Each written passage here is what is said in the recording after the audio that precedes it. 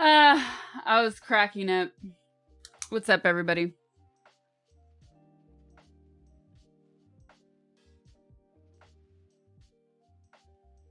Cracking up thinking about this line from Scarface.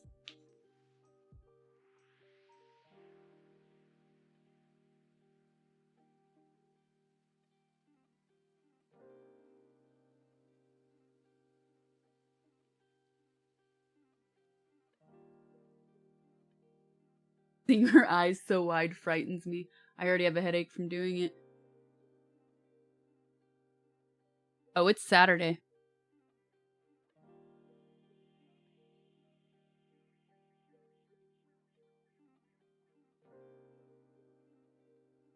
Uh-oh, I gotta put that in the command.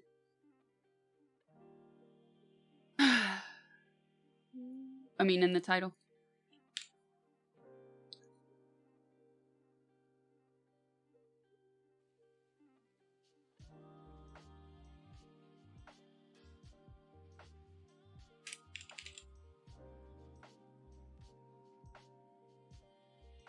Are we... Are we juggling balls again? The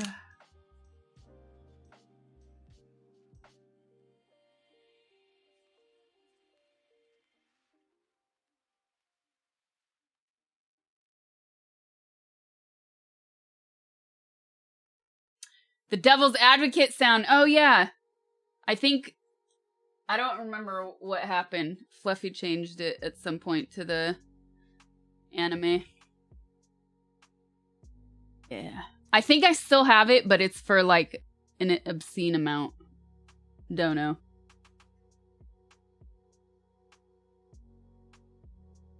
How did you feel after the Dr. K stream? Did you reflect on anything or just chill? Well, I ended up beating Resident Evil. That's what I did. So in reality, not a whole lot. A little bit. Yes, I did a little bit. I did a little bit at night because it just made me remember that sometimes you have to force yourself to take a break, even when you don't want to better yourself and also to better your work life. And I was actually saying that a few days ago because I took the last 2 Wednesdays off from streaming, but I got a lot of other stuff done. So in the end, it made my streaming better because now this is not totally clean yet, not finished all the way, but being decluttered is like a weight off of your shoulders. So that's a very small example, for instance. Anyways, did I curl my hair? No. This is just, I did not do my hair. That's what I did.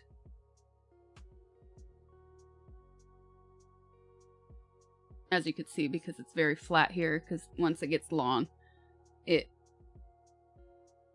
is heavier. You look very Andean. I'll take it. Thank you.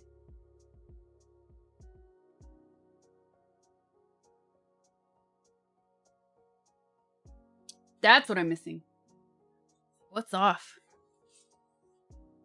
What is off with my face?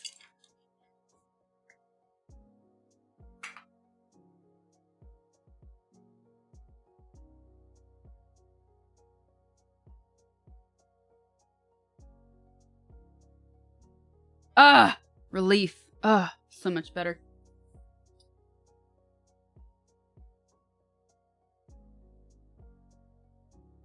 You ever do a stream with no makeup? I did. And then chat proceeded to do my makeup.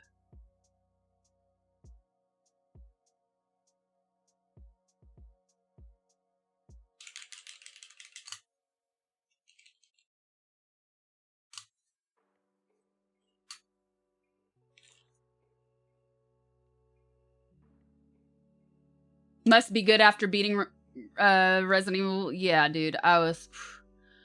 I was so over it. I'm so glad it's done with. I would have procrastinated until like 8 p.m. to start stream if I had to do it again today. Why do all Americans have perfect white teeth? My teeth are not perfect, dude. It's called a camera, lighting. Same with my skin. My teeth are Where's my mirror? I cleaned and now I don't know where I put the mirror. My teeth are not white. That white.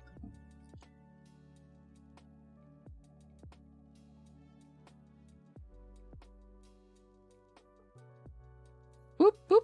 You don't hear the music? I mean, it should be low. You guys don't hear it either? It's showing up on OBS. Here, how's this?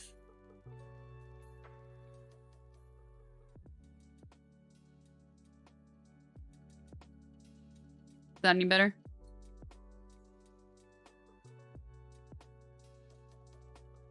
Thank you, Ravenous. I finished Resident Evil last night. And I don't get my teeth whitened either. I just brush them morning and night. And I use mouthwash.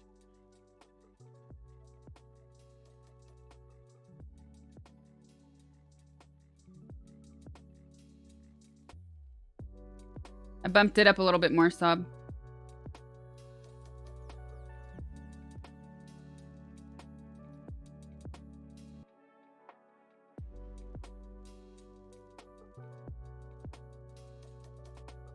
This is from Ecuador.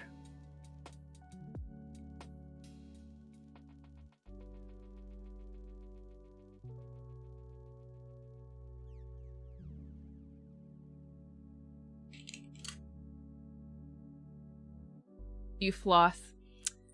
Nah, I know we're supposed to, but that's one of those mini things that I do it for like 3 weeks. At night, I'm really good at it, and then I fall off. If I eat steak, though, I will. Or if I eat ribs, I will. Yeah, I know it's like so much better for your dental health, but so annoying. If you have blood after flossing, it in my opinion, it's like when you have blood from doing that, it's because you don't do it enough. Anyways, now tonight I'm gonna floss. So I go through moments like that. I'll go a couple months, like 2-3 months I won't, unless I eat those kind of things, and then I'll go back to doing it.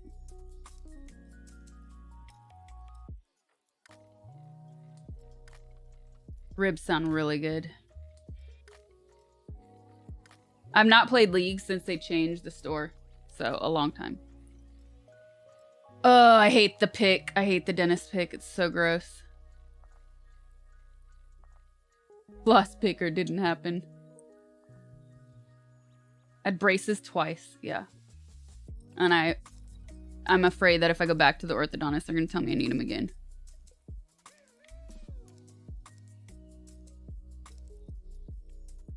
And I know I need to go because my retainer is not doing its job.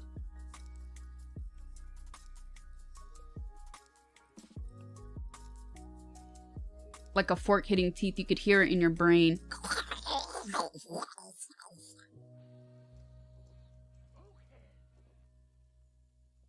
I've never been to Slovakia, no. Your 6-month smile took 1.5 years. Seriously, that's such BS, dude. 4 years. Oh my god. Please tell us your braces. You have. Please tell us braces. You images. I'm pretty sure you're saying please tell us you have photos of you with braces. Yes, I do.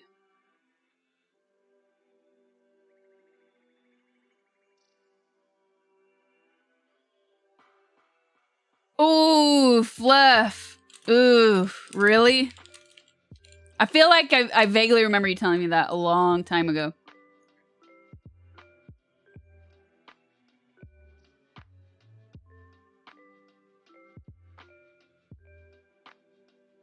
I'm drinking black coffee. Did you have gap teeth? No, I have a snaggle tooth. And yes, they did call me that. Snaggletooth. This one right here, it's always been higher. See, it looks like my tooth is chipped. It's always been higher up. So the second time I got braces, they were like, well, you need them behind the teeth so it pulls down. And that was total BS. And they took them off too early both times.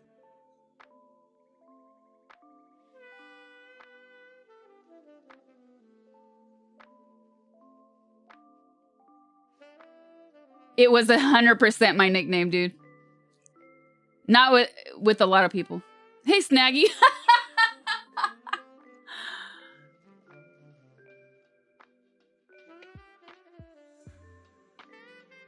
I'll probably, though, if they try to tell me to get braces again, it's never going to happen at this point. I'm way too old for that. I'll probably just get some bonding put on it.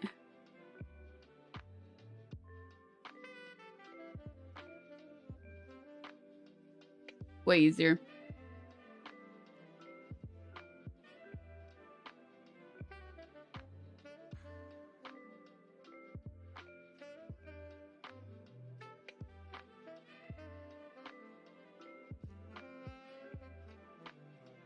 Can you only get braces during certain years? No, I'm just not. Tooth pain is not fun, man. I'm like, the process of doing that. Did you brush regularly when you had braces? Oh, yeah. Took super good care. Invisalign. Well, okay, so they told me that second time I couldn't get Invisalign on the top because the teeth needed to come down, and Invisalign apparently can't do that. So they did the braces behind the teeth on top and Invisalign on the bottom. And something I really not happy with that place either. With the bottom teeth, they used this weird file in between my teeth. And all my teeth have gaps that they didn't have before. And they feel more sensitive. I never had sensitive teeth before.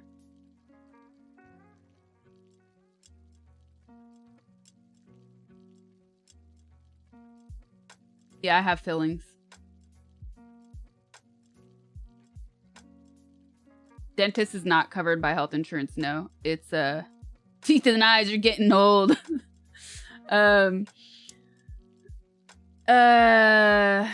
was the question? No, it's not covered. It's its own insurance if you need it, if you want it, if you get it.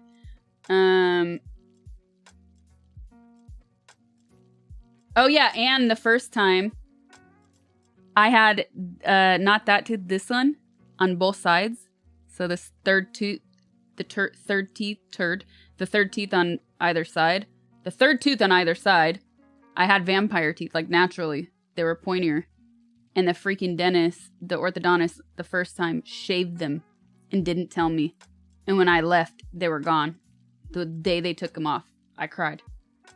I was so pissed off.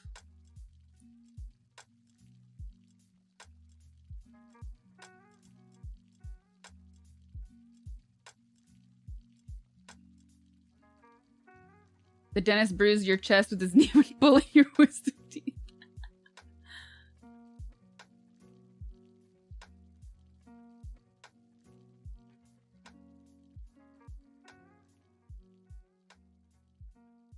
Saved, yeah, it's like a electronic buffer file thingy, and he like buzzed it and shaved, like literally shaved it even.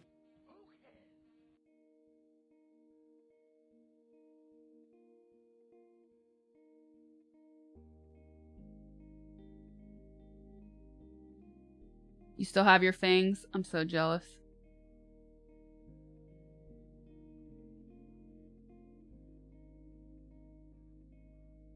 Yeah, they're meant to be pointy. Thank you, exactly.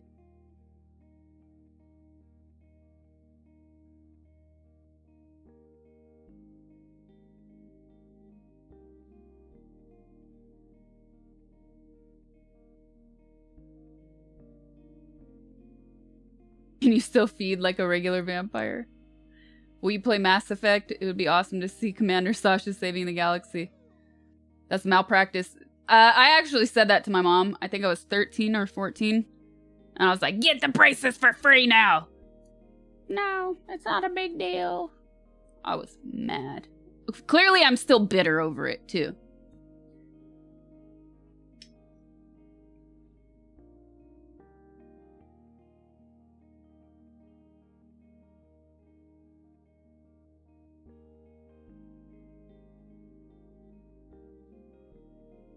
All right, you guys. So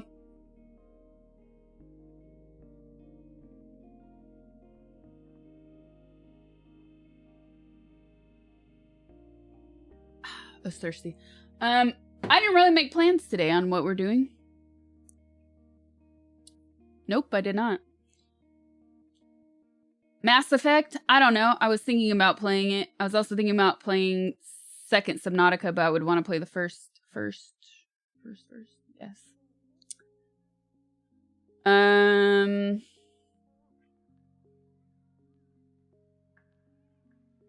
But frog fractions. Oh no, not again. I don't really feel like making a choice today. Done with Sekiro? No, we're playing Sekiro. I just don't know if I'm in the mood for that today. Maybe I'll go into it later. But I just kind of wanted to hang out. We'll do some true or false. Play Rage 2, FPS genre after Doom, open world.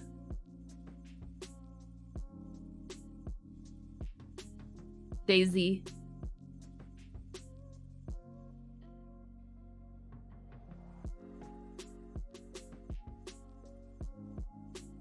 Oh, thank you, Spit. Tomorrow's movie night, you guys. Movie day, night. Depends where you are in the world. 12 p.m. Pacific time on Discord. So we'll do that before I stream tomorrow. We're going to be watching Alien. Yes. Excuse me. So yeah. 12 p.m. tomorrow.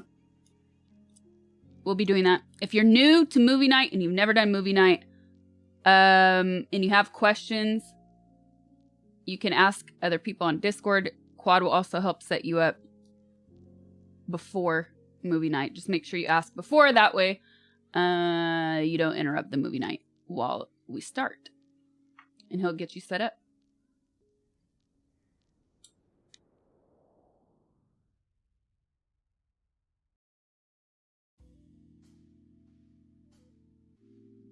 Oh, tomorrow's Monaco? Ooh. Yeah, but you know what? It's at 6 a.m. here. I'm not. Nope. Nope. I like F1. I don't like it that much to wake up at 6 a.m. Unless I was invited to watch the race. Yeah, that'd be a different story. It's impossible to get the chiles in the UK. I know. Dude, I heard it's impossible to get chili powder there. Like the chile, not spicy one. I don't understand, man. I'm going to open up an import business in Europe. Well, I guess now the UK is on its own, but still.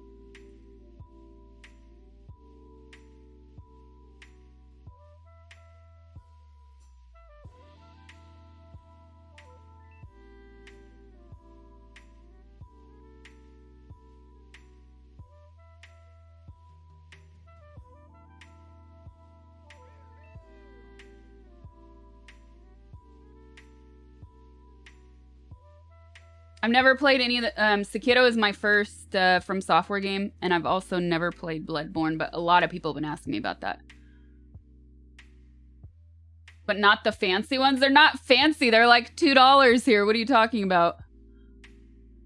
At all. Sorry, I'm late for the cult meeting.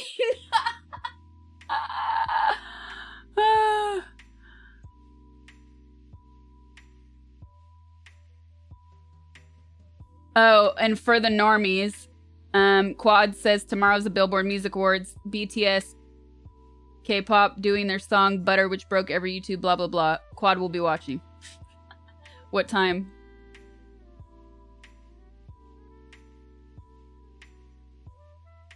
To start from Demon Souls remake up to DS1 and so on.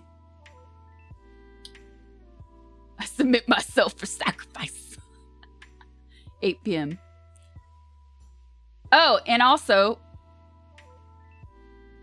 maybe tomorrow, I have to double check, but probably tomorrow. I'll be playing It Takes Two with Fluffy. Finally. I really have no idea what it's about. I kind of ignored it on purpose, but I trust him, so should be fun.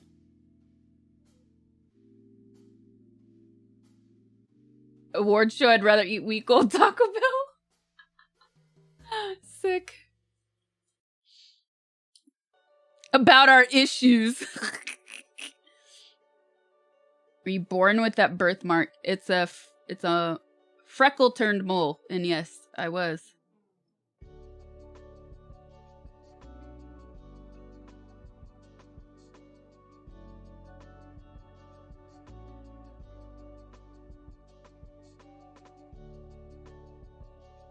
Is Discord chat only for mods? I only got it to work once last year. No. It depends what channel you're talking about. But, like for movie night, for instance. No. But if you're trying to use, VC voice chat on a browser instead of the Discord app, it does not work. It's for subs only, but you're subbed. So if you're trying on a normal browser, voice chat will not work. Must be either the desktop app or the mobile app.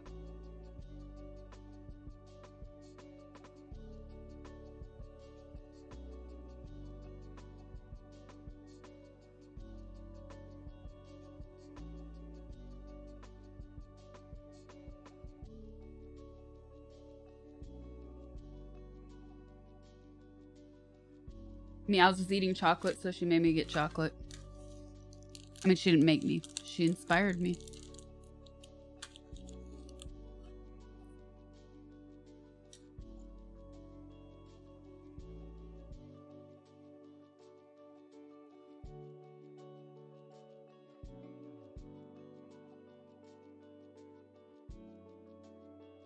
That Peepo is so cute. Would you like to pleb today? Absolutely, it won.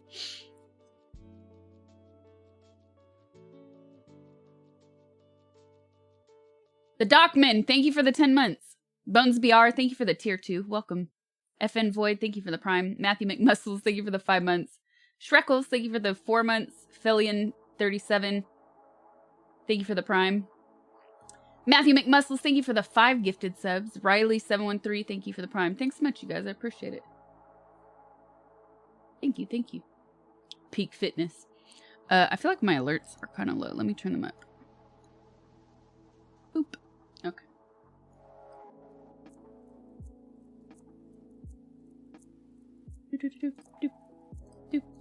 Okay, I'm gonna open up a second Discord page so we can do Truth or Dare and a little Truth or Dare. Oh my god, true or false? What am I thinking?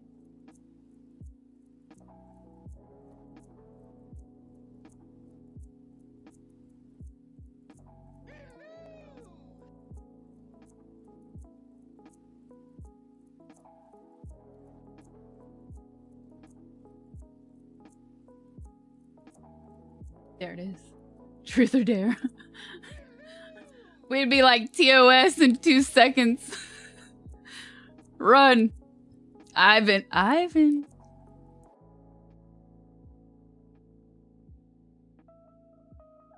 Truth or milk.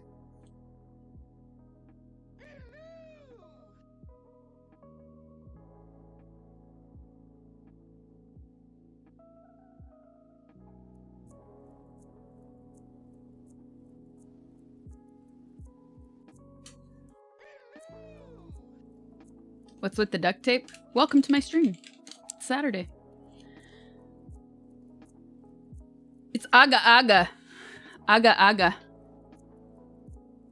Truth or chile? I want agua chile.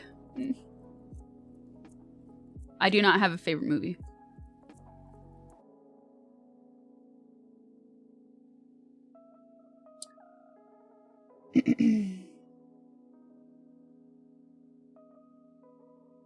I love opening night. I love Alien. We're watching that tomorrow. I love 8.5. I love Pierre LeFou. I love Escape from New York, The Thing.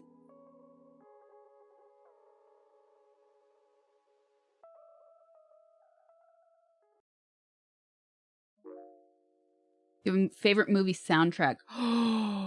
Oh, that's so hard, man. That's very difficult. That's just as difficult. I don't.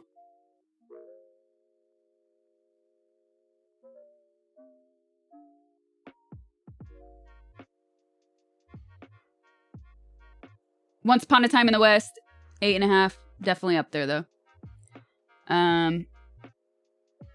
Yeah, John Carpenter's music's pretty dope.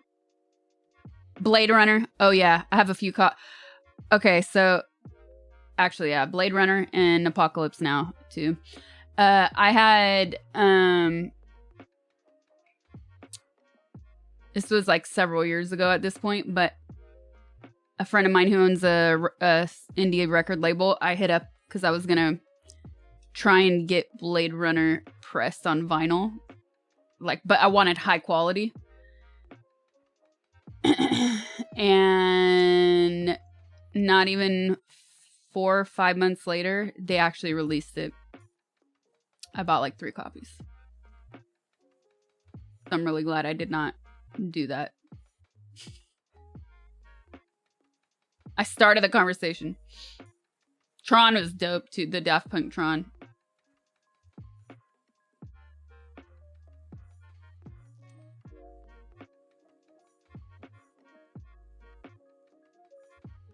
Quad. What is your Saturday like?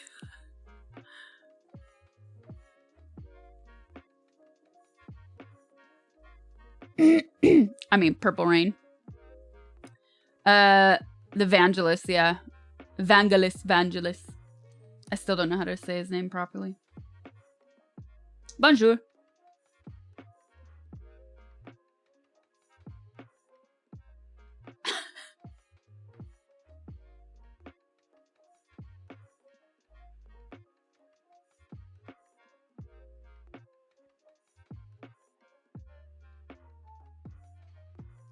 Did you like The Thing remake? I did not watch it. Or technically it's not a remake, they say. I did not watch it.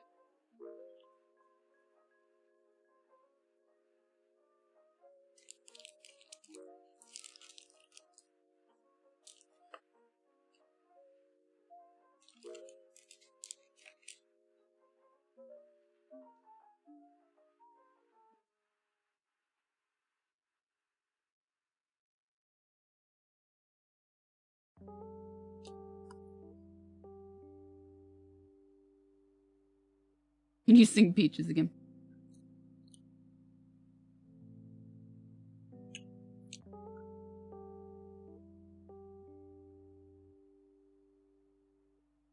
Anything by Bernard Herrmann. Oh my god. Dude. Vertigo. What was that highly underrated?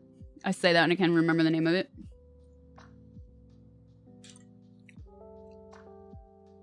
Shutter Island. That I don't know if they used his music, but if they didn't, it was incredibly inspired by him. Let's see.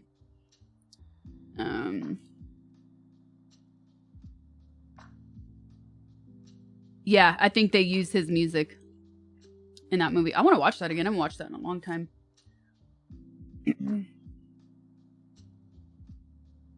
C is for cookie.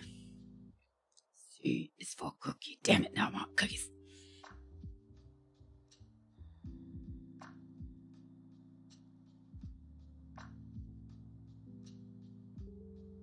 What's your typing speed? I have no idea.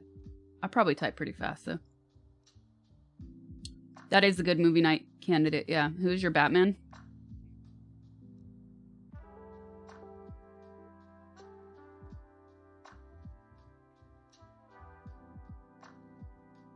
Christian Bale.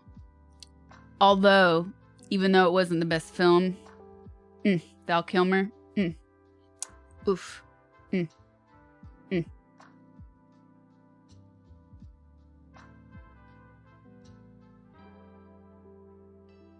Adam West. That's a good one.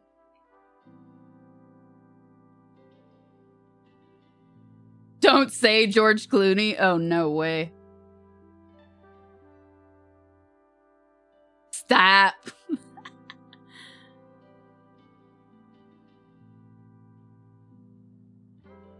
Who cares if he's fat now? Why do you have to point that out? Why is that important?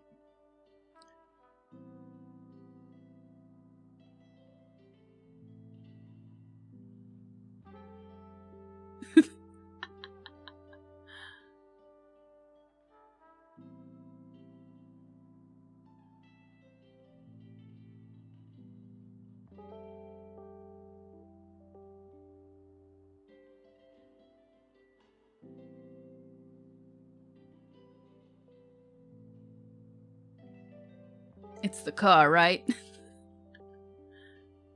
Yeah, we gotta... Oh, wait, hold on.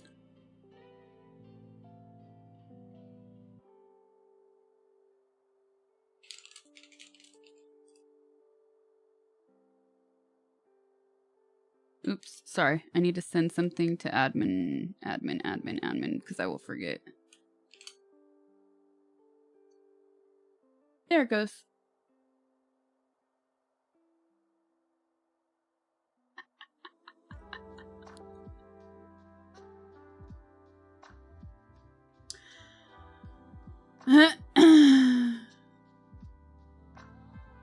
Sacrilege.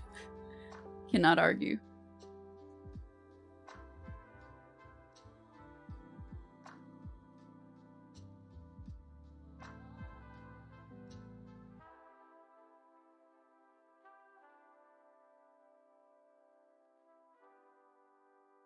Yeah, I'm fascinated too by that quad.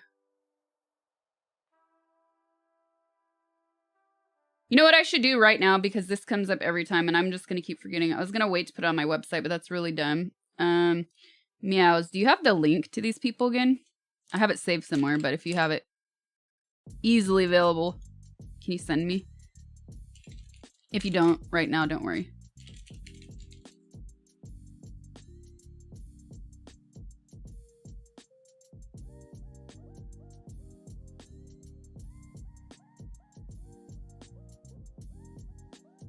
Morricone, Evangelist, Williams, yeah.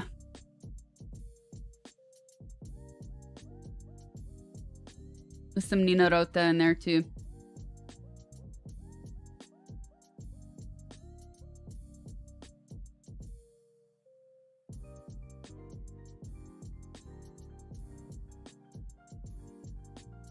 These people.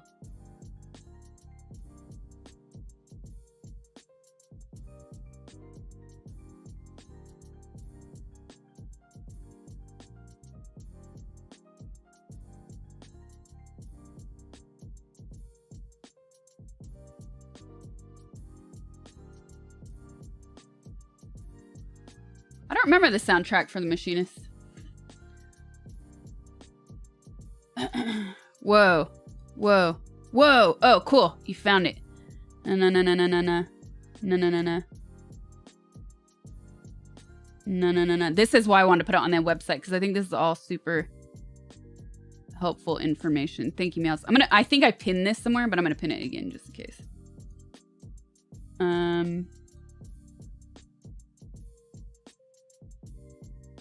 Thank you. I'm gonna take that first paragraph for now and make a pin. Alternative. No, no, no, no, no, no, no, no, no, no.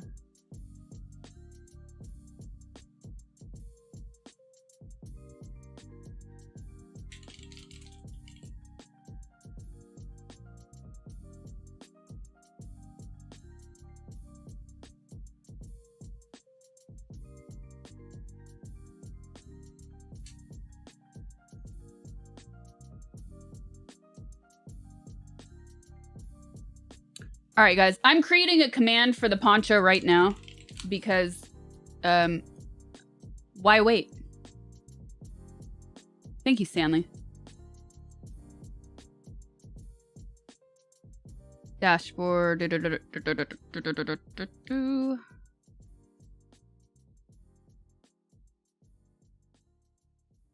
Oops.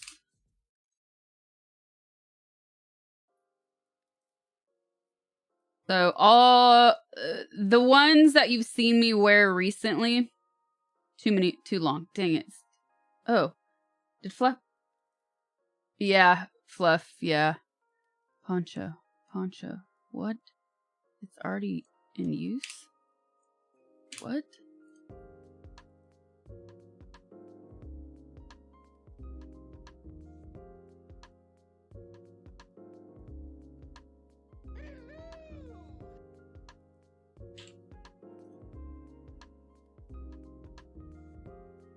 Okay, done.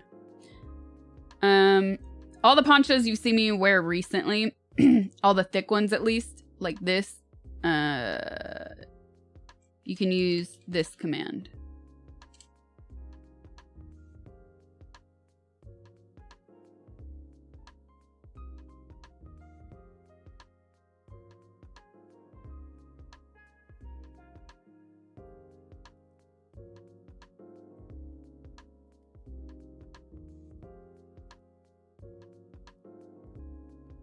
They're from Ecuador.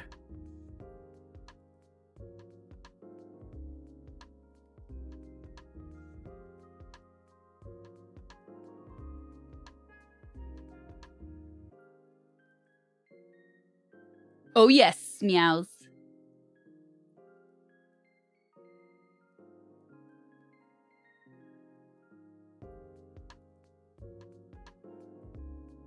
Okay, people, should we do some true, I keep I mean truth or dare.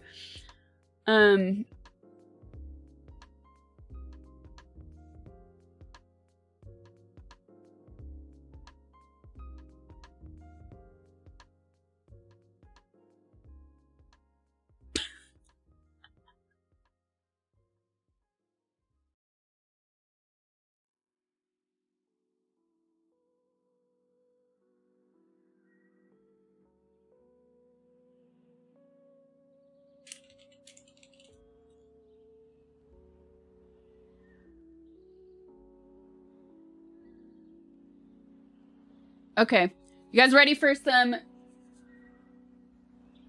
true or false?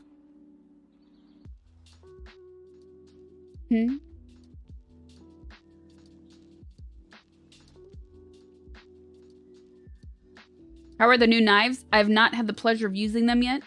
Very excited. I crushed all of the boxes. Threw them away today. I need to clean them first by hand.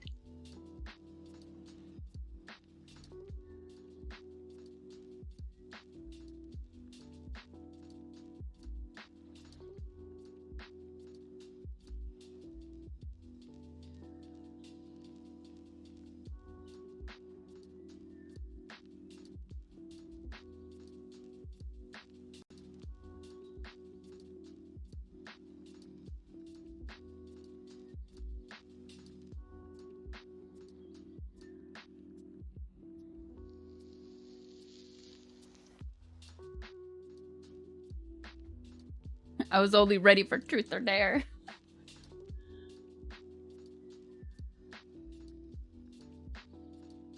Okay. I'm gonna eat a piece of this and then we'll get started. Slowly.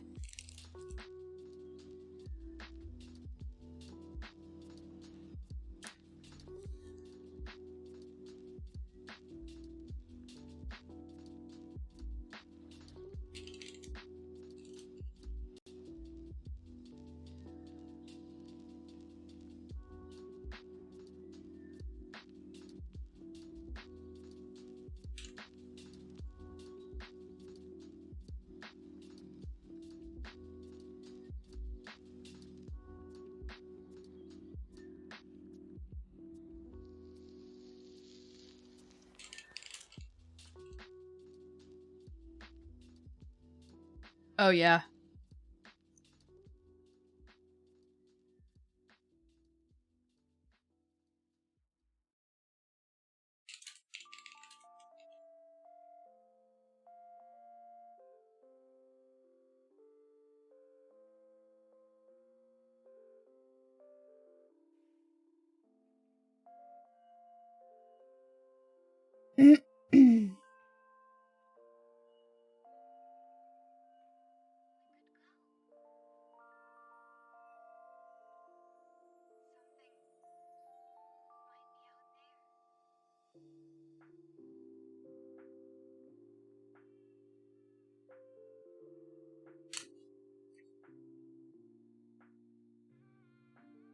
All right. So,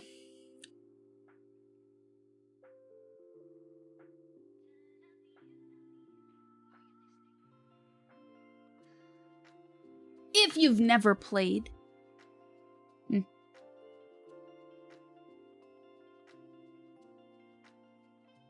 Sorry, cat. If you've never played True or False, here's how it goes. One, we might change the name at some point. But here's how we play True or False. We are going to talk about stories or facts. I'll read them out to you. And for some of them, the Sasha Casino will be open. So you can gamble your points.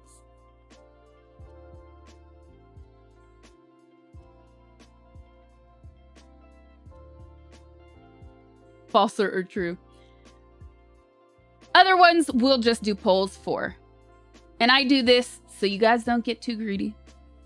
You know, to keep you calm, tranquil, if you will. And don't forget, I'm trusting you not to cheat. And the more you cheat, the more it works against you because you get less points anyways. Just saying.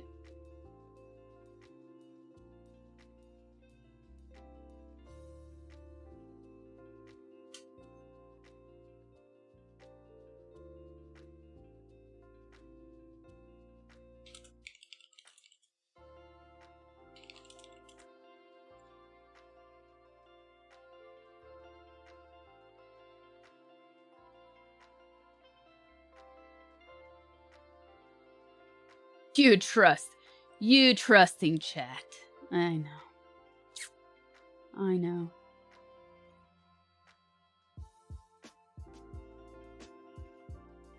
All right. Where did I leave off?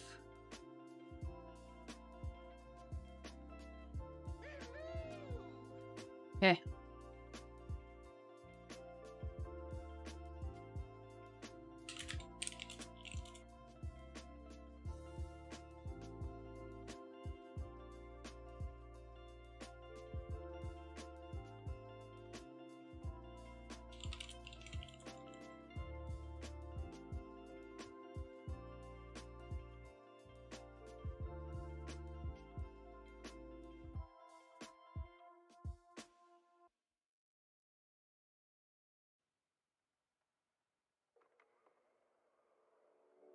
Oh, Luffy. The baby Yoda sip.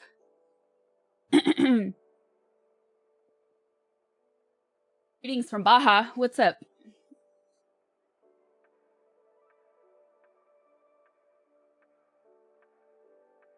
All right, I'm just chatting with the mods real quick to set up the Sasha Casino. And we're going to get into True or False. How does movie night work? Movie night works on Discord. So it's an off-stream thing that we do. Sub only on Discord. Every so often we do movie nights. We join VC. We watch a movie together. And we don't... Basically, we pick a movie in advance. And we all press play on the movie at the same time. And we just talk crap over the movie. That's how it works. If you're not comfortable talking, there's also a text channel. So... like you could still hang out and listen to everybody and then type in the text channel. Double F, Corby. Fact or fiction. I like that. I like fact or fiction. It's clean.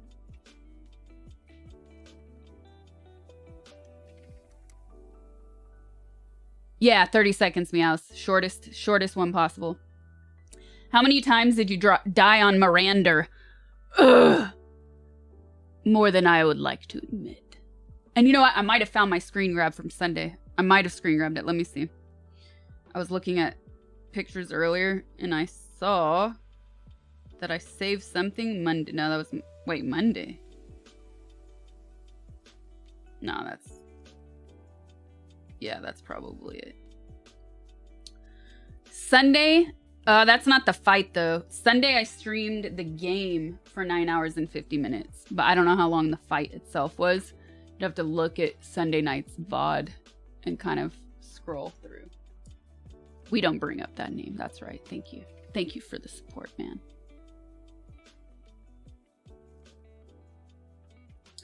Yeah, so what I'll do, mods, is I'll announce if something is going to be points or poll before I do it.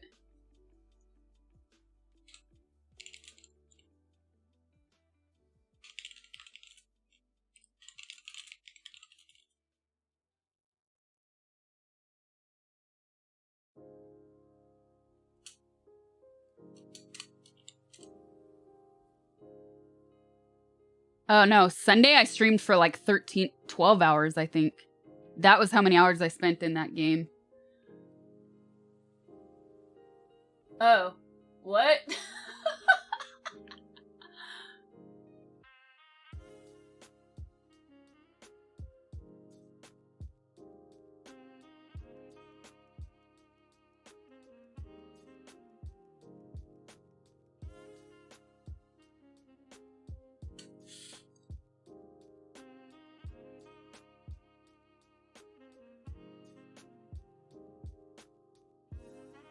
Mods are awesome. And MVPs. What is timeout? Just use your imagination. Why would somebody like to be punished?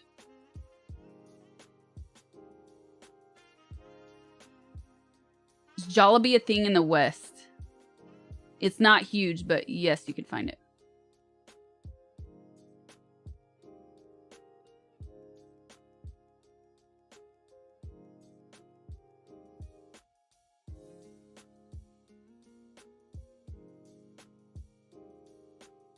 Okay, what time is it? We're an hour in. I beat Village last night, yes. I'm gonna go to the bathroom. Run an ad, because that's what we have to do. And then...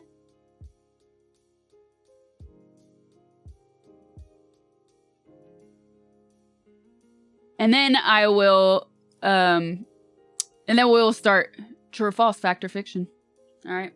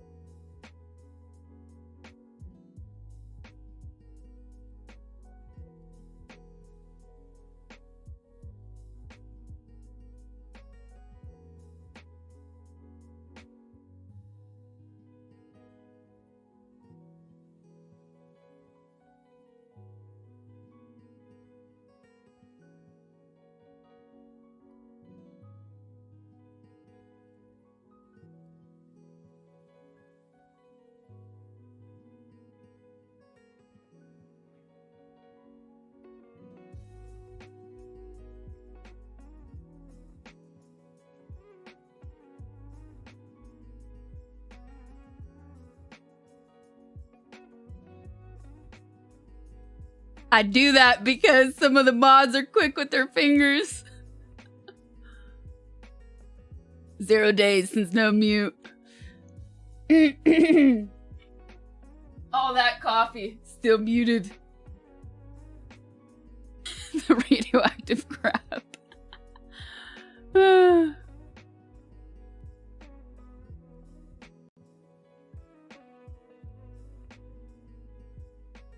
80 level Paladin, thank you for the tier 1. Gumam, thank you for the prime. White Knight Light, thank you for the prime. Tiny Cake Rolls. Marcos Flanders. Vulcare32, thank you for the prime subs, you guys. Random Dude, thank you for the prime. Thanks, you guys, I appreciate it.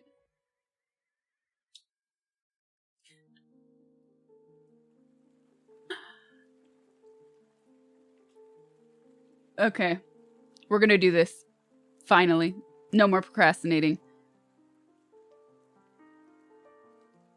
Here we go. The Sasha Casino is open for this one, ladies and gentlemen. This is true or false, true and false, or fact or fiction. Whatever you want to call it, it doesn't matter. Remember, I trust you not to cheat. The more you cheat, the more you lose. Or the less you gain, I should say. So. Quad. What's up, Bikeman? Doing all right?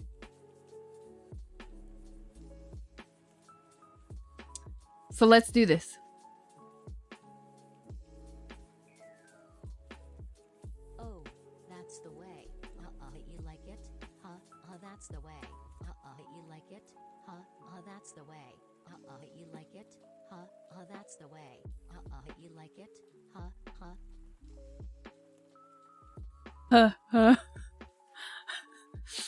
Okay.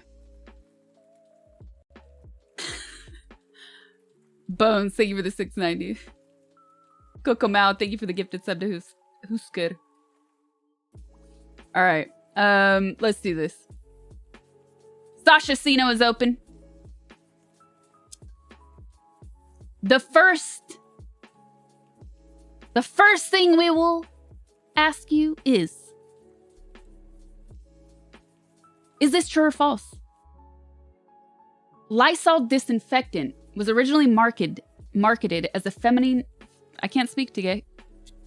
Jesus Christ. What have you guys done to me? That TTS screwed me up. Lysol disinfectant was originally marketed as a feminine hygiene product and contraceptive. True or false? The freaking... I just ate all my words there.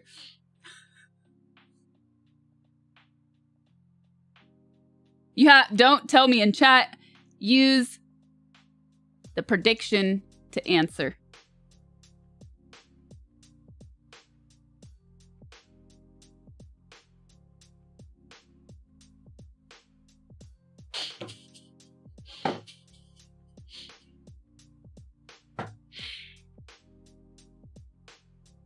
Yes, meows. That is what I said. I don't know how.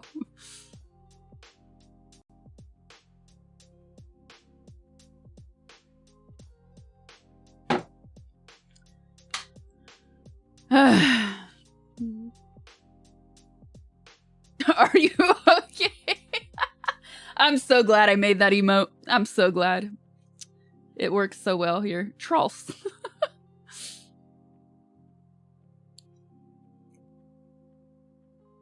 There's no prediction pop out on mobile? What? I don't believe that. Seriously? Let's just take a look. It's probably too late now because it's 30 seconds.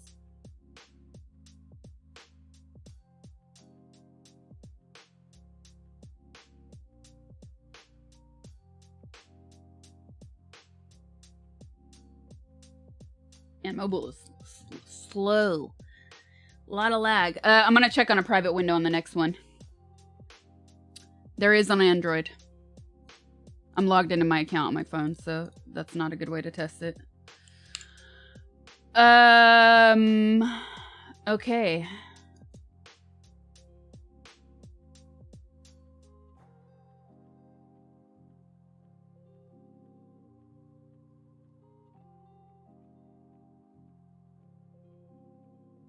So, here we go.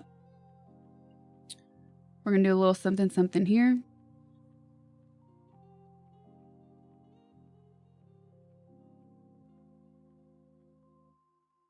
Little something, something here. Copy link. Oh, yes. Bloop, bloop, bloop, bloop. Bloop, bloop. Yeah, it's good enough. All right. And the answer is true. It is true.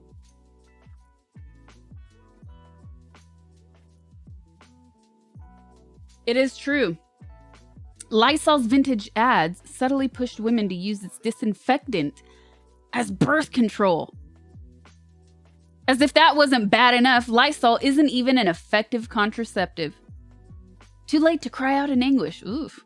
Whoa. The society pages. Vintage ads can be both hilarious and shocking, and some of the most often passed around old ads are these ones about women using Lysol brand disinfectant for feminine hygiene. The ad had women claiming, "I use Lysol always for douching." At the time, Lysol was an antiseptic soap whose pre-1953 formula contained cresol, a phenol compound reported in some cases to cause inflammation, burning, and even death. Whoa. And the thought of using that for douching is enough to make anybody wince. But according to Lisa Wade of the Society pages, that's not actually what the ads are pushing, she writes. These ads aren't frightening women into thinking their genitals smell badly. According to historian Andrea Tone, feminine hygiene was a euphemism. Birth control was illegal in the US until 1965 for married couples and 1972 for single people. These Lysol ads are actually for contraception. The campaign made Lysol the best-selling method of contraception during the Great Depression because it probably killed your insides. Of course, as Wade points out, this still wasn't a good idea. Lysol might have been corrosive to the sperm, but it also damaged tissue inside the woman. No crap. And in fact, the Lysol used back then was far stronger than our Lysol is today. Hundreds of people died from Lysol exposure, some of them women using it as birth control. Nicole Pasulka at Mother Jones writes, by 1911, doctors had recorded 193 Lysol poisonings and 5 deaths from uterine irrigation, aka douching. Despite reports to the contrary, Lysol was aggressively marketed to women as safe and gentle. Once Cresol was replaced with orthohydroxyphenyl in the formula, Lysol was pushed as a germicide good for cleaning toilet bowls and treating ringworm, and Lennon Finks, the company that made the disinfectant, continued to market it as a safeguard for women's dainty feminine allure. And if that wasn't bad enough, Lysol isn't effective. Okay, I hate when articles repeat themselves like that. She was a jewel of a wife with just one flaw. She was guilty of the one neglect that mars many marriages. Lysol helps avoid this. It's always her fault, right, chat? It's always her fault.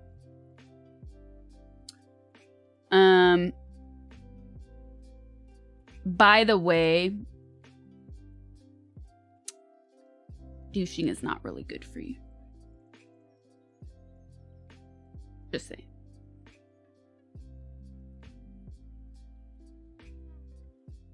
So, we can close that one out. The answer is true.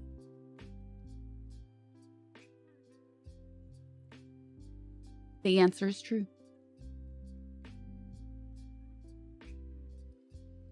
Bloop. Messes up the pH, that's right. Who would have thunk?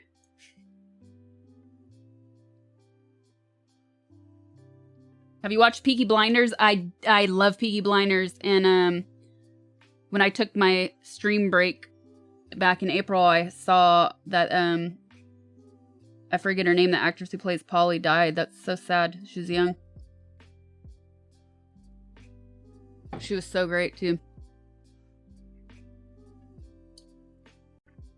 All right, next one, you guys. Next one. We'll I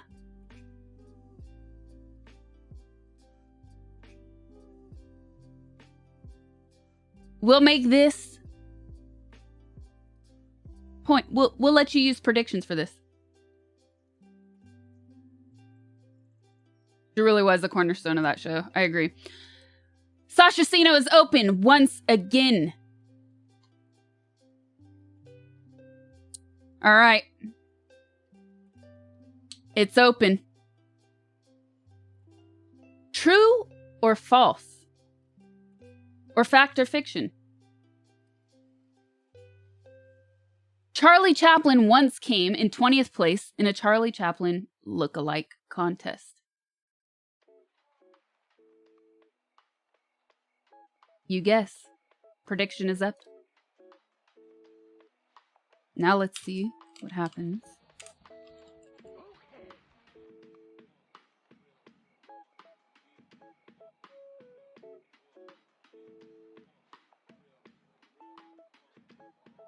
Whoop.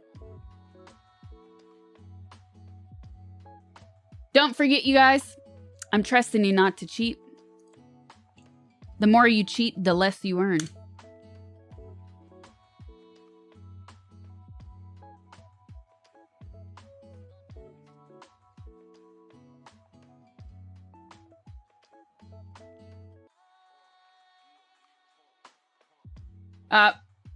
Too late, Ice Cold.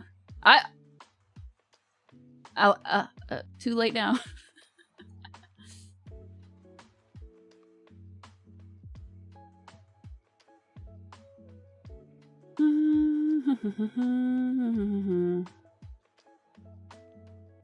All right, I actually need to keep my stream open so I can see when the 30 seconds are up on these.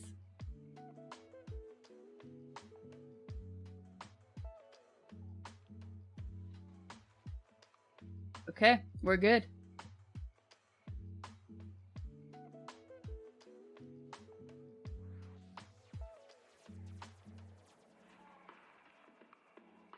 So,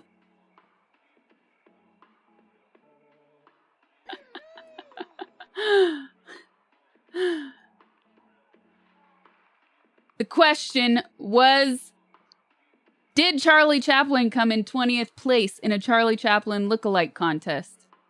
Well, true or false?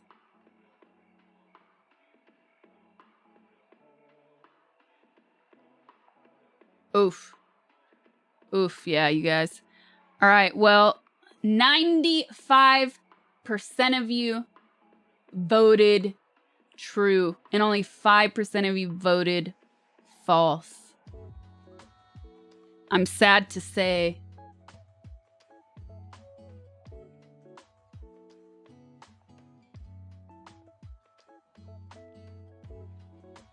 That it is true. Charlie Chaplin started appearing in his first films in 1914. 40 films to be precise. And by 1915, the US had a major case of Chaplinitis. Chaplin mustaches were suddenly popping up everywhere, as were Chaplin imitators and Chaplin look-alike contests.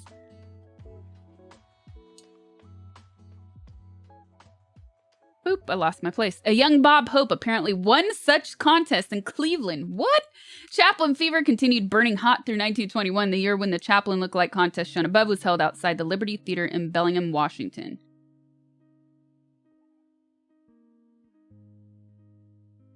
According to legend, somewhere between 1915 and 1921, Chaplin decided to enter a Chaplin look-alike contest and lost badly.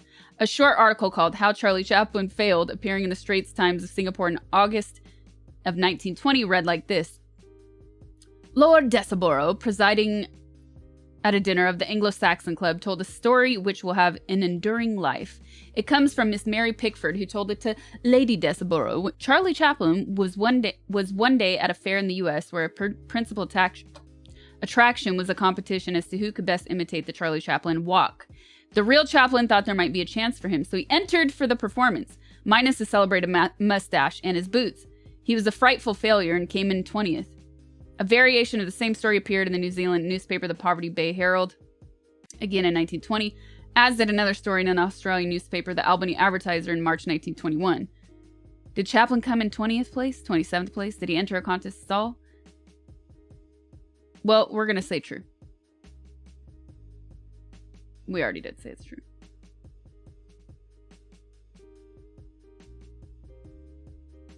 It's been reported in 3 international newspapers. So yes. There you go.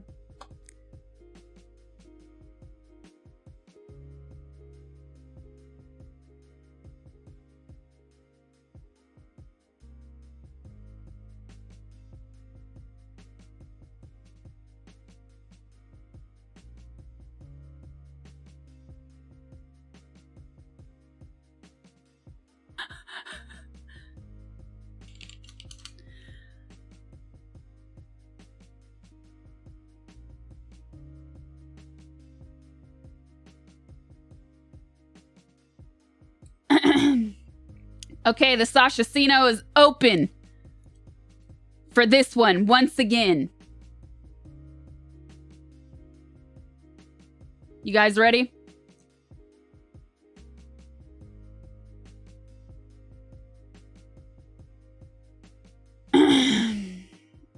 So when I was 15,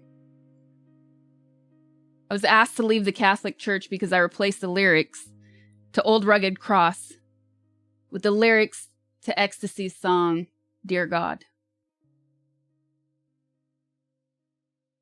Is it true or false? You have 30 seconds.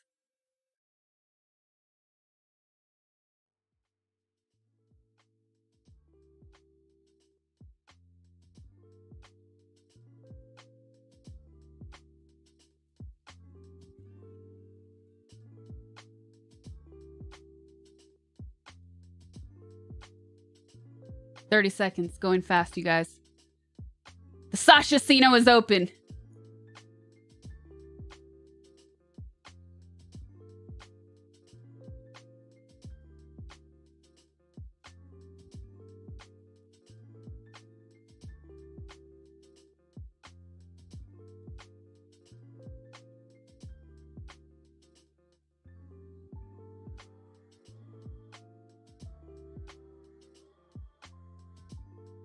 All right. So, 30 seconds is up.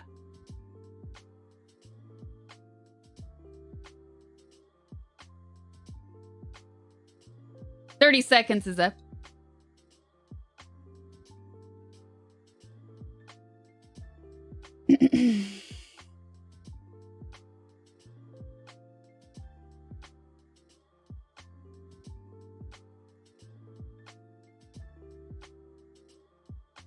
You guys had to guess whether this is true or false. When I was 15, I was asked to leave the Catholic Church because I replaced the lyrics to Old Rugged Cross to Ecstasy's song, Dear God. Is this true or false? Fact or fiction? Wormy's looking away. He's like, I'm staying out of this one. Come on, Wormy. Well, it's very specific. And it is specifically false. This did not happen. 60% of you voted true. 40% of you voted false. This does sound like something I would do, though. This 100% sounds like something I would do.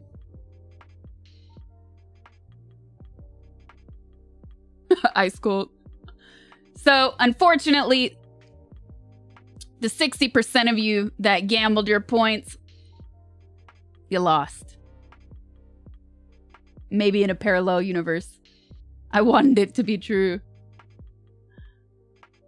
Grill and chill sounds pretty good. That was a good one.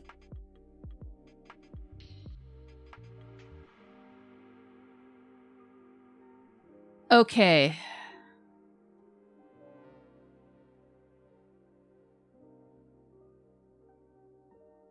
Here's a quick fun fact, by the way. Corby sent us this. Oh, I gotta go back to this. Okay.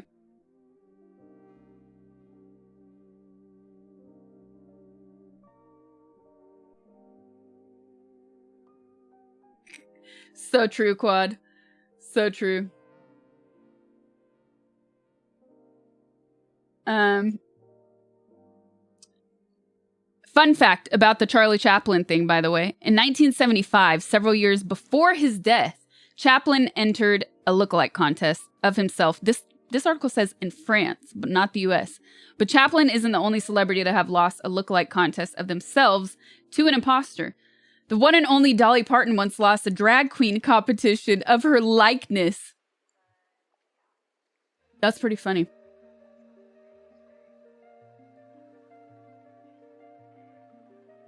That's pretty funny. What? Hold on. What?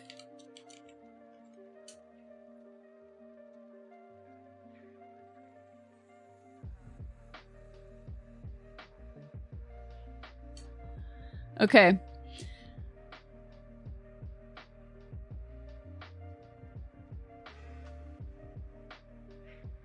All right, the Sasha Cino is open for this one, you guys.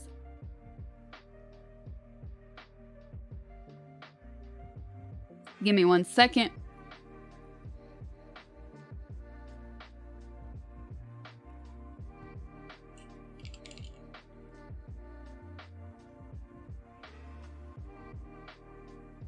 Okay. Is this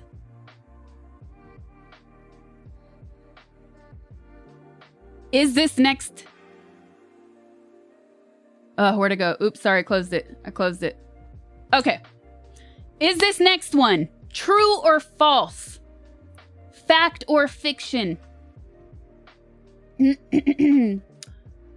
Roller coasters were invented to distract Americans from sin. True or false? 30 seconds.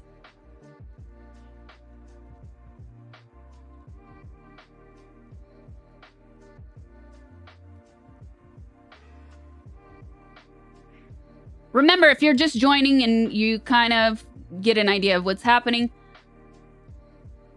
I gotta say, don't cheat. The more you cheat, the less you earn with your points. Just saying.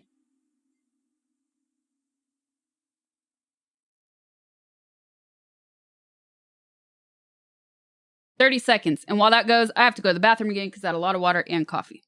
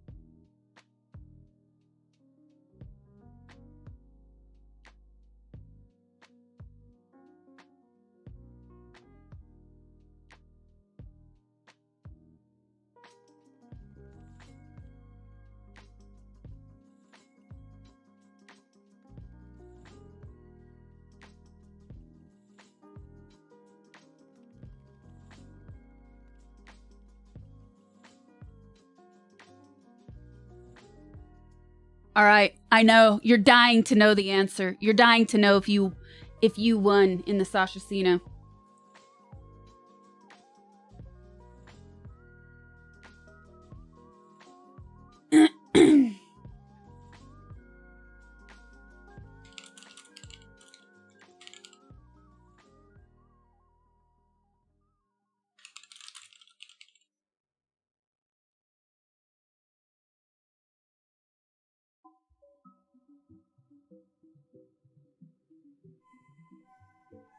Okay, so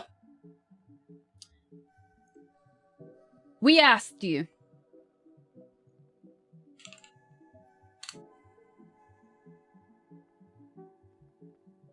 if this was true or false. Roller coasters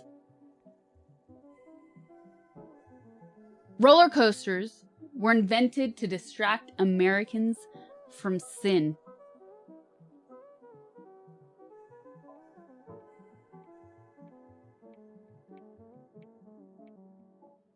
And 70% of you voted true. 30% of you voted false. And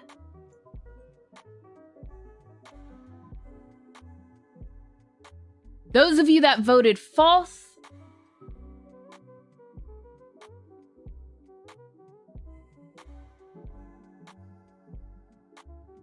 are wrong.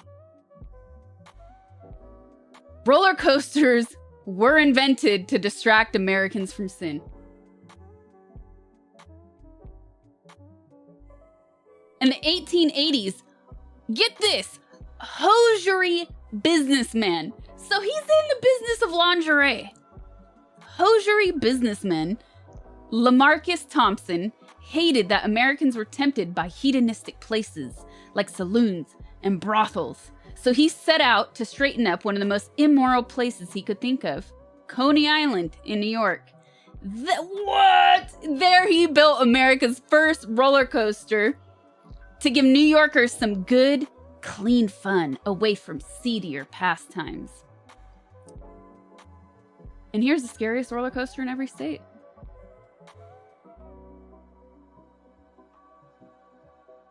Well, well, well. Those of you that voted true, you got your points. You got your points.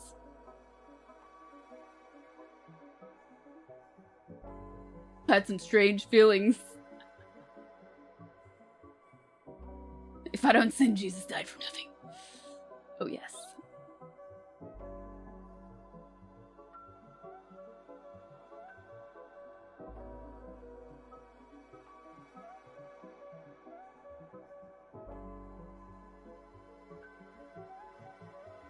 Okay, next one. Sasha Casino is open. The Sasha Casino is open. Everybody.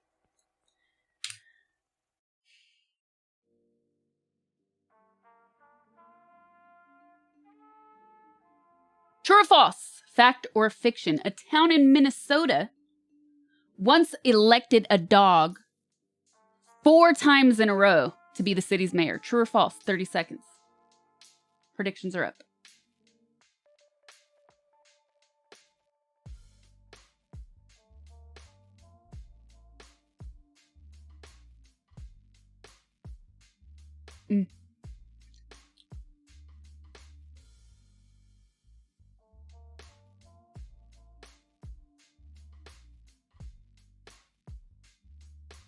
What is a Minnesota?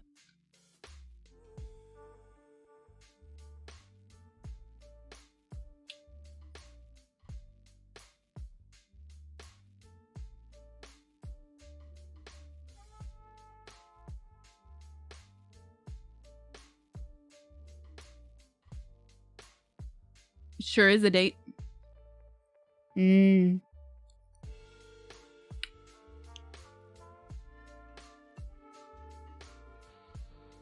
More Chris.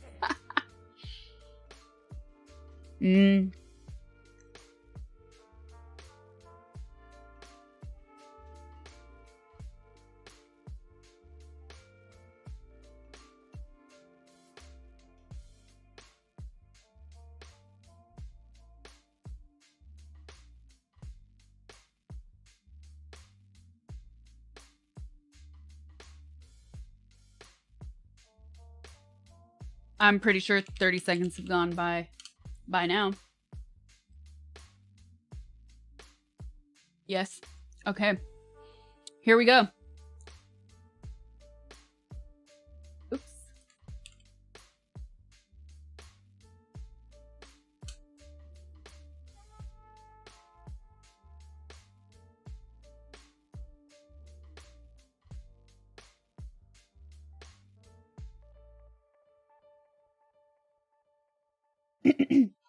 So, remember, do I have to say this every time? Remember, the more you cheat, the less you earn. I'm trusting you not to use the internet. All right. The question was, is this true or false? A dog was elected mayor 4 times in a row in a town in Minnesota. And 82% of you voted that it's true. And you were right, but I'm very suspicious of you guys. Very suspicious of you guys. Okay? So, Cormorant Township, Becker County, Minnesota. There you go. There it is on the map. In 2014, a Great Pyrenees dog named Duke won the annual election for the ceremonial mayorship of Cormorant. 12 votes were cast. He won his 4th consecutive term in May 2017. Duke died in 2019. Oh. Rip Duke.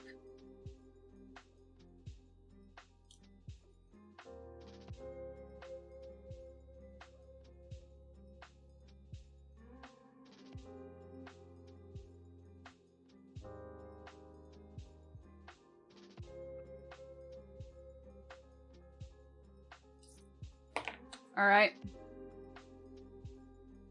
Moving on to the next one.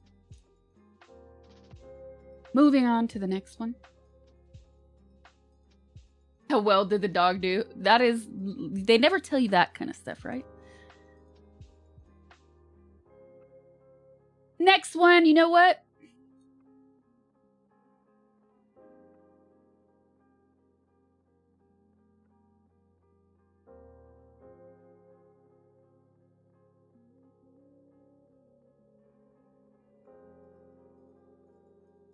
We're going to do a poll. We're going to do a poll for the next one.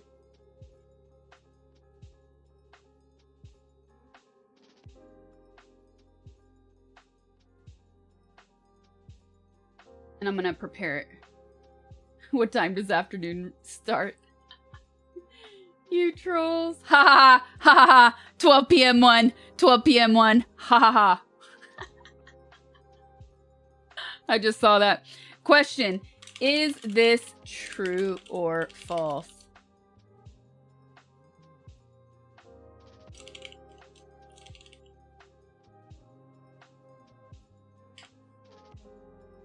Okay. Here we go. This one's a poll. This is not a prediction. Poll, not a prediction. All right.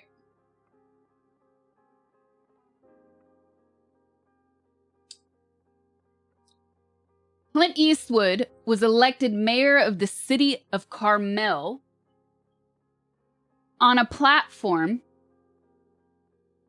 of legalizing eating ice cream on sidewalks. True or false? Vote in the poll right now. That means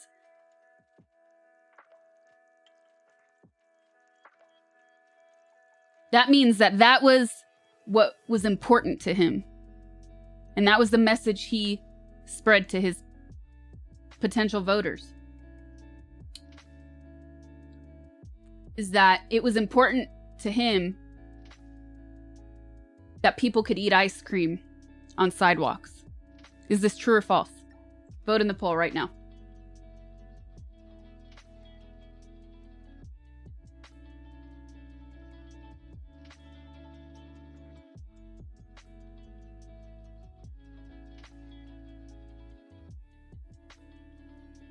Clint Eastwood.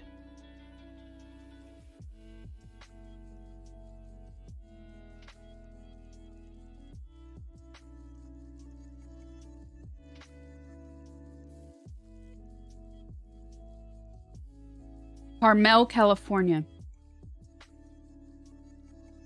It is near Big Sur, near Monterey.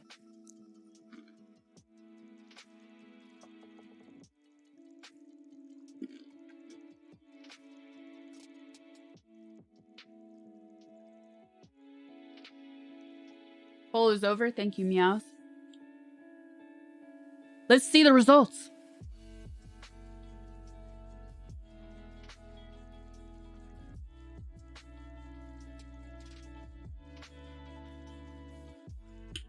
Ooh. Ooh, this is right down the middle.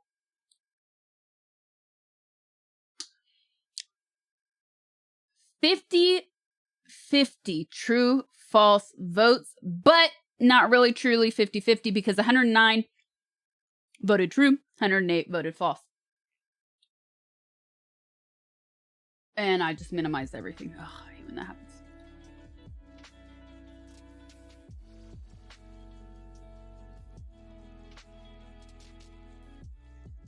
And where's my chat? Where did you guys go? There it is.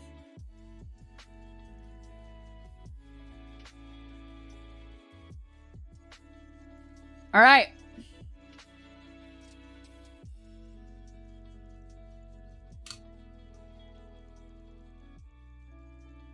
So,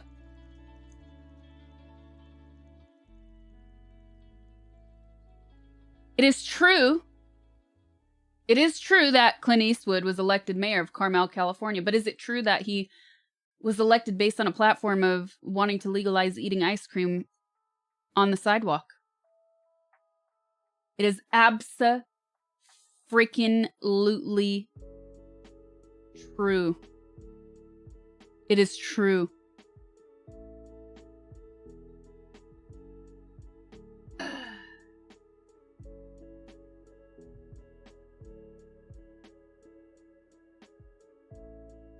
Yep, it's true. On April 8th, 1986, Clint Eastwood defeated incumbent Charlotte Townsend to become mayor of Carmel, a small seaside city in his home state of California. With just 4,500 residents and 1 square mile of land, the town was a perfect fit for the actor who professed no grand ambitions to run for office for anything larger. But why did Eastwood, at 55, still churning out hit movies more than 30 years after beginning his career as a screen actor, choose to run it all? In 1985, Carmel's city council gave him what he alleged to be an extraordinary amount of grief over plans to erect office buildings on property he owned within city limits. Where can I get that hoodie? Eastwood was so aggrieved, he sued the council and won an out-of-court settlement. The settlement allowed for permission to build if he used more wood than glass. This is so stupid. I want to know who was running the woodworking industry in which forced us to build everything with wood in the state. Ugh. Carmel had long been a city inoculated against any kind of radical development, and very different from San Francisco, very close to Carmel, by the way. There weren't even street signs. All mail went to a central post office. A 1929 zoning law, which is still in effect, even banned ice cream cones from being sold. Eastwood felt that residents were divided between a devotion to keeping the area modest and those who felt new businesses would be economically beneficial. On January 30th, 1986, just hours before the deadline, he decided to run for office.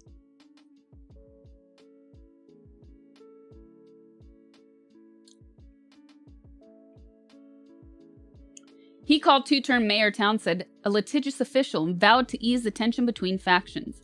While his celebrity as a performer helped, the town also felt indebted to him for rescuing a historic animal sanctuary, the Mission Ranch, from being bulldozed by condo developers. When city officials couldn't buy it back, Eastwood spent almost $5 million of his own money to keep it standing. Unable to stir that kind of sentiment, Townsend sniped that Eastwood, who owned a home within city limits, had an unlisted telephone number in the phone directory, whereas she took calls from residents anytime. Eastwood vowed to get an answering machine. The day of the election, Eastwood received 2,166 votes to Townsend's 799. He was sworn in the following week. City Hall, a tiny piece of real estate, quickly gave way to a local women's club that could fit 200 people for his weekly town council meetings. As one of his first acts in office, Eastwood tossed out the planning board that he had vetoed an ice cream prohibition repeal. Men, women, and children could enjoy cones, and proprietors could sell them. Despite the landslide victory, not everyone was pleased with Eastwood's new rule. Tourism increased markedly, with fistfights over the new available parking spaces and traffic that choked Ocean Avenue, the main artery in the city. A Clintsville gift shop popped up, along with the nearby Hyatt Regency that used the slogan "Make my stay." Eastwood residents said had attracted 2-hour tourists to their quiet hamlet.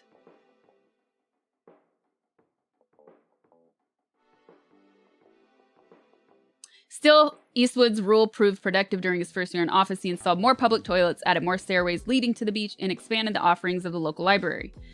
If he was shooting a movie, he'd fly back for the weekly city council meetings. Eastwood even penned a regular column in the town's paper, the Carmel Pinecone, and used one installment to compare Councilman James Wright to a spoiled child for not showing up to meetings. Eastwood did not seek re-election, telling journalists in February 1988 that he felt it was time to devote more attention to his children. The $200 salary he drew every month was donated to a local youth center.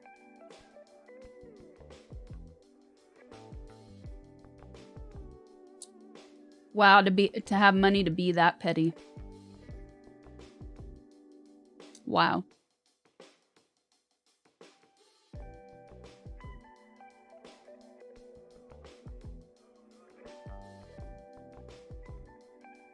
So a few years ago, I was in a town right next to Carmel for my friend's birthday. And Carmel was the closest beach, so we drove to the beach at like 11:30 or something after dinner. And we were like, let's make a bonfire on the beach. We weren't on the beach for more than 5 minutes before a cop came. Like, the fire did not even happen at all. Didn't even start. Just physically being on the beach got kicked off. You know what really bothers me? You always see in movies people on the beach at night making bonfires in California, in Hawaii. It doesn't happen. It never happens. It's a freaking myth. You even step foot on the beach after dark. Got a problem, got a problem. Got a problem, got a problem. It is I thought America was the land of freedom. That town is weird. It's a really pretty town. It's like really nice for the day. But it's weird.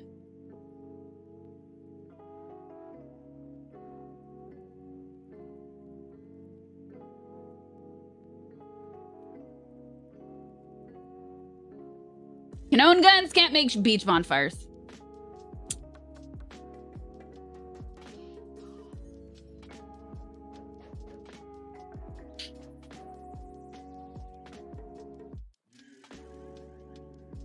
Get off my sand. The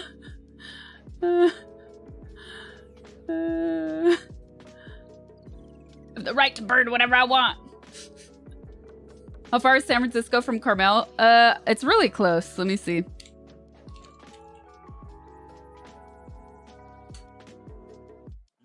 Oh, no, it's not. What the hell? Why am I mean, I remember it much more close. It's 2 hours away. It's south of San Francisco. I always thought it was closer. It feels closer when you're there.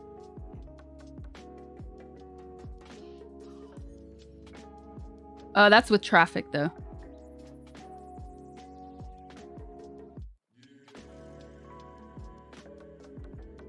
I've definitely done it like an hour and a half.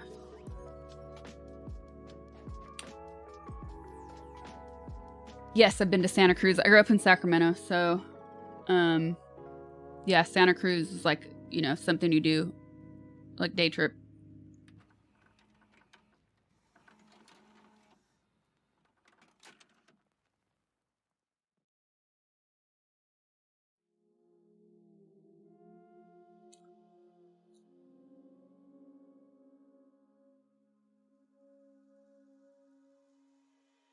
Heard was blocked? I'm gonna tell Nihon.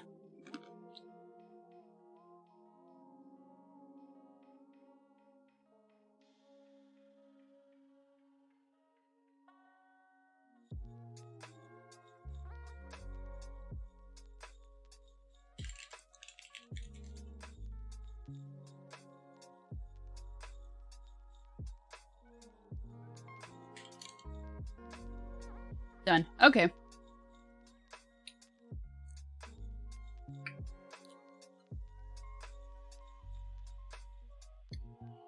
You had aunts and uncles that lived in Santa Cruz, mostly remember eucalyptus trees. It was nice to go there. So pretty, like lots of green, but then right on the beach. All right, next one. What are we gonna choose?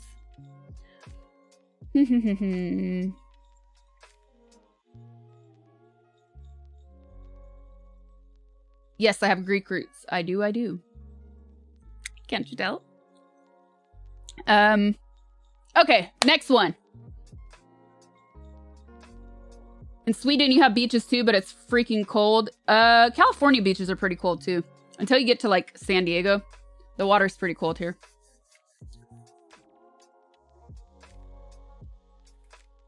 You miss Enza. I gotta make a comeback for Enza, I know. All right. We're gonna break it up. We're gonna do another poll.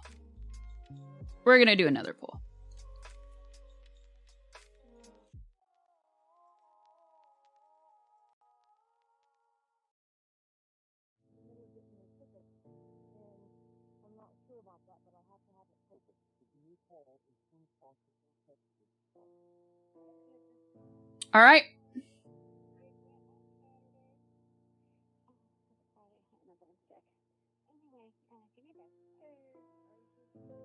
Remember,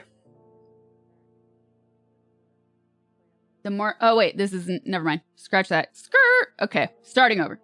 True or false? Fact or fiction? The average person swallows 8 spiders a year in their sleep. The poll is running. True or false? Use the poll to answer. True or false? False or true? Fact or fiction?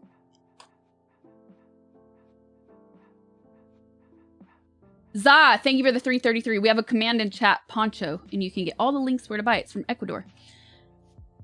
Hikmatati, thank you for the tier 1. Balri, thank you for the 5 months. Daniel the Dan, thank you for the prime. Artesmo, thank you for the prime. Nowroth GM, welcome back. Thanks for the 2 months. Chris, thank you. Chris265, thank you for the prime. Thanks, you guys. Appreciate it. I eat spiders for breakfast.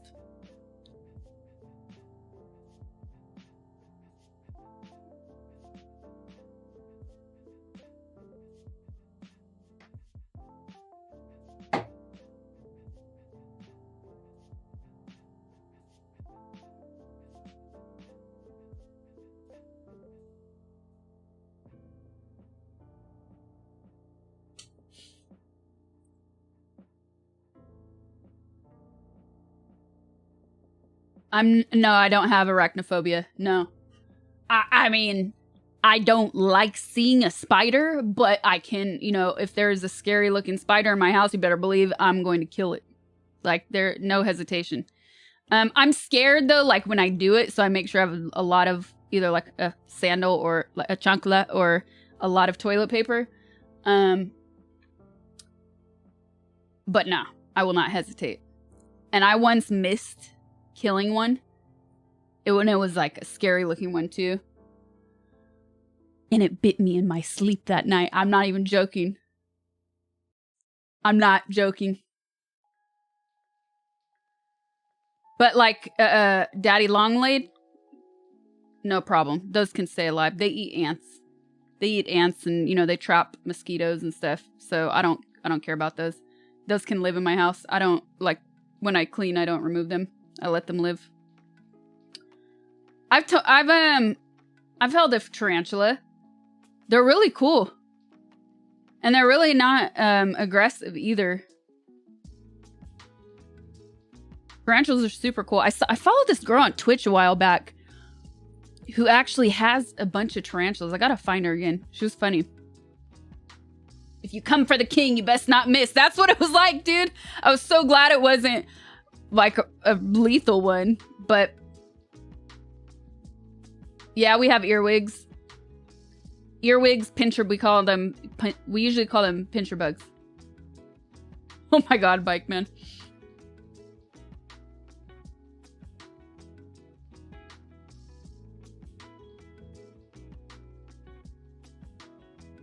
Susu had a whole bunch. I don't think that was her name. I don't remember her name. Susu is like super cute girl, huh? I think I knew who that is. Let me see. Not her. That's... Oh, I didn't know she had... I didn't know she had tarantulas too. That's not who I'm... 8 tarantulas? Okay, no. That's not who I was thinking of, though. I was thinking of somebody else.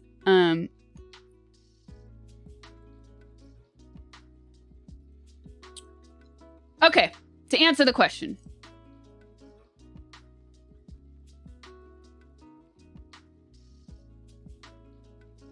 Where did I go? Where did I go? Where did I go? Where did I go?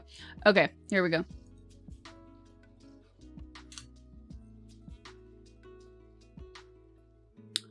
So, view the results.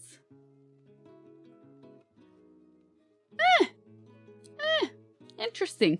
Interesting. Okay. This question was, do people swallow 8 spiders per year in their sleep? True or false? This was a close one. 54% of you voted true. 46% of you voted false. No, sorry. Bloop. Scratch that. 54% of you voted false. 46% of you voted true. And it is false. It is false. Yeah, one of the most widely circulated bits of misinformation to be found on the internet. The average person does not swallow 8 spiders per year. It's hard enough to avoid these horribly wriggly things while we're awake, and now we have to worry that they're crawling into our mouths while we sleep? Little Miss Muffet was a piker. Fear not. This statistic the average person swallowing 8 spiders per year was not only made up out of whole cloth, it was invented as an example of the absurd things people will believe simply because they come across them on the internet. As noted in Scientific American, this claim is highly implausible from a biological standpoint. The myth flies in the face of both spider and human biology, which makes it highly unlikely that a spider would ever end up in your mouth. 3 or 4 spider species live in most North American homes, and they all tend to be found either tending their webs or hunting in non-human infested areas. During their forays, they usually don't intentionally crawl into a bed because it offers no prey, unless it has bed bugs, in which case that person has bigger problems. Spiders also have no interest in humans. Spiders regard us much like they regard a big rock, says Bill Shear, biology professor at Hampden-Sydney College in Virginia and former president of the American Arachnological Society. We're so large that we're really just part of the landscape. More than anything, spiders probably find sleeping humans terrifying. A slumbering person breathes, has a beating heart, and perhaps snores, all of which create vibrations that warn spiders of danger. Vibrations are a big slice of spiders' sensory universe, Crawford explains. A sleeping person is not something a spider would willingly approach. Except when I tried to kill it and failed, and then it came back for me with its revenge that night. From the standpoint of human biology, the oral spider myth also seems ridiculous. If someone is sleeping with their mouth open, she's probably snoring, and thus scaring off any 8-legged transgressors. Plus, many people would likely be awakened by the sensation of a spider crawling over their faces and into their mouths. Shear can attest once while camping he woke to find a daddy longleg crawling on his face. Jeez, oral spider. So how did this claim arise? In a 1993 PC Professional article, columnist Lisa Holst wrote about the ubiquitous list of facts that were circulating via email and how readily they were accepted as truthful by gullible recipients. To demonstrate her point, Holst offered her own made-up list of equally ridiculous facts, among which was the statistic cited above about the average person swallowing 8 spiders per year, which she took from a collection of common misbeliefs printed in a 1954 book on insect folklore. In a delicious irony, Holst's propagation of this false fact has spurred into becoming one of the most widely circulated bits of misinformation to be found on the internet.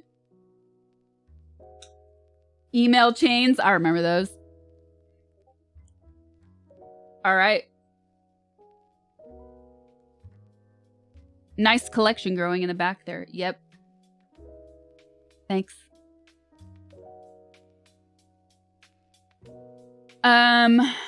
What's the next one gonna be? Excuse me.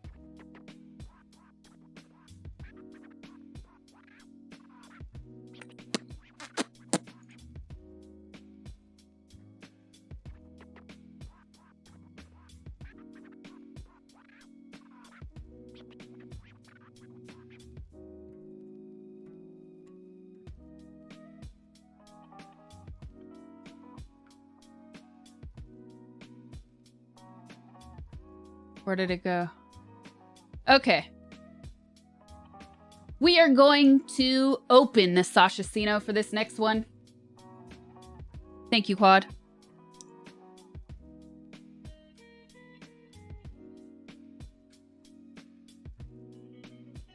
Done.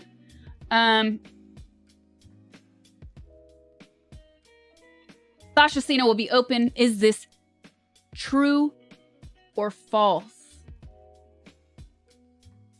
True or false?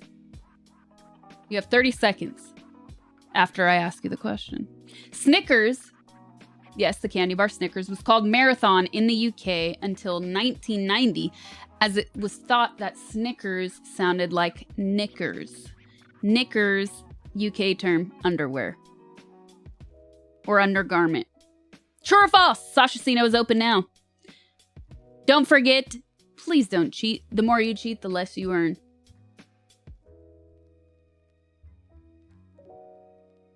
Under where? Meows. That looks like a salamander. No. I'm saying that because it says salamakessa. Let's see. Let's see. Salaman.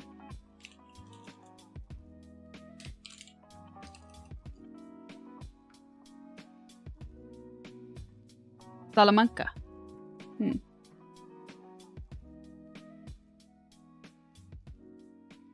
It's a gecko? Yeah. Oh, yeah, we have geckos. I'm looking now at images. They also poop funny. So do lizards. Lizards and geckos poop funny. They poop everywhere. They poop on walls. This one is a prediction, you guys. This one is not a poll. The Sasha Sino is open. Will you win or lose points today?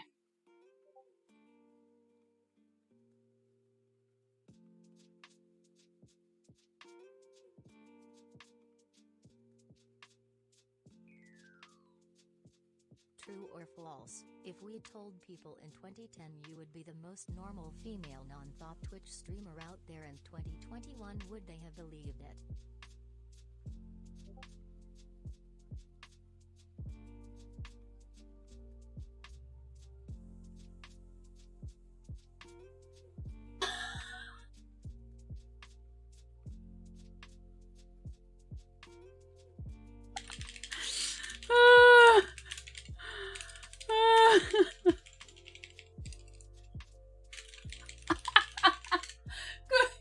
Can I sell this?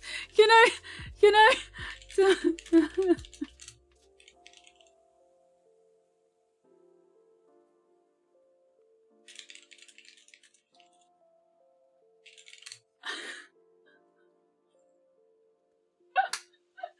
Okay. Okay. Nah, it's too difficult. I don't know how we would frame it. How would we frame it, though? It's just a funny fact. I think it's more of a funny fact. Okay. Okay.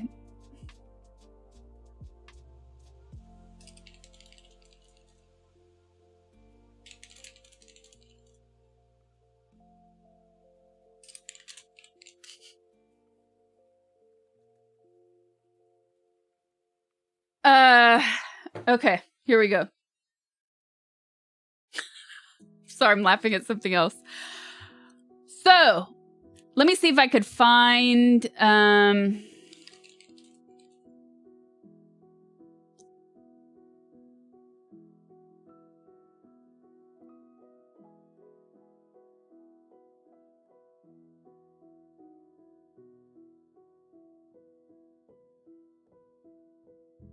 hate this website, but I'm gonna click on it anyways. No, that's not it, actually.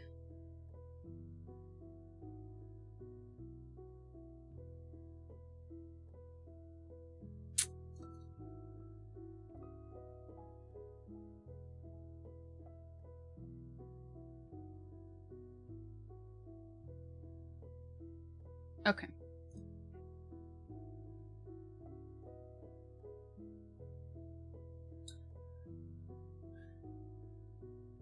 Okay, so let's see.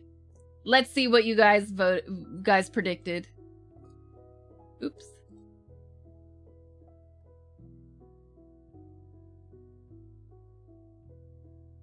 Whoa, I shouldn't have done this. What did I say? I don't believe this. I don't believe you guys. You guys are such cheaters. You guys are such cheaters. I'm so disappointed in you. I'm so disappointed in you guys. I told you, the more you cheat, the less you earn.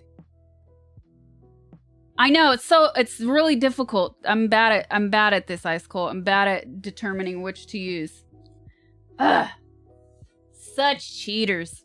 Okay. So, the question was Snickers called Marathon in the UK until 1990? True or false? And 97% of you voted true. I know that the majority of you are not from the UK. I just don't believe it. I'm so disappointed in you guys. Freaking cheaters. You're from the UK? Okay, I believe you. I believe you. I don't believe a lot of the other people, though. I didn't cheat. I just know stupid shit. That's funny. I follow game theory. I also believe you. But I don't believe the majority of you did not cheat. So obviously I'm upset. And that is because I think you guys cheated, because 97% of you voted true. Which it is true. In the United Kingdom, Snickers was sold under the brand name Marathon until 1990. It is true. It is true. Fun fact, by the way, More Chris's foot was in the advertisement that announced the name change. Sadly, we don't have proof of this, but it's More Chris, so we absolutely trust him. And I want more information. Like, what exactly does that mean? He said he was walking in the streets in Hammersmith. Oh, sorry. Doxing you. I'm sorry. No photo available.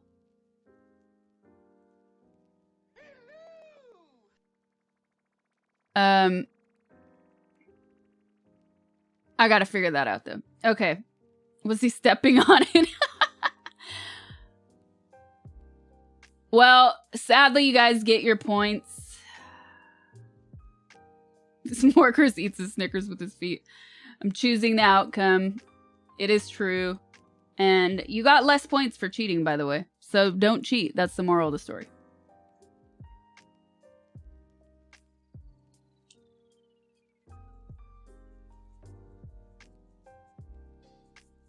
I'm looking to see if...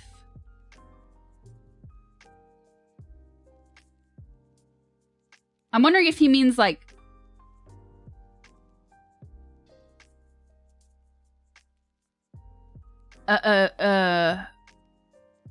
What's it called?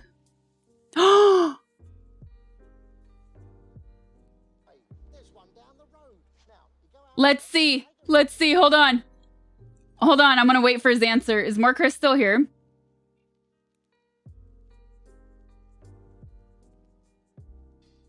Yeah, he's still here. There's a video.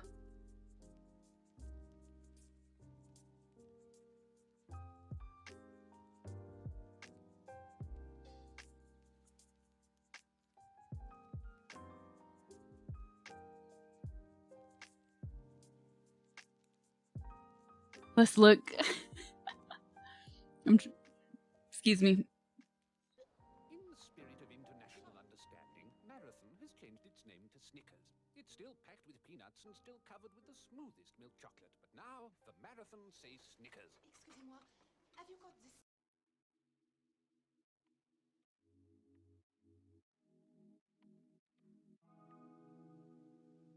No, go back. I don't want this. Go back. Here we go.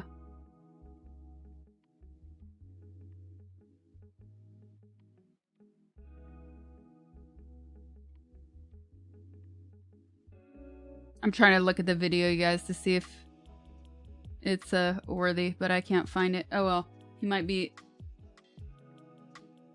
MIA for a minute. Okay. So, let's see. That was already an hour? That was already an hour? Crazy. Okay. This is great. We still have, I'm going to put a check up. Now remember these. Okay. That was great, you guys. True or false? This is something I started, but I think around the holidays, if I remember correctly.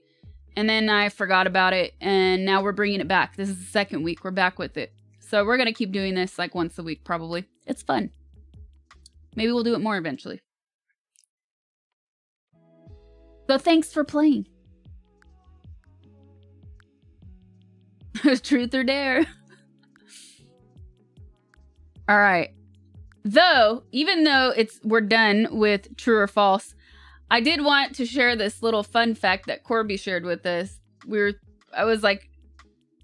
were considering to make it a thing on the for true or false, but it was too hard to frame it. So, Meows was asking us if we have geckos here, which yeah, we do, and she said it's cool because they eat mosquitoes. And Corby told us that his parents used to tell us to tell him not to catch them because they would crawl up your butt.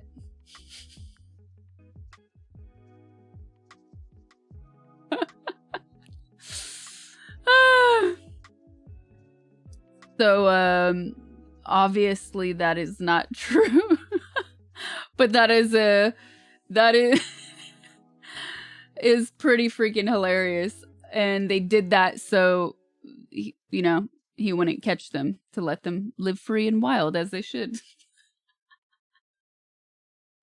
Oh, it's great. That's pretty funny.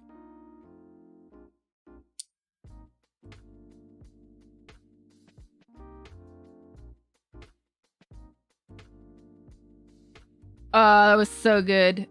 Sob, that movie. I haven't seen that in forever.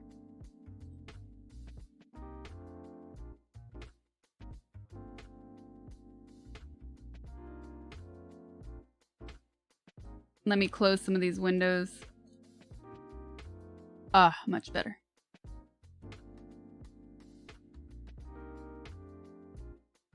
A zoo made out of a human.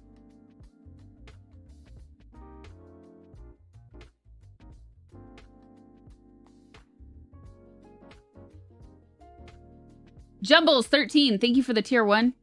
Axe Wound, thank you for the 3 months. Welcome back.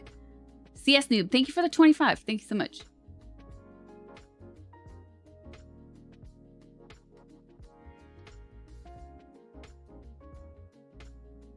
Am I sleepy? No, I'm not. This is just my face. We even have an emote for it. That's how I look. Oof. They're selling chocolate hummus at the grocery store. Tastes like frosting. Hold up, deal. Hold up. This sounds to me like that stuff that annoys me in the store. Deal. Thank you for the 420. He said they're selling chocolate hummus at the grocery store. It tastes like frosting. I want to look this up. What can you tell us in chat? What store? Because I feel like it probably is just chocolate frosting or like some sort of mousse that they're calling hummus instead of a mousse. And I'm so sick of this. I'm so sick of this. If it's cashew hummus, then it is not hummus. It's a cashew spread. We don't need to.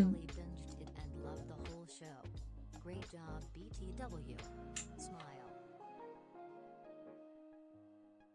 Thank you, Quad. I just turned it up.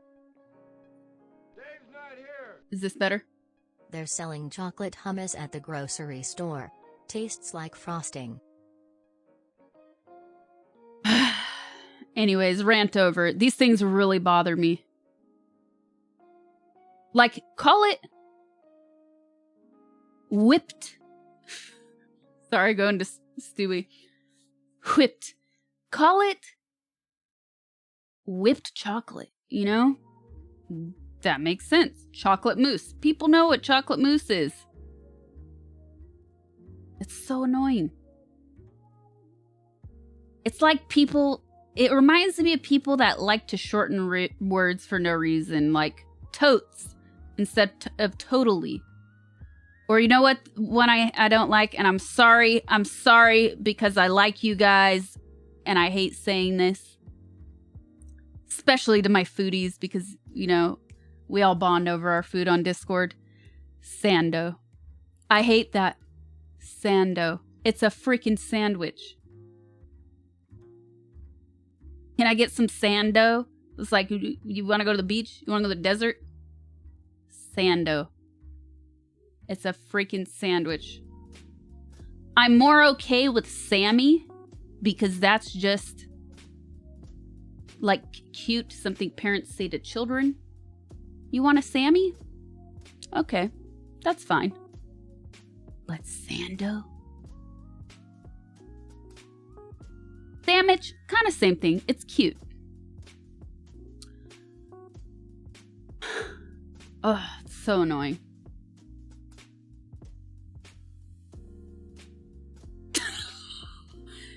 And like one of my friends is a chef, and this is really cool. Her sandwich got voted like one of the best breakfast sandwiches in LA. That's really cool. I'm really happy for her because that's like free press for her. But they say in the article, best sandos in LA. It's a freaking sandwich! It's a sandwich.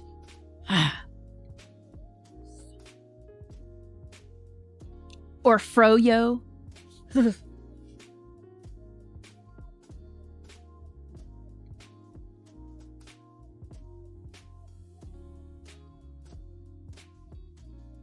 sando existentialist.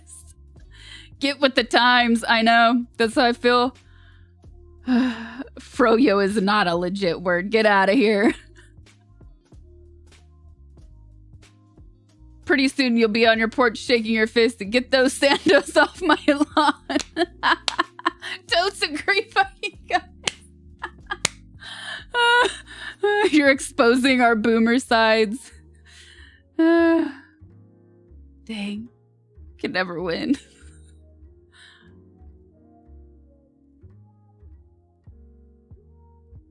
Hello, Froyo.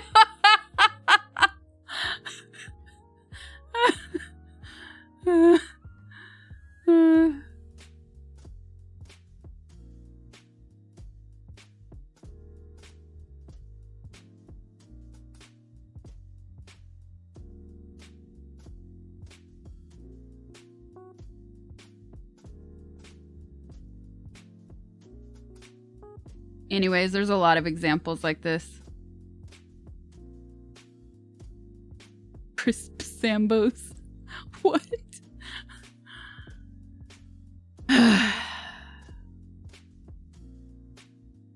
Get off my lawn. Goobins88, thank you for the prime. Gigabits, thank you for the 250. And thanks for the kind words. You can check this out in chat.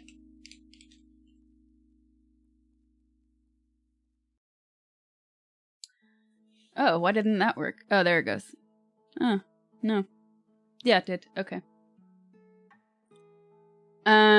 Old man yells at cloud. That's gonna be me.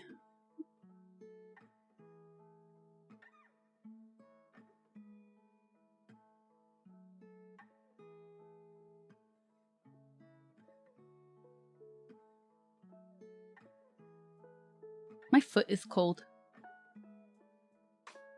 You need water. You're probably right. Water break, chat.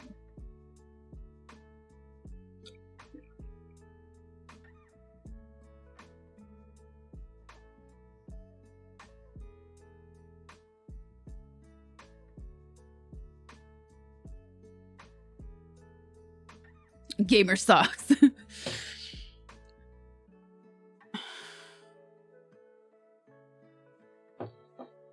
Only one foot is cold? Yeah, I don't know why I said it like that. My feet are cold. I said it like that because I have this leg up and I'm touching my foot. Excellent!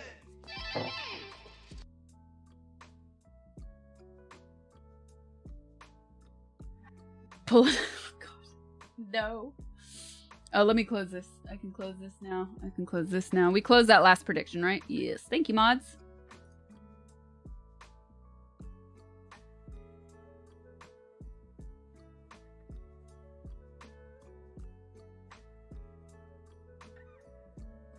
All right, you guys, what's next? I told you yesterday and even today, probably just gonna chill, be easy. Excuse me, because we... Okay. Because we finally finished Resident Evil last night. So, like, let's just chill and relax. But you voted at the beginning of stream to pleb, so we'll probably do some reaction videos. More information that UFOs are real. I read this like more than a year ago, probably a couple years ago now at this point, but that they've been confirmed. Like, we know they're real, we know they're out there, but there's more information that has been released. Maybe we could find a video version of that. There was a new article up. Maybe we could find a video version. That'd be cool. We can do some reactions. Dude, what is it about? I feel like we've had this conversation. Gas station microwave burritos.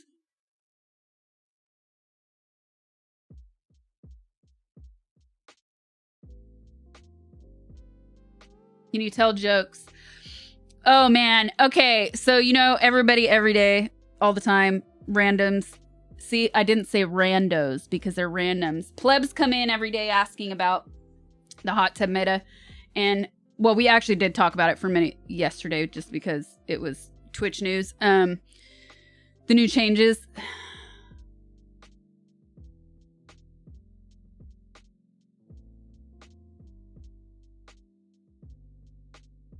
And let me tell you something that does make me upset. Is that we were doing spin the wheel. We were doing spin the wheel. Pleb is different, though. Pleb is different. Touche, but pleb is different. So, we were doing spin the wheel ages ago. And now all the hot tub meta people have wheels. And it's just annoying. That's all. Rant over. Anyways, I thought of that because somebody said, do you do jokes? And I definitely don't.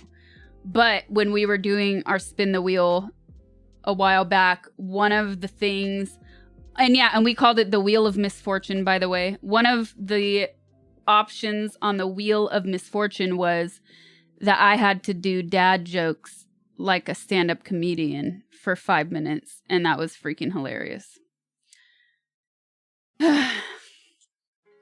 Spin the wheel so they stand and get paid to turn around. Yes, I've seen them. I've watched them. So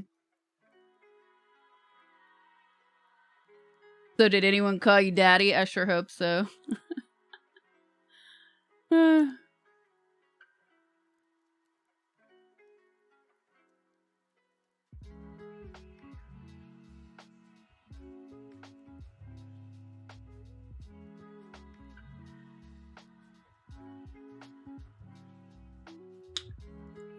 Oh, yeah, meows. Oh, definitely. Thank you, Marcus.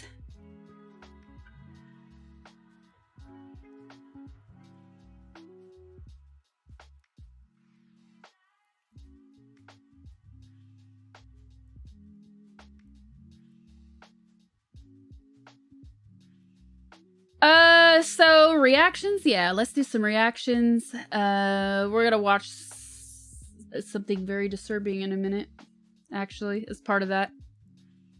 Let me update my title. I have to go to the bathroom again and get more water.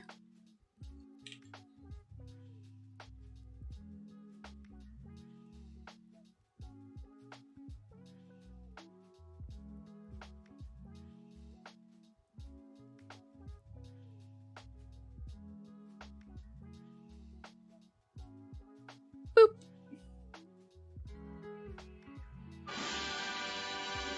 Meows.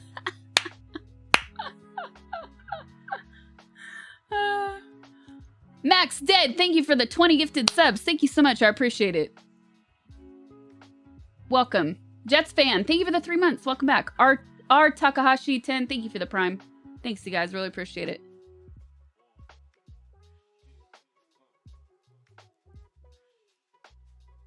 Okay, be right back.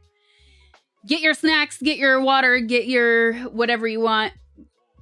Get comfy. We're gonna do some reactions. Right when I get back. How does it make you feel?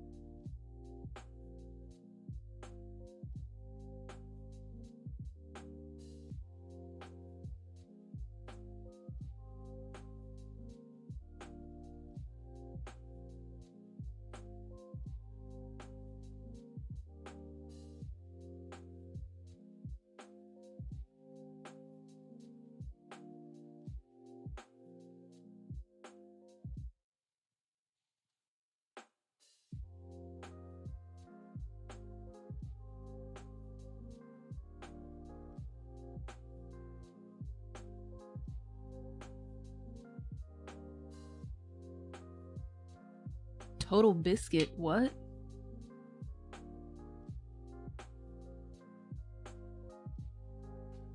I like this color, but it doesn't last very long.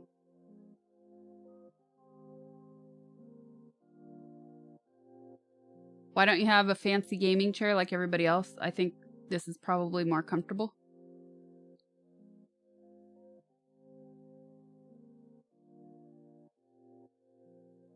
I don't like the applicator.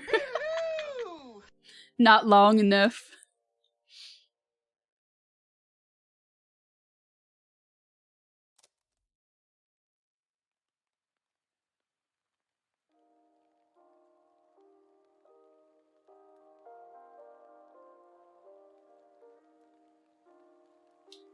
Let me see if I have something for you, Spit. No. No, I don't. It's upstairs. But you know what? they started making these again, and I was really excited about them because I used to buy them back in the day when I was young. And they still smell good, but they have a super nasty taste. Like, I had it on, and then I drank some water, and it got stuck on my teeth, so you taste it. Ugh. Straight chemical. Bad. Yeah, it's a lip gloss. I used to love these, because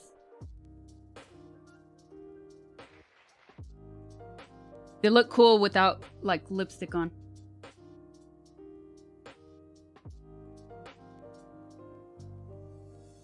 Which I have on, so you can't tell, but like without it, it's a nice color. But best lip smackers, oof, it's a toss up between watermelon and birthday cake.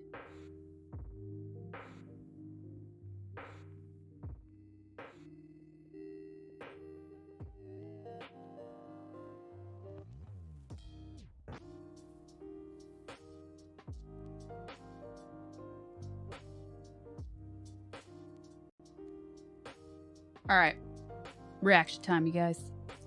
Let me see if I can find something about these UFOs.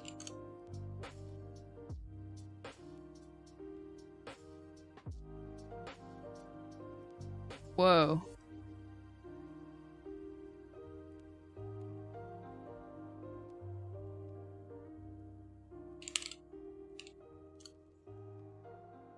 It was in a 60-minute segment last week. Oh, really? Oh, it's actually, I put it in and on YouTube, and it's the first thing that came up with 60 minutes. Let's see. Yeah, that one has the top views. It's a 13-minute video. Shall we? Let's do it.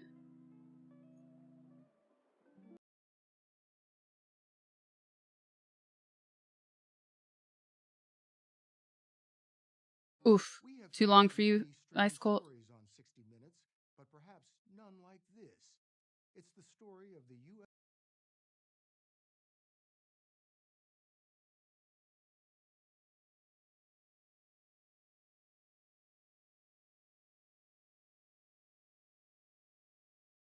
Hmm?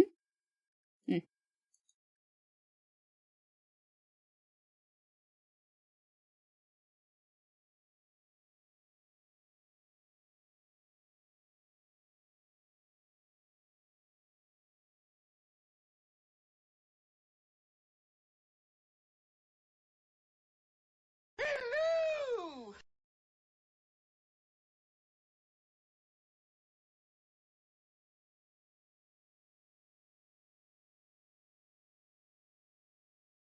Hey.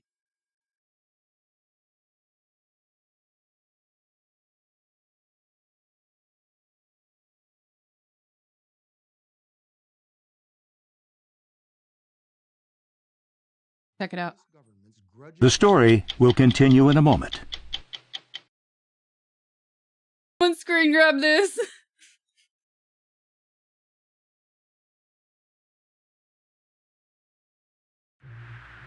There's a whole fleet of them. Look on the SA. My gosh. These 3 videos, released by the Department of Defense, have changed the way many people see what we can't explain. No, that was the wrong one. UFO. Oh, Immediately, what comes to mind one. are little green men, tinfoil hats. That's not at all what we're dealing with. Okay, not really. Like, there's still nothing new. Meh. I was expecting something new. I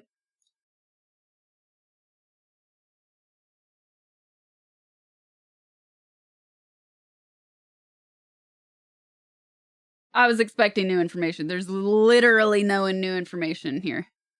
Womp. Just the interviews, yeah. But like, you know. Yeah, I had to have read that like 2 years ago by now, because I saw somebody leave a comment in chat like 2020 was so crazy nobody freaked out when they read that, but I read it way before the pandemic, so it's probably 2 years ago now. All right, did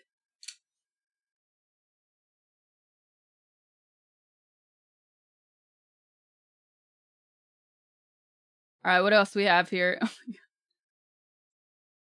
On the next 60 Minutes, Sasha Grey talks about getting shadow banned, how and what she did in her past was on the up and up, while murderers, rapists, and people who rob society are celebrated. Dang. Dang. Well said. Well said. Oh, man. That's a great caption. That's a great caption.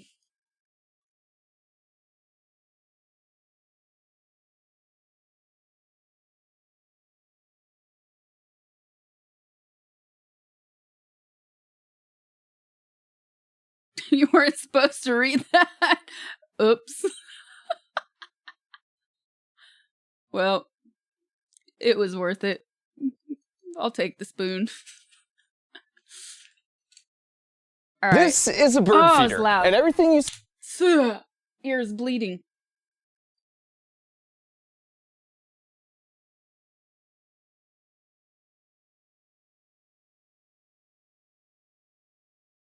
So Mark Rober's audio is better than 60 Minutes audio. We learned something new. Genius. El Pollo Loco. Thank you for the prime. Mad Zombie, thank you for the tier 1. Thanks, you guys. Max Dead, thank you for the tier 3 sub. Thank you so much, you guys. Appreciate it.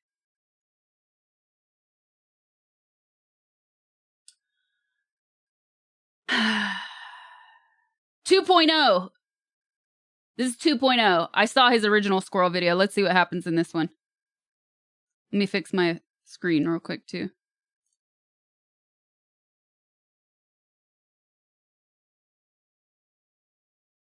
Gotta pay for the premium. Premium.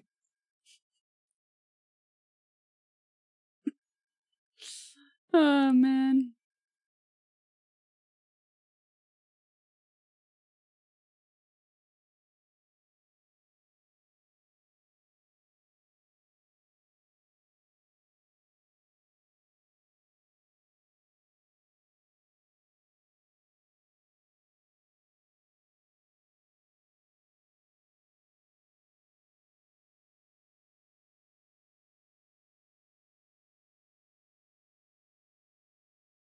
He's gonna regret this.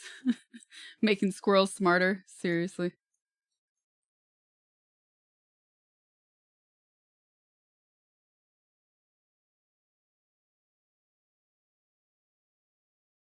Whatever. I'm cropping it. Looks better like this, huh? Looks better like this.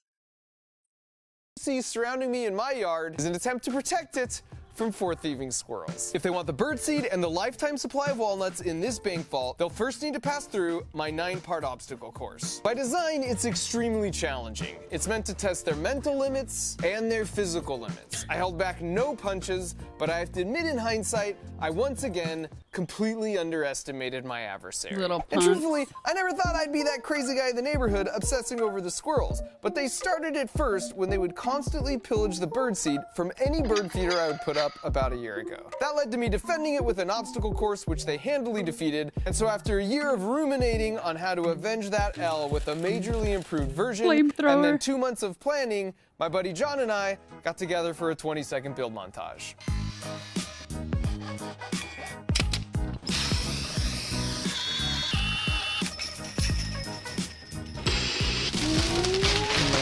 Dark Souls run, but for squirrels. Whoa. Here are the basic elements. For starters, here's their favorite bird feeder at the end of the course, and it's sitting atop Fort Nuts, the most secure walnut vault in the western United States. Now, since birds can fly, they can come and go as they please and eat all the food they want. But the only way for the squirrels to make it right here is by surviving my 9-part grueling obstacle. He has a crazy story, Marion. Right here. Look him up. Climbing up this pole to this platform is the single gateway to enter the course. Every other pole you see has some kind of countermeasure to keep the squirrel from just climbing up and then entering the course halfway through. And so the first challenge is this casino, which may seem seem like an odd choice until you realize that as we were building the course, we also built them some cozy little squirrel houses. So we put them up in a couple different trees, and after a few days, it looked like they'd actually made some renovations. So I went to take a closer look. I hate them. And sure enough, here's the before and here's the after. Even on the inside, they made some questionable decor updates. So while it might look like they were just using the houses to relax, or stretch, or look out the window, or like, wrestle, the satellite communications gear, and the tactical mission planning, and the mini vault to practice cracking a safe hold a completely different story. This gang of 4 high-end professional birdseed thieves were secretly planning to pull off an honest-to-goodness Mission Impossible Ocean's 11 style mega walnut heist, which is why I was gonna protect the birdseed and walnut vault with the most state-of-the-art security measures, just like the casino did in Ocean's 11. So once in the casino, you'll see the slot machine and the classic Vegas buffet, but with a warning. Take more than an ounce, and you're gonna have to deal with security. Now that I got the squirrels on the run, they'll naturally This guy is insane. But there's a twist. Like it actually twists, which I think is gonna give them some problems. But if they can figure this out, they'll jump into this crate. And the good news is that it's filled to the brim with their favorite food, which is walnuts. And I know this because I tested a bunch of different options, and they always went with the walnuts first. But the bad news is that once you add a little weight to the system, the helicopter starts moving, just like the helicopter for Mission Impossible. Oh, and we've got a baffle here at the top to stop a squirrel from just crawling along the wire from the fence. How does he think of next this? to this wall, which seems simple enough, except that the bricks randomly move and adjust themselves in and out. Like And of Fall course, Guys. At any time, if they fall off, they gotta go back and start over the whole course from the beginning. Might as well be. They come to their hideout. And this is when they'll switch from defense to offense, because it's where they hang out and plan. You can see it's sort of messy with their tools and their blueprints on the wall that show if they open the floor on the elevator shaft leads them underground and into the sewers. Then if they crawl through the sewers, it will take them right to the control center for a second room that might look familiar. And just like in Mission Impossible, their goal is to go up through the ceiling to access the air vents. But there's no way to make it up there unless they type the password into the keyboard in the control room next door, like this. Every action movie ever. No way. And at that point, they can climb the ladder and they're in the vents. And the vents are a total maze. There's lots of different twists and turns they'll need to navigate up here. So at any moment, if they're too lost, they can always exit the whole course by using the one-way squirrel emergency exits, which also exists for any enclosed room on the whole course. And for the penultimate challenge, it's back down from the air ducts through this laser maze where they'll have to harness their inner KGB training. If they sufficiently This is the touch beginning, any like of the Sasha lasers, Quest the Clue metal one. base contacts and completes the circuit, which sends a signal from this microcontroller to a relay to a solenoid, which causes this pneumatic piston to fire, which slams this door shut for 1 minute. And because I'm basically certain they'll try and get to this point by climbing from the roof on top of this tube, I've placed a shield here with another enforcement squirrel to try and deter them. And so finally, if they made it through the laser maze and everything that came before it, they've made it to Fort Nuts. And as far as I'm concerned, if they crack the safe by giving this handle a little turn, they've earned I like that every sound. last walnut in this bank. After the course was set up, they could definitely smell the walnuts in the vault, and then you could see them sort of working things out from the fence line. And so How after am I 2 going months to of get prep the work, it was walnuts? time to test our extensive security measures against this formidable set of 500-gram rodents. But before we do that, I just want to mention, if you've always thought it would be cool to be able to build something like a squirrel obstacle course yourself, then I've got incredible news, because a few times a year I teach a month-long creative engineering course, and enrollment for there the we summer go. session is open for a short window right now. This class covers my entire engineering design process. I'll show you every step. Over the course of the month, you're gonna watch me designing creative I don't know where that builds came scratch, from. But the best part is, I'm gonna guide you through finishing 3 creative builds of your own. So whether you're a complete beginner or an experienced engineer, the class has been designed to meet you wherever you're at and then level up your skills. So go to monthly.com/markrober or use the link in the video description and then sign up and let's hang out, making some cool stuff this summer. Now let's see some squirrels. You're crazy. And right out of the gate, we got him with the buffet. And as he sticks his entire face under the sneeze guard, absent-mindedly reading the sign, you can see the exact moment he realizes he might have screwed up. The level... And the slow-mo shows Rick The level of detail. You see the moment when he decides... I mean, dude, there is so much production value in this. It's insane. You know how much... You know how many how much footage they had to go through, and then they saw that moment. Oh, we're going to add this voiceover to it. This is insane. Really laying himself out. Oh, by the way, that's Rick.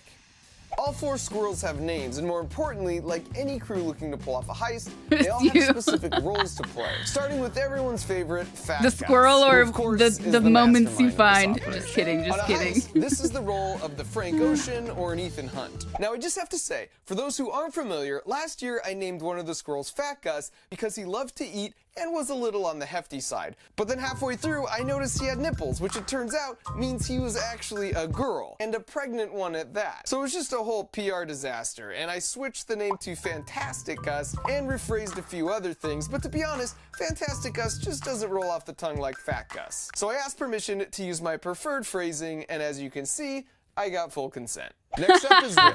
He's With the acrobat, yes/no the squirrels greaseman, on the yes. gutsy one. He's the go-to for any task that is going to require some athletic abilities. And then we've got Marty. He's the hacker. Anything with computers or bank safes, and he's your guy. But while he's really smart, he also scares pretty easy. And finally, we've got Frank with logistics. A good heist starts with a good plan. He's got the whole course memorized, and he's mapped it out and provided blueprints for the team.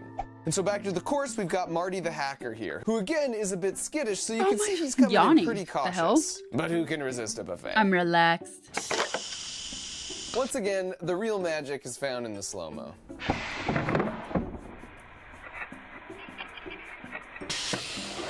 Eventually they realize security was just too tight at this casino, and Rick goes straight to the twist bar. Excellent. Here's try 2. Spin, spin, spin. And with some motivation for the bird, he's like, I got this, I got this, I got this. Spin. I don't think I got this. The real-time replay on this one is great too. And at this point, Fat Gus is like, I'm gonna need that crate of walnuts. Let me show you how it's done. Which turns out somewhat predictably.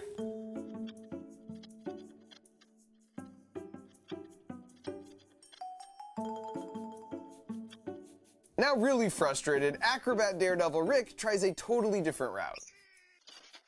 But you've got to admire that effort. How? Logistics man He had Frank it knows too. the wire connected to the fence leads to the helicopter crate. So he tries sneaking in the back door. And is this is also great. forced to retreat. This And finally, is great. Marty the hacker realizes if you're just scared and you run real fast, the bar doesn't have time to spin on you. And you can see Rick just replicating the strategy. Jeez. So after about 2 days, all of them could cruise through the first part of this course about this fast, and Fort Nuts was already feeling less and less secure. So gross. Fat Gus is like, wait, is this thing moving? I'm good. Here, Rick hypothesizes if he doesn't sit in the crate, it won't move. And here, he rejects that hypothesis with a legendary leap. And now's a good time to remind ourselves that squirrels are one of the few mammals that can survive a fall from any height. Because as you can see here, they make their bodies super flat to increase drag, effectively becoming their own parachute. But just in case, you okay, Rick? This pro squirrel propaganda is disgusting. And Bye, maybe a hacker Sasha and fraidy everyone. I cat will is just take like, the evening off to suffer bonks for your sins. Super not down with this. Eventually, it's the fearless leader, Fat Gus, who demonstrates the ride is definitely worth it. Thank you. And soon you've got for Frank standing and up the for rest us, of the gang Terry. following suit. Which leads us to the wall of 1,000 moving bricks. And first up, you got Fat Gus, who kicks things right off with a pull of his parachute. And Rick just barely misses. Skittish Marty gets one taste of a moving brick and absolutely yeets himself into this tree. And while there were plenty of instances where a moving brick did dump the squirrels, causing them to start over from the beginning, what was even better was Marty psyching himself out in the anticipation that a brick might move, even though the wall wasn't powered on for any of these clips.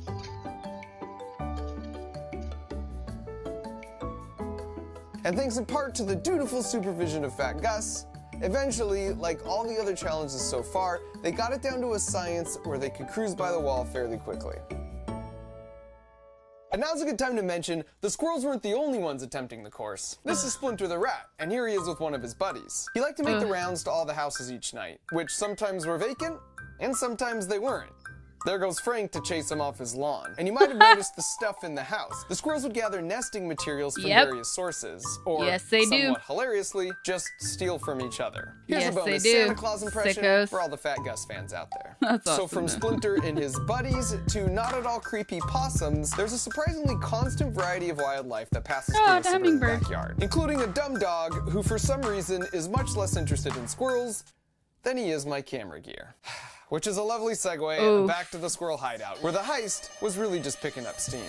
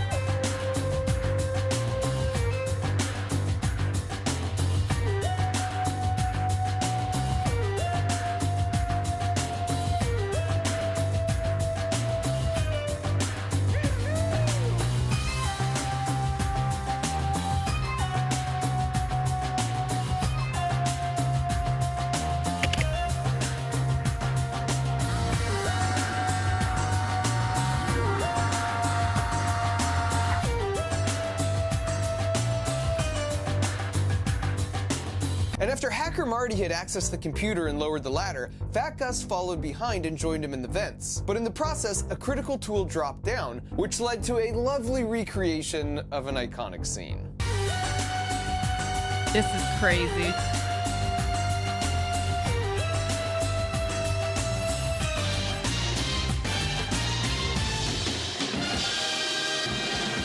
Crazy. And as a side note, they figured out the exit door pretty quickly, and they functioned as a one-way door exactly as intended. And now with the vents, it was Frank's time to shine. You can see here, he's just double-checking the actual air duct layouts to make sure they match the blueprints he's memorized. And once he's satisfied, he steps up, and as you can see, He's making sure there's he no nails holes. it first try. Easier you can ways just sense in. his confidence here. Paid actors. Contrast that with Marty, who's like, all right, I think it was a right, no, straight. Oh, was it left? He's squirreling. I gotta go check the map again. And as a result, most of his runs would end up looking something like this. So here's Frank coaching him from the outside, and you can see Marty's a little defensive about it. So Frank hops in so they can work out their differences. And then with a little encouragement, he gets him going down the right way. All the while, Fat Gus continues to supervise. Focus, Marty. There you go. Which brings us to the laser maze. Here's Acrobat Rick's first approach, and he's like, yeah, that's sus. And just as expected, he climbs on top of the tube, and he's like, yeah, I totally got this. When in fact, he didn't have it. In real time, it happens so fast, it just looks like chaos. But if we slow down this second attempt, we can remind ourselves of how squirrels have mastered the laws of physics to always land on their feet. Insane. Did you catch it? The first is the locking of the head on a landing target in less than 300 milliseconds. If you go back and watch any jump from this video, that locking of their head is the first thing they always do. And the second is using conservation of angular momentum like an ice skater to pull their arms and legs in and out at the right times to rotate fast and then hold in the right orientation. Combine those two tricks with the flat body parachute and extending their legs at the last minute to absorb the shock, and they are perfectly adapted for living high in the trees. In fact, squirrels have been around for over 30 million years, and they've had to evolve relatively little in all that time. So then Rick's like, fine, I'll use the stupid tube like a normal squirrel. What is this? Oh, see, I knew this was sus. And here's Frank, who just watched what happened and therefore is appropriately cautious.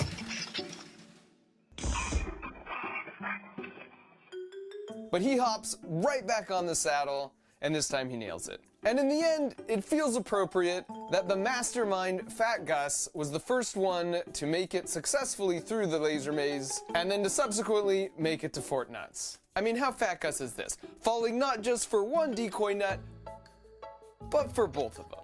Which paves the way for Marty the hacker to be the one to crack the safe, and as you can see here, he's pretty stoked about it.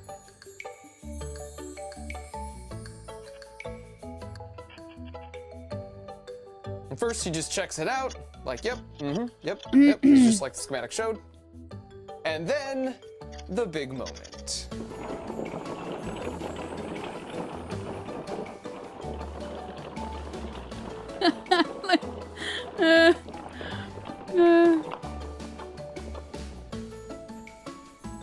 Once the safe opened, these cargo nets unfurled, which just allowed better access to their loot. But interestingly, more often than not, after getting a walnut, instead of jumping off, they would go all the way back through the course. Here's Jumpy Marty exhibiting some real PTSD, even though I'd already turned off the whole system. So once again, the squirrels took the W, but as far as I'm concerned, they earned it. And I can't complain with how things turned out, because Rick buried all his extra nuts in the yard, Marty and Frank made up and rekindled their friendship, and Fat Gus got some long-sought quality time with the bird feeder. So everyone was happy. Well, almost everyone. This is a mechanism that can feed your dog with a pull of a lever. And this is a contraption that measures the soil moisture level and then gives your plants a voice. Hey, I need a little water over here. That's delicious. Thank you. And this is a machine that measures how long you've been sitting and then annoys the crud out of you till you take a stretch break. This is a contraption that can draw anything on a whiteboard, and this is a secret safe for your most valuable possessions. And finally, this is a G-dang Lunchables assembly line. Are you kidding me? What? And what do all of those have in common? They were created by people who took my month-long creative engineering course. I just launched this class for the first time a few months ago, and it was so freaking rewarding to see what everybody learned and created as a result. Ad break. For the most part. And because we got so much overwhelmingly positive feedback on the course, alright, we watched the ad before. You could sign up for it now. He is insane. Wow. Look at all that organization, though. I like this. That's very pleasing. Wow. Wow.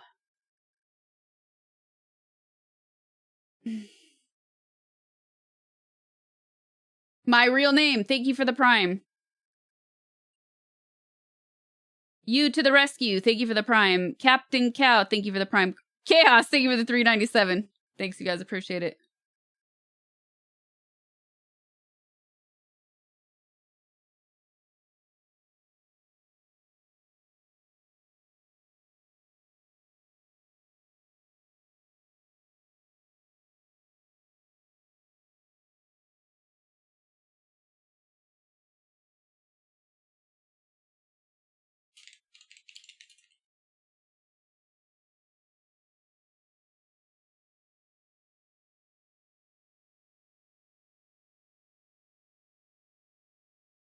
I have to go to the bathroom, you guys. Let me put on some music for you while I do that.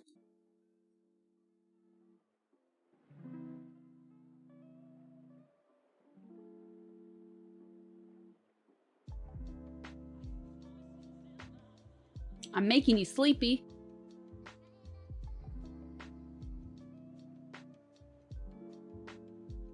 What? Okay, I'll be right back.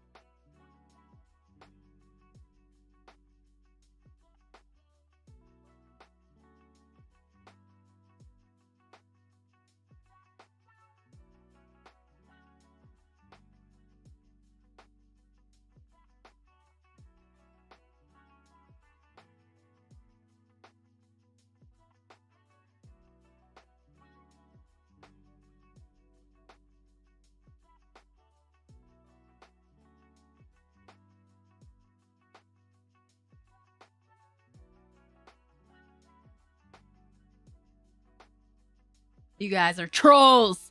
You guys are trolls. Such trolls.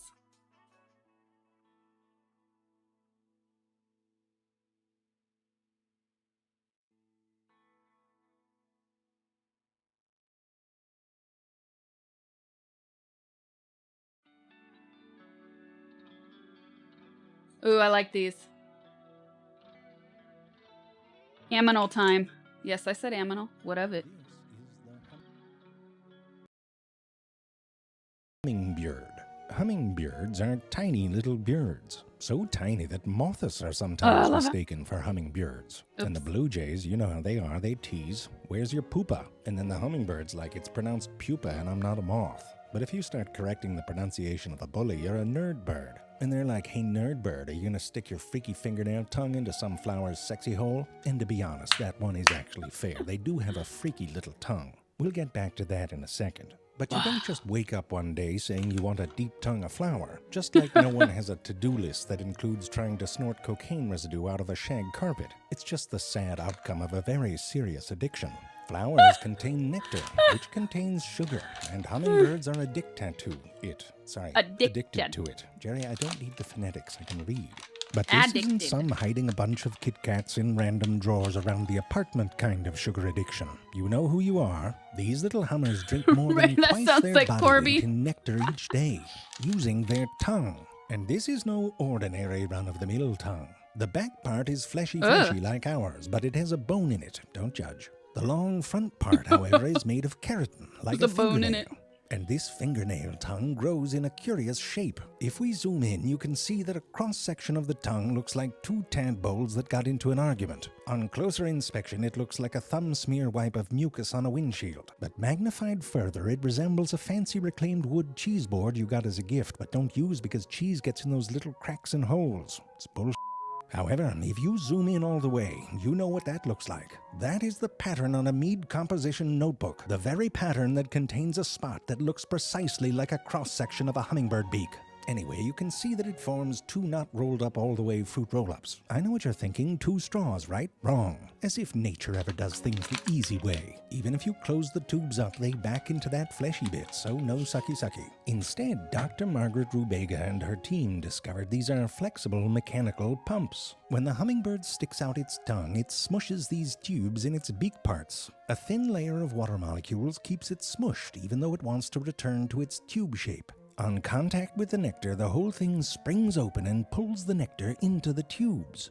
The loaded tongue is pulled back into the beak, where the nectar is squeezed out during the next tongue flattening. And this all happens very quickly, 15 licks every second, and they will take over 1,000 of these drinks a day. That's a lot of lick friction, and so this fingernail tongue is continuously growing as the tip wears down. But these little badasses make the most of everything, and even the wear and tear is an engineering marvel. Watch what happens right at the end of the tongue. Whee! It's like a party. The tip of the hummingbird tongue is the ultimate split end. The two tubes separate and begin to fray, sort of like the leaves on a tropical plant. The resulting structure looks like two tiny feathers that fairies might tickle each other with. When this bifurcated tip enters the nectar, the fronds spread out like a centipede trying to give a hug. This little nectar mop increases the surface area at the tip of the tongue and helps to get into those hard-to-reach places inside a flower's naughty bits. As it exits the nectar, the whole structure closes back up, trapping additional sugar sauce that wasn't pulled up into the tubes. When a hummingbird says just the tip, you might be licked dry in an instant.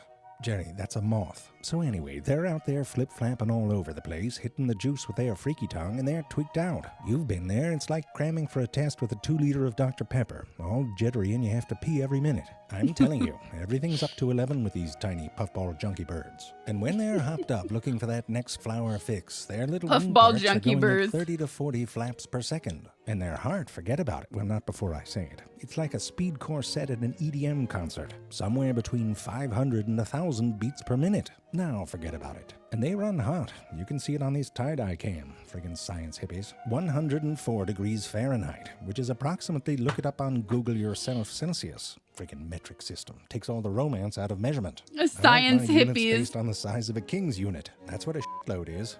1 king's loaf. Anyway, these jacked up hummers are caught in this crazy trade-off. If you want to take 1,000 drinks, you have to be quick in all directions, so you get small. And you can't store what you eat as fat or it'll slow you down. So you end up constantly converting the sugar you eat to energy so that you can get more sugar to eat. And if you stop, you starve. It is a vicious bicycle. Jerry, it's cycle. It's not short for bicycle. So with all that going on, you can't blame them for being a little bit aggro sometimes. And by a little bit, I mean crouching tiger, asshole hummingbird sort of aggro. They can be vicious little bastard birds. It's like MMA, but on a trapeze, and with swords. It's a Jet Li movie. Hummingbirds will often aggressively defend a territory. They have remarkable spatial memory, and their territory can be a long path of flowers that they visit each day, referred to as a trap line.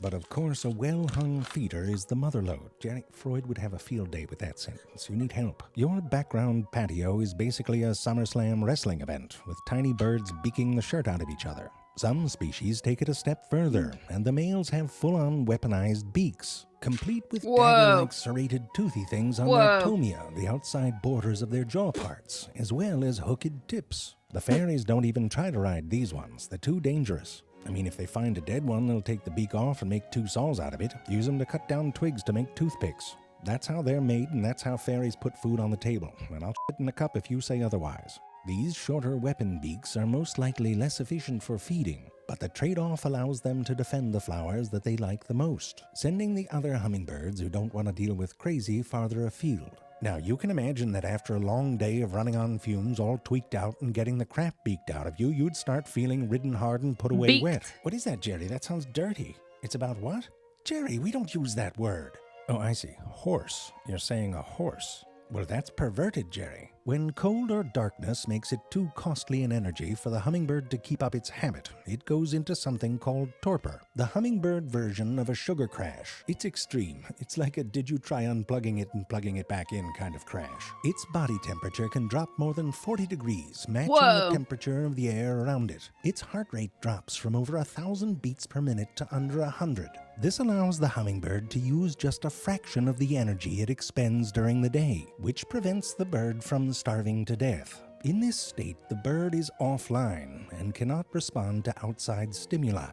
2 tendons in their landing gear lock their little bird feet in place, so they can hang on even if the naughty teenage fairies come and tip them over in the middle of the night. When it's time to wake up, it can take them up to 20 minutes to shiver and shake their way up to normal body temperature. And of course, the first thing they do is hit the sauce. As springtime approaches, the hummingbirds start to get horny, and they prepare to do a kind of reverse spring break. While college students fly south to sip on drinks with flowers in them and get laid in places like Cabo San Lucas, hummingbirds leave places like Cabo San Lucas and fly north to sip on flowers with drinks in them and get laid in places like Toledo. I'm not busting on Toledo. I'll leave that to the hummingbirds. Another Ohio reference. But first, they must fatten up for the journey. They will nearly double their weight, so they have the energy reserves for these intense journeys that can even take some of these little chubby puffballs across the Gulf of Mexico. Hummingbirds eat insects in order to round out their diet with vital amino acids and fats. Although it looks a bit like trying to catch a fly with tweezers, their bottom beak part is flexible and both bends downward and widens when they open their mouths, right before it all snaps shut. They are not above stealing food directly from a spider's web, while it watches no less. It's the second crappiest thing they do to the spider. After they migrate, they are ready to bump uglies, so to speak, and it's like the balcony scene in Romeo and Juliet, but the agro-musical theater version. Males put on quite a show, little aerial dances where they puff out their gorgets, which is like a built-in ascot. But in terms of impressing the females, the males have one more trick up their, well, you'll find out. With a female perched below, the male climbs high up into the sky above her. When he is satisfied with his ups, he turns around and heads downward in an arc, flapping his little wings to gain speed in a dive that can reach nearly 50 miles per hour. As he approaches the bottom of the arc just above the female, he flashes his gorget and makes a sound. Hey girl, that was an check out Anna's my gorget. But each species makes its own Wow, sound. look at the whole face. The black-chinned hummingbird makes this sound. The rufous hummingbird sounds like this. And then there's the calliope hummingbird, the smallest bird in North America. It does a little barrel roll right at the end. Let's listen. For science, let's slow that down. A little bit more for science. These sounds are not made with their mouth parts. They're made with their butts. So yes! You may have noticed at the bottom of fart. York, the male fans out his tail feathers. Dr. Chris Clark and his team put some of these feathers into a wind tunnel. I mean, if you had your own wind tunnel, you'd put all kinds of crap in. Not a baby, not mayonnaise, but definitely the butt feathers of the bird. He's in They agreement. found that these tail feathers are specialized to make sound as air rushes past them. Different feathers in different positions make different sounds. Sometimes It's pretty feathers cool, will though. even interact with one another. One function of the hummingbird dive is to build up speed so they can use their butt feathers as an instrument. Imagine impressing your date on a picnic by climbing up a large hill, then running down as fast as you can, and right when you pass them, spreading your cheeks and... That is how a hummingbird do. If the female is up for it, then they will rub their cloacas together. Not totally sure how the position works, lots of feathers in the way, but there's rubbing. Then the male f***s right off and the female is left to do everything else. And she's good at it too. She builds a tiny nest from fluffy things like moss, lichen, and dandelion down. To weave it together, she will steal the silk from spiders' webs. I told you. Like a good pair of sweatpants, the nest is designed to stretch as the eggs hatch and the babies grow. During this time, she must protect her nest as well as find food. Man, baby birds are so scary looking. looking. Into her waiting babies' beaks. To keep her babies warm at night, Baby. she will avoid torpor and keep her little engine running day and night. All of this, and then one day they are grown. Ready to venture out. What was that? Seriously, Jerry, I'm trying to do the ending and you have a psychedelic bird baby taking a shit right on screen. Well, that's ruined. I mean, the point was going to be don't do drugs. Not a lot of them, anyway. Everything in moderation. Except moderation. You do that all the time. I mean, if you wake up and your tongue is in the shape of a crack pipe, like that's a good sign. I mean, it's a good sign that it's bad. The hummingbird is a pollinator. As it sticks its beak into the flower's hole, it gets the flower's male stuff all over its face. Jerry, I can't read this. I don't care if that's how the flowers get all pregnant. It's smut. Jerry, that's a moth. He's so good. He is so good, man.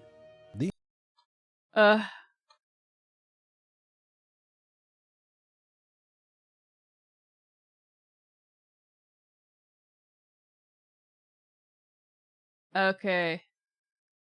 This is what happens when you spank your girlfriend. What?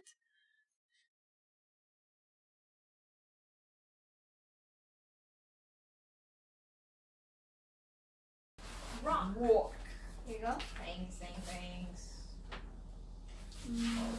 Stiangi. Son of a... Stop slapping ass. It hurt.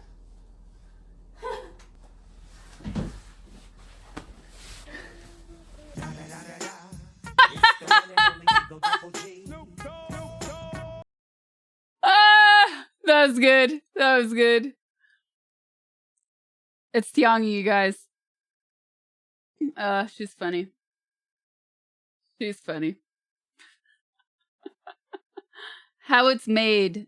Ooh, how it's made. Sometimes, let's see.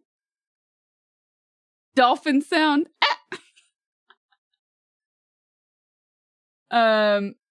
Sometimes how it's made are good. Sometimes they're boring. This one's only 3 minutes, so that's... Wait, no, this is trailer. I don't know. Does the trailer have music in it, Quad? I'm always assuming that they do. Big sound, big songs in them.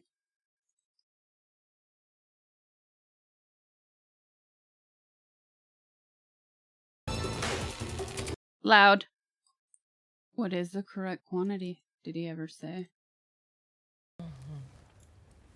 That's lovely. A fork. Do you know, it's, if it had like ham in it, it's closer. No. It's closer to a British carbonara. Classic. Oh, no. It is. No, that's true. Oh, well, that's, I'm glad you're standing there. Do you agree? Yeah. I'm glad you're standing If my there. grandmother had wheels, she would have been a bike. You know, what, you know,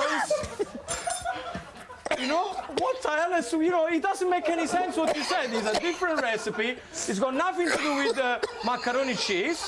You know, what? How random is what... Can, please, anybody help me here in the kitchen? Oh, God, my God, he choked. Oh, man. Stop it. Oh, dear. Well, very good. Okay. Yeah. Okay. Yeah. Then, yeah, there we are. you can put a ham at home if you want. Excuse me. His eyeballs are going to kill her. Oh, you nearly polished both of us off there. That's great. Terrific. Gino, thank you. Okay. It is absolutely sensational. It's lovely. It's really good. If you would like to cook Gino's ultimate macaroni cheese, then you will / find the garble recipe on our website, itv.com/this morning. If you're a Sky satellite viewer, then you... That's a classic. I love that one.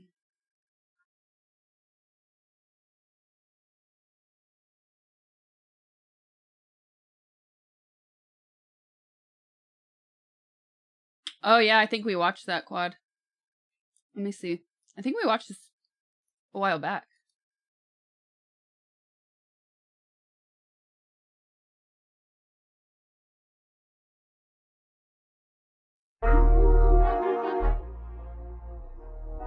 Wait.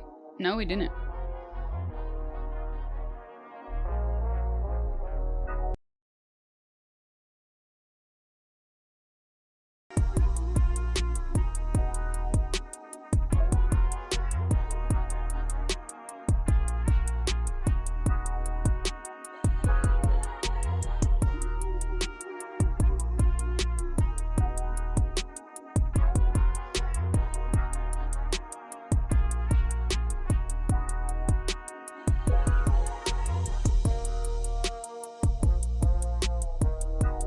This looks fun.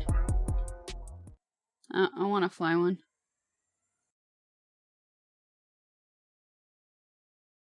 They didn't show it taking off. Oh, wait. Why did it... Oh, I thought it was over.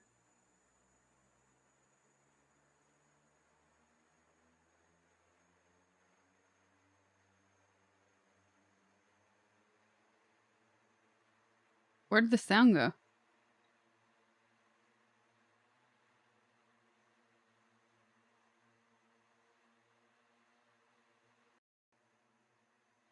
Where the heck did the sound go?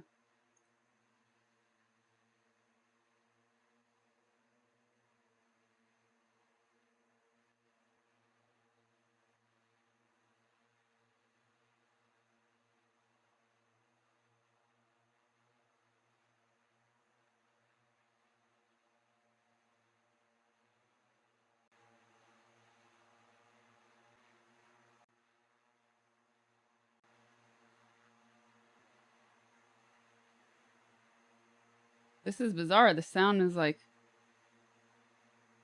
Maybe because it's so low? Oh, it's just so low, but they stopped... The music cut out at a really weird time.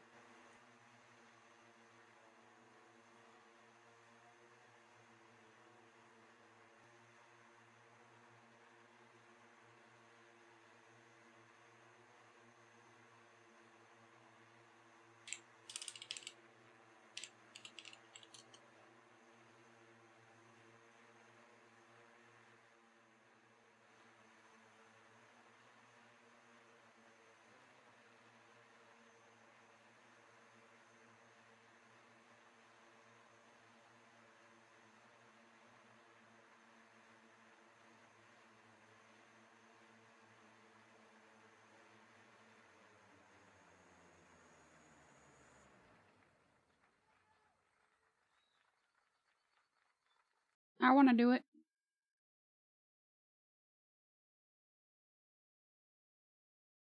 I'm gonna click on this. Oh man, warnings. Come on, warnings.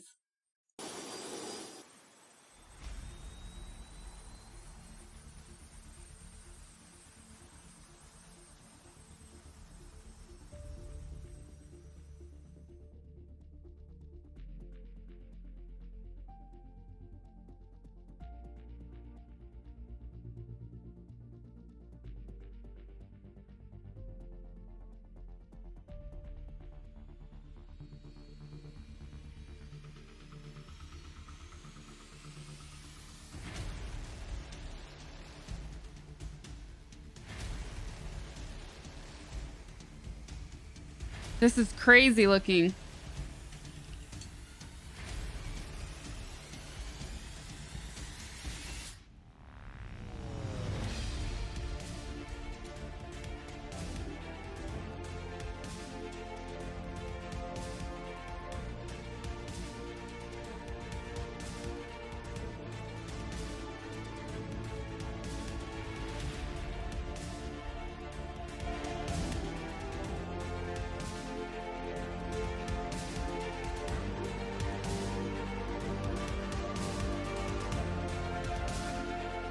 I mean, smart to do it over water, right? In case something happens.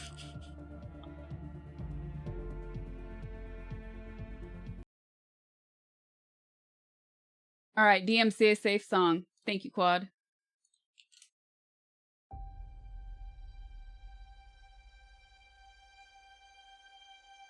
I love being with people. Oh. It's the most incredible thing in the world. What are you doing? Oh, this is nice. That world may change and evolve. But the one thing that will never change, we're all part of one big family.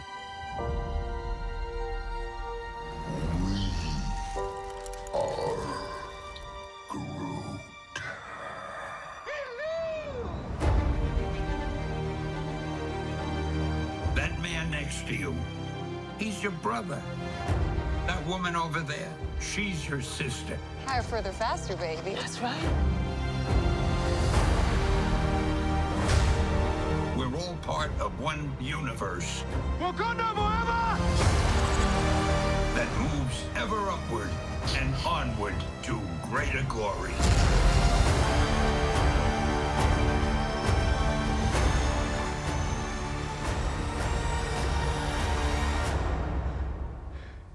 On your left.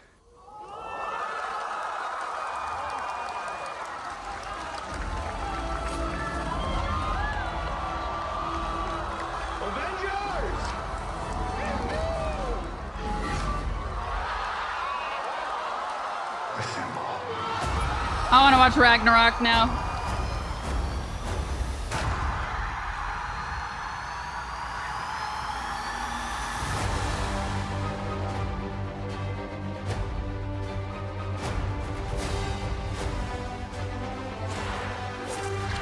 I've lived a lot of lives.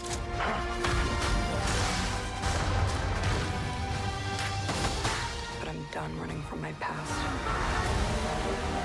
We have unfinished business. Who's we?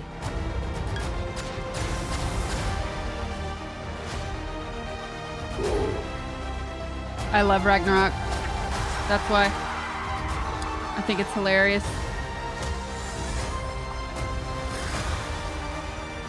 When you love something, you fight for it. Yes. What? What?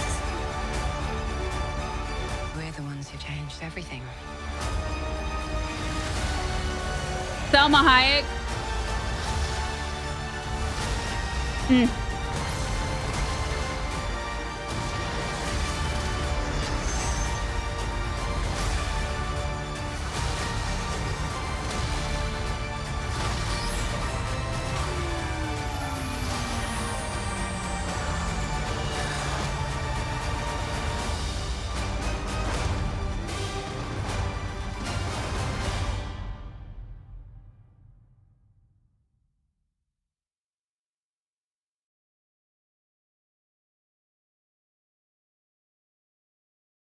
Yeah. Why was Selma Hayek only in a second? Give me more.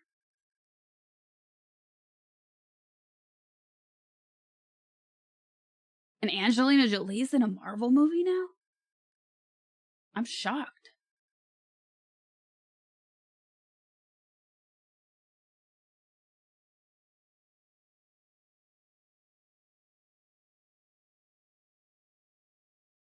The blonde was Jolie.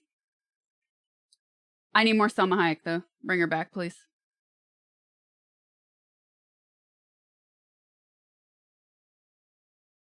Hold on. Don't let me call you out, Sob. Let me just remind you. I won't say it on stream. I'll say it in chat.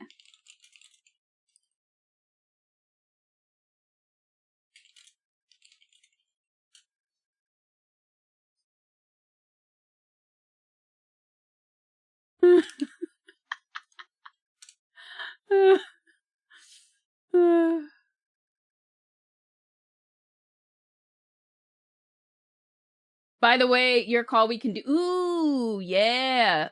GG squad.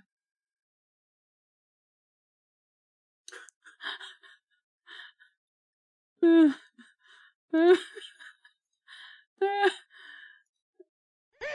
to bed. Saba's telling me to go to bed. I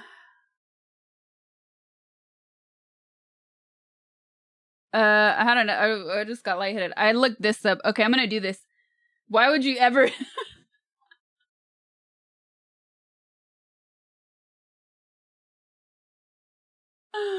Okay. Somebody said this one. I haven't done food reactions in a while. I know that's missing. I know I need to do more of those. But you know what I did do last week? I started taking, when I found stuff, I started saving it on a list on my phone for stream.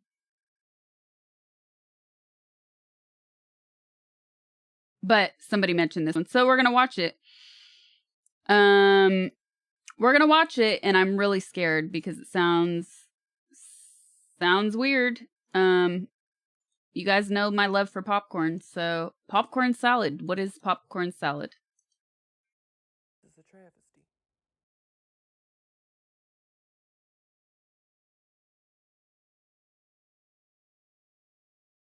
Popcorn.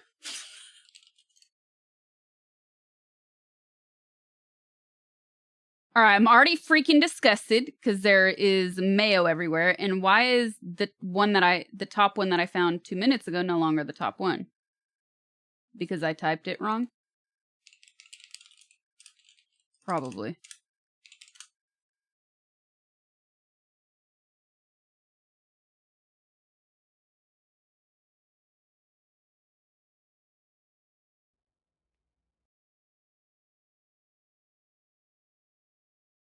This ain't no potato salad.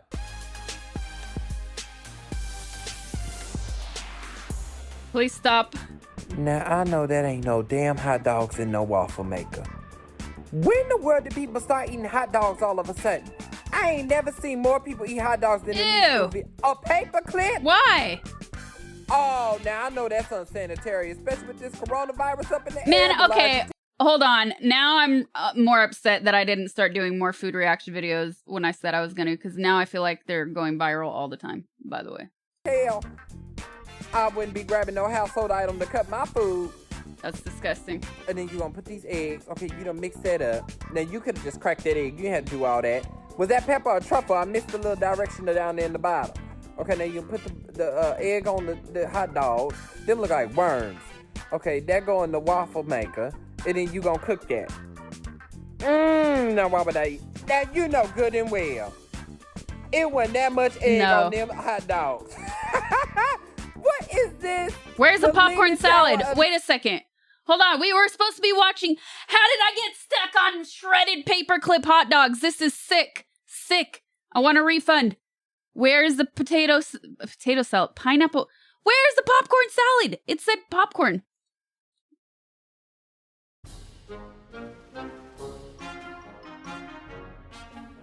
Nope.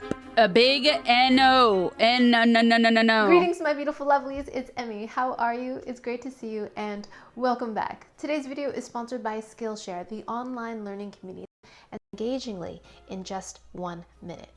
Your voice is more able to click my link down below will receive a salad tastes like. It is Molly Ye's popcorn salad. Molly Ye is the host of Girl Meets Farm, a Food Network show, but she also is the author of a cookbook, and she lives in Minnesota with her husband. She moved there from New York and found I don't food, care. and she's never tried it, but she said that once you cover it into a dressing, I suspect that that's going to change. It might be a positive change, but we will not officially know until we taste this. So let's get started. We're gonna need some popcorn. Here is a nice big bowl of popcorn, and my favorite current way of popping popcorn is like this. Those Have you are seen this before? This so is expensive, popcorn by the way. on the cob. I've been able to order this from my local farmer's market, and it is just wonderful. And this is specifically popcorn for popping, but it looks just like corn on the cob. Of course, the kernels are dried. Now, I've got full instructions on how to make this on my website. I'll put the link down below. It's super simple. You just place it into a paper bag, microwave it, and then it pops beautifully. And this is what it looks like after it's done popping. I feel like you have to make 10 of those though. It's so funny. This does not go to waste. I give this to my chickens and they pick off all the little popcorn bits. And we're going to generously season this with white cheddar popcorn seasoning.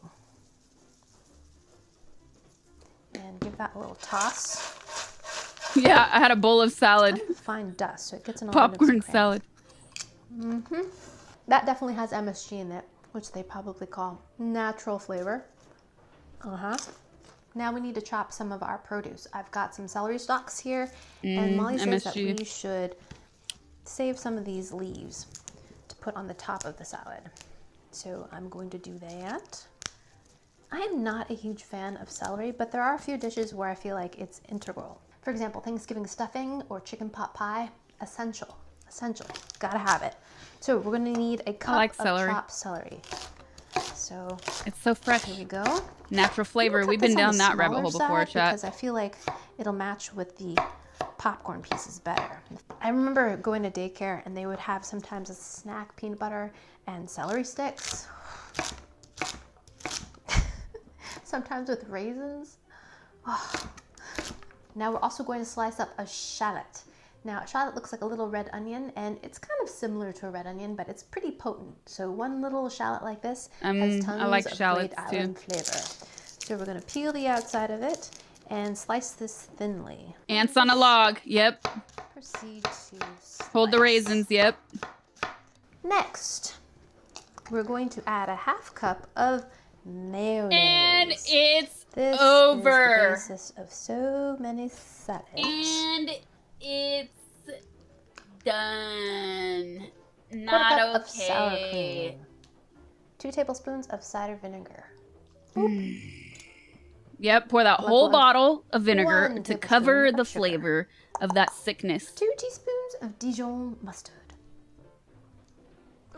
Good pinch of pepper. Whole bowl of a little it. bit of salt. We can always add more, but we did add a lot of that popcorn seasoning, and the mayonnaise has salt in it as well. So that's it for the dressing. We're just going to mix that up. This is pretty standard in the sense of we've got acid the sound. in there, we've definitely got the fat, sound, the visual, good the amount of sound. sugar. So this is going to be Tell me when like it's over. that Tell me kind when of it's over. dressing, Tell you me know? when it's Like, over. this is a cousin to ranch dressing. It is not a cousin to ranch dressing. Do not say that. Yeah, it's No. sweet. Yeah, tangy. Ew. Not bad. Because it's now we're gonna rancid. add our shallots. Add 10 Chopped shallots. celery.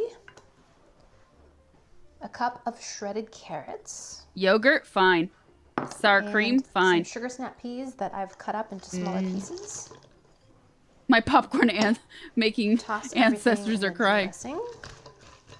Ranch is not gross if you've had Hidden Valley in sour cream. Now, That in is goes the the only popcorn. true, one and only ranch you should listen to. I'm gonna do this It's thick. in increments here. Whoa! Hear that crunch? Why? Popcorn is one of our favorite snacks around our house. My kiddos love it. I usually top ours with melted butter, salt, and nutritional yeast. More popcorn.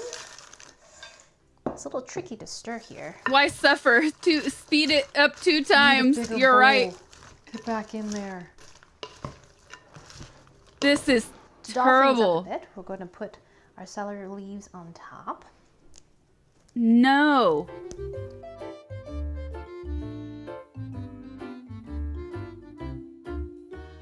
And some fresh watercress. Now the watercress at my supermarket looked terrible. It's all soggy and slimy. So I'm going to be substituting baby spinach. There we go, a little bit of green right on top. And a few carrots. So there you have it, the popcorn salad. Now the question needs to be asked, how are we supposed to eat this? I've never eaten popcorn with a utensil before. It's so weird. Get a big healthy dollop of that. Dollop. Right That's the there. word you use with Sugar mayo. snap peas too. There we go. This Popcorn is just salad. It looks a lot like a potato salad from afar. very Alright, here we go. Itadakimasu. unnecessary and offensive. Not good. She's lying. It's stop being nice because you like the lady's food blog. Don't lie. Don't lie to us. No, not okay. This is super flavorful. You got the big tang from the vinegar. You've got that onion punch from the shallots in there. The creaminess from both the sour cream and the mayonnaise. There's definitely enough salt in this. The sugar in there reminds me a lot of like a Miracle Whip style dressing. Sweet yet tangy. I think what is very interesting are the textures. The popcorn is crunchy yet soggy at the same time. And there's a lot. She's trying to convince herself it's good. Crunchy. And then you've got the She shredded ate dirt carrot, cookie? and then What? you've got the celery that's crunching in there, and the sugar snap peas. So lots of competing crunches. It's not half bad. Just imagine a coleslaw that's made with a Miracle Whip. No, base I don't and want to popcorn imagine instead of this. The slaw. And then you've got an approximation of what this is like. So, pretty I'm gross. sure I have popcorn in my teeth. At any rate, thanks so much for watching, and big thanks to Skillshare for sponsoring this video. Be one of the first 1,000 people to She's really talking to herself. Talking herself into liking it. The chill stream turned into a horror show. Ah. It's not so bad. Listen, it was the lady she liked, that she looks up to. It was a sponsored stream. She had to remain positive, take one for the team.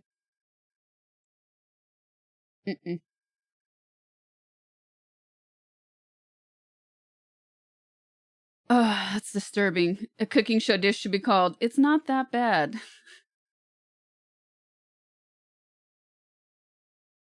Secret sauce. How much for secret sauce popcorn salad? Listen. Now, I never thought of adding popcorn to food until Meows gave me the recipe for Ecuadorian ceviche with popcorn in it. And I love popcorn, but even that thought to me it was bizarre. But you know, I'll try most things once. I would not try this because that's just that's just disgusting. Even if things sound bizarre though. And man, let me tell you, that popcorn ceviche was good. That was really good. Because you think about it, ceviche you sometimes eat with like corn tortilla chips. Popcorn is corn. So the flavors actually make sense. In Ecuador, they serve ceviche with either salty plantain chips or popcorn. And you just kind of like add the popcorn as you eat it. And it's actually really freaking good. And then once you have like all the liquid left over from the ceviche and you throw the rest of the popcorn in, it's delicious. But the flavors make sense. The combination of those flavors complement each other. Weirdest food ever? Probably insects in Thailand. I mean, that's weird to me because it's foreign to me. Definitely ate a sheep ball in Norway and they didn't tell me until afterwards. That was disturbing. And the sad thing is, I said, "Can I have seconds?" What was that?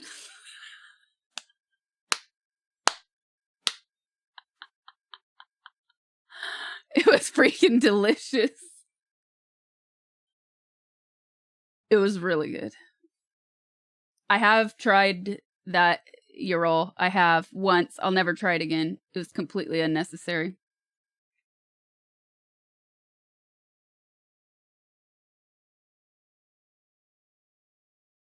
They completely trolled me.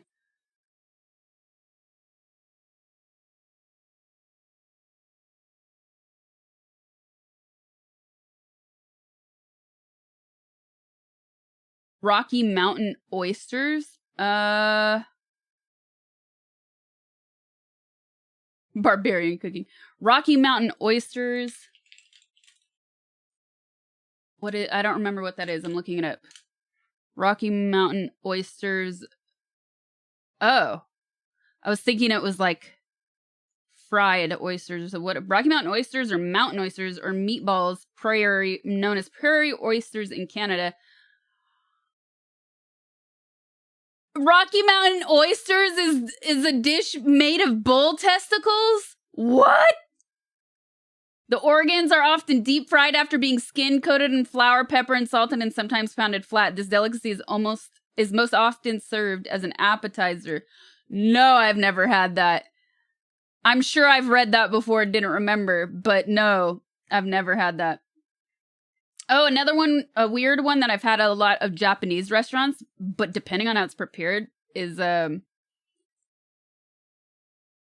hold on.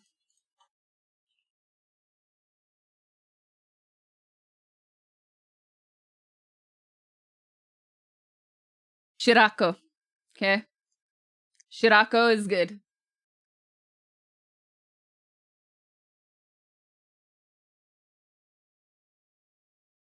It depends how it's prepared, though. Here, let me put on some music for a second. Oops.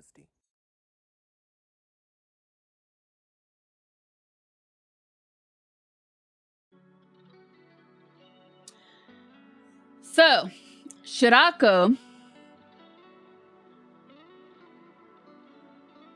You ready for this? Shirako, which translates to white children,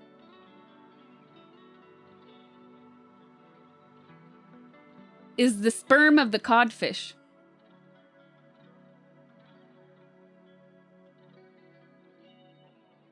And it's good.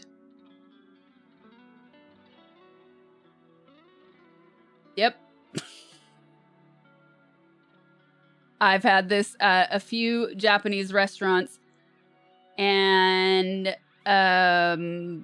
depending on how it's cooked, it's actually really good.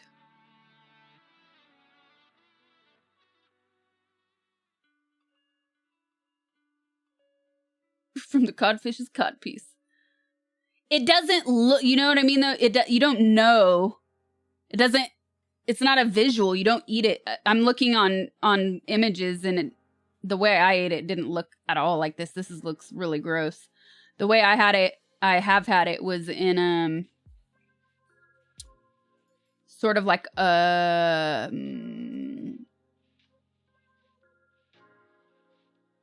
dashi, like a dashi broth.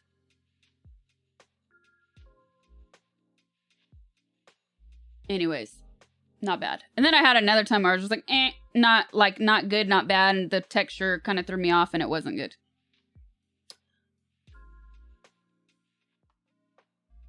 But it was funny. I had it, and this the chef was looking at me, and she reminded me what it was, and then I was like, "What is this?" She said it, and I was like, "Huh?" I thought she was messing with me for a second.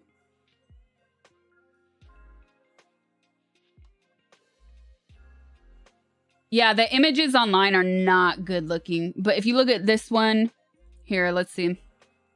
Copy image address. Let's see if this works. This one is like closest to what I had, and like that, it was good.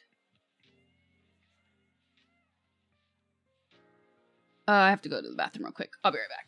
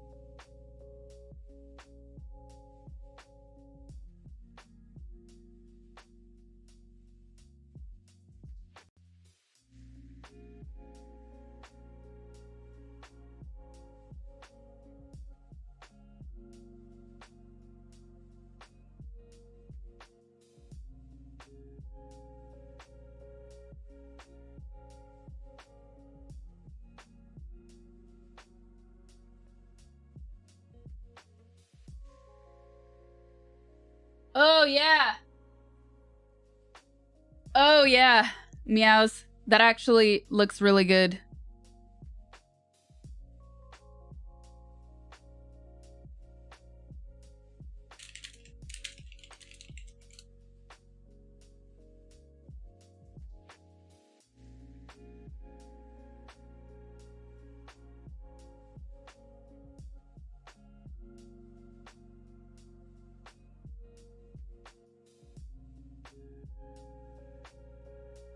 Guinea pig. Okay. What else can we look? What else can we look? Let's go on Twitch for a second.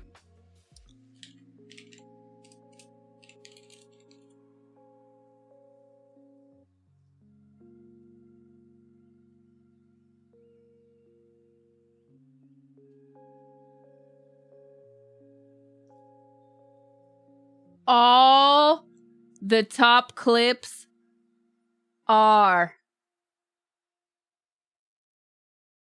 you guessed it. You already know what it's gonna be. This, I would run a poll, but I know you guys would cheat, so what's the point? Booty.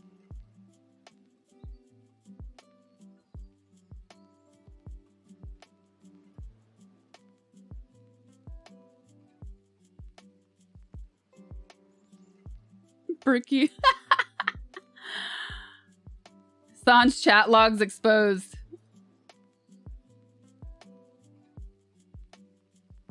Hold on, let me turn the music off.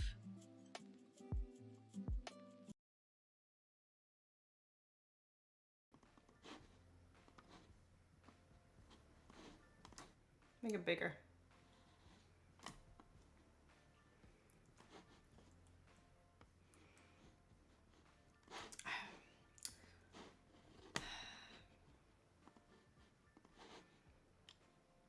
What's the date? 2018? Not 3 years ago, Hassan sang literally my fave channel. Uh-oh.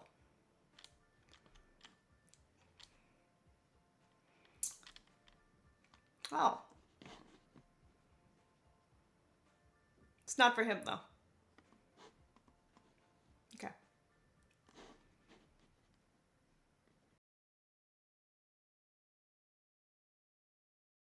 What did I learn nothing new? I don't really know what happened there. Okay,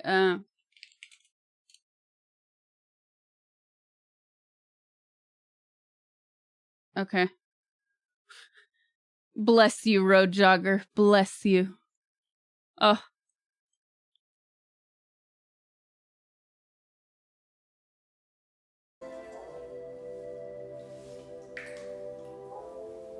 Now we've moved to bathtubs. That's my streamer. Guys, don't mind. Honestly, any bikini I wear is gonna look really small on me.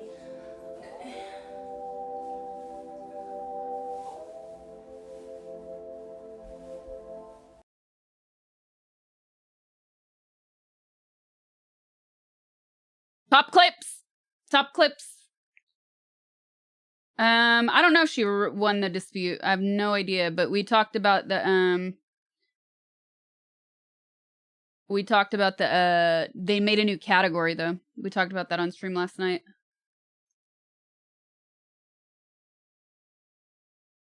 You fucking idiots. You absolute fucking morons. God damn it, I hate you so much when you do this shit, chat. I hate it so fucking much. You're like 12 years old. Fucking fuck! Look at the small head!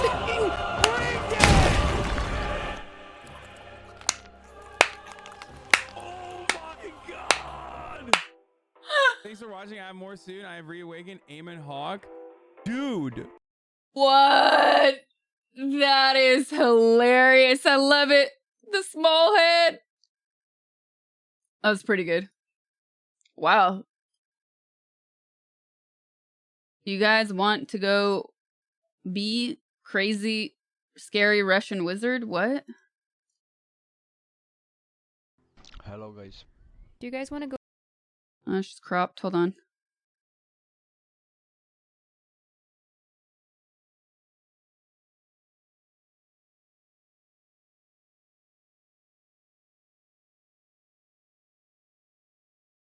go booba?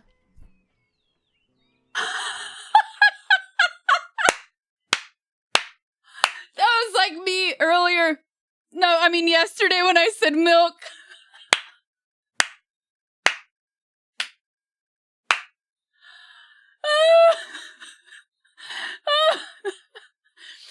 Hold on, we need to rewatch that. We need to rewatch that. I finished last night, Twitchy. I beat her. I killed Miranda last night. Finally. I can't believe it. I said milk instead of soup last night. Hold on, let me turn this up. Hello, guys. Do you guys want to go booba? Look at her. She looks like she tasted something sour. Like she bit into a warhead.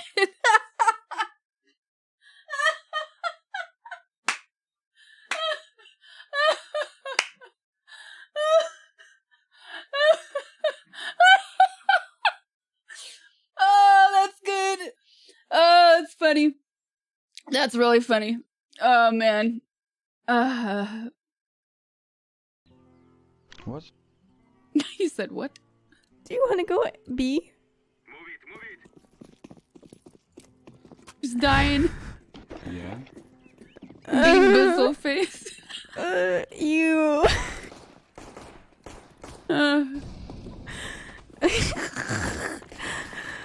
Okay. Why is she laughing like me? Oh.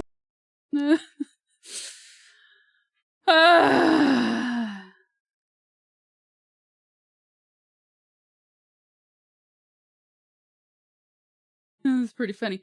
She's amazing. Chat was being toxic, asking her to put her elbows in front of her. She looks at the camera and cracks her neck. I have no booba. That's funny.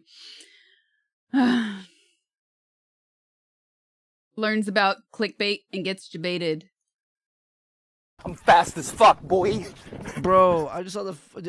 Dude, I was on Pornhub. I got so debated, bro.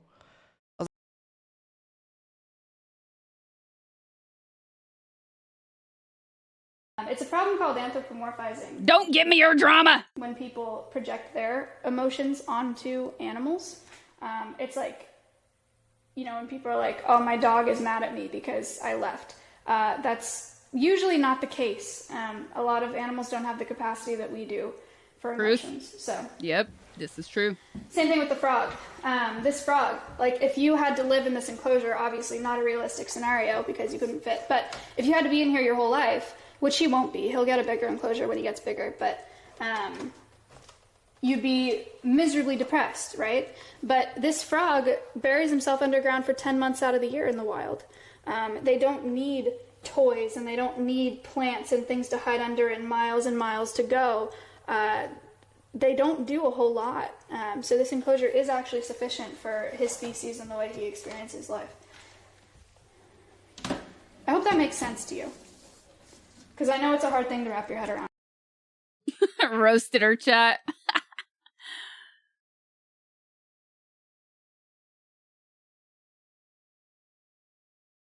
Able to do this in your head. If you can, what's the smallest continent in the world?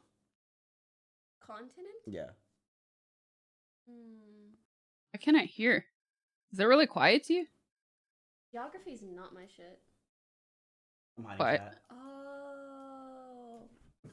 It's not Mars. Australia. Oh, look, you can go on Showed. You're perfect. That's exactly how Showed is. Please close your chats. Last one. Oh, Australia. Thanks, mods. That's so good. Okay, here. Dang, that bass.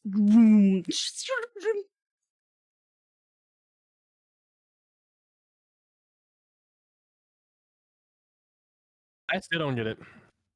Nick, I will send home extra work for you, and you are eliminated. That was the easiest question. Okay, Nick, let me explain. Kick it out. 3x plus x, 4x equals 36. 36 divided by 4 equals 9. 9 equals x. X is the 9. X is which is the cousin. 3x is the Kim. On tap. What? Where'd you get the other x from? 3x plus x? Oh, you just make up the x. It's an algebra question, bruh. Wait, listen, we'll get you tutored off stream. So, which means critical. Nick and Christopher Yee are all eliminated in one shot. 8th grade, it is over. Emmy, with 2 Fs, you actually are the valedictorian. You won. What the hell? You got first place. They all failed the easiest question, and that was an anticlimactic end. There wasn't even like a 1v1 or anything. Jeez. there wasn't Guys took 'em anything. all They out. you literally destroyed them all. Yet.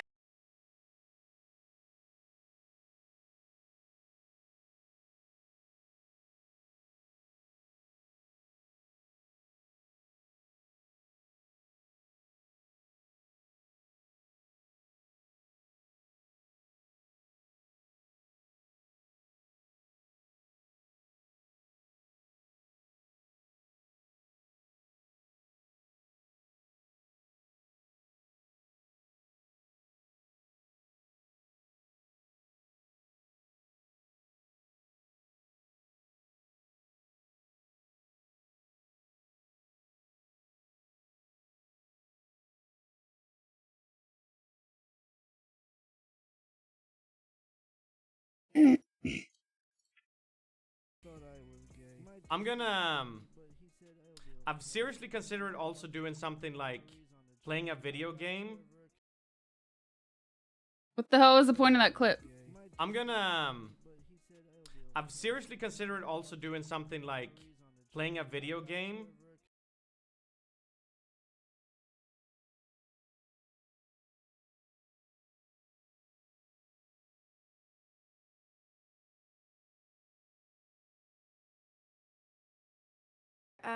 And all of my friends and my sister are either mechanical engineers, software engineers. Yeah, I saw I saw it afterward. It's because it said playing games on Twitch. Yeah, I still don't get why it had so many views. Electrical engineers, or It was funny in the context, I'm sure, because he's funny. But the clip standalone was just dumb. Very nice. Engineer. and all of my friends and my sister are either mechanical engineers, software engineers, electrical engineers, or Very nice. Engineer. Medicine? Wonderful. Yeah, So good. all of them.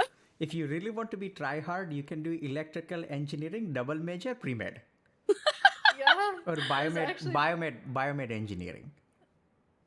Actually, yeah, biomed friends. The pressure. Biomed engineering, pre-med. The pressure. That way you can win all of the prizes. It's very good.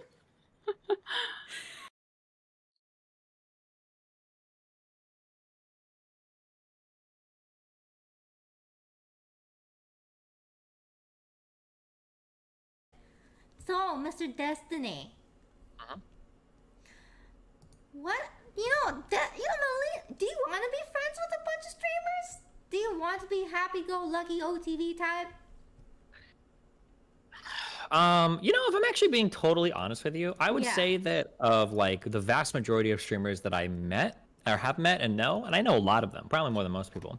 I'd estimate probably like 90 to 95% of them are genuinely like super fucking trash humans. So no, I'm glad that I'm not friends with most of these worthless fucks who call themselves streamers, okay? Most of them will sell you out in an instant for more viewers. Fuck them all. Holy shit. Exactly. Whoa. What the hell?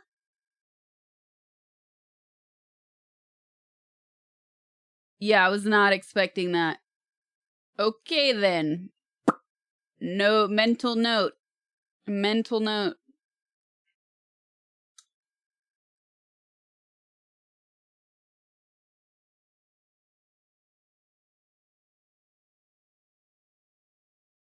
Hold on. How are you guys gonna say who hurt you? I mean, how are you gonna say that he's not wrong? Do you actually know? Do you guys that are saying that actually know streamers? You know them?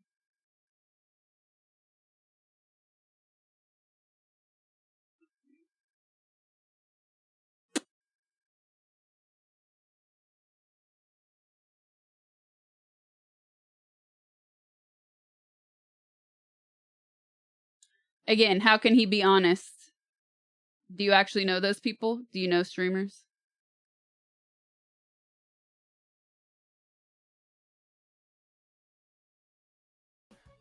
Probably talking to us on.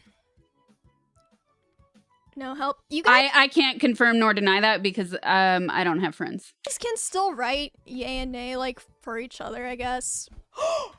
Oh my god! 4,000 Awesome! viewers in 10 minutes. This is a failure of a show. Oh Whose my idea was this? god! No. It's right before we. How much time do we have? We have 10 minutes. Where the hell's E-Rob? Oh, I've always wanted to do this. Yo, Emmy. There's no time. There's no time. All right. That looked fun. I would do that.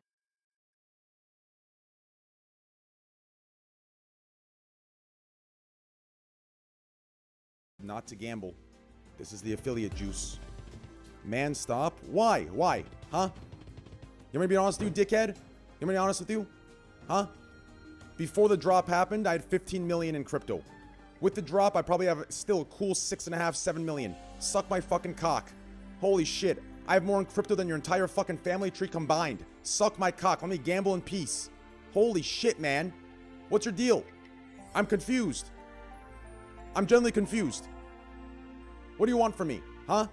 Do I have to have 100 million to get your fucking permission?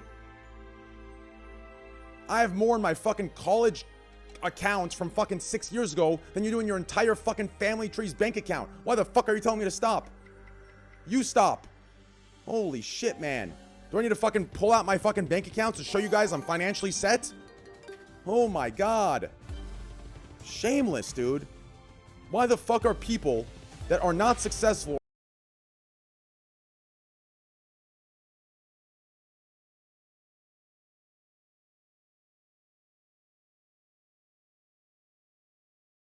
So what you're saying is he doesn't like backseat gamers. Imagine, chat. Imagine. Imagine.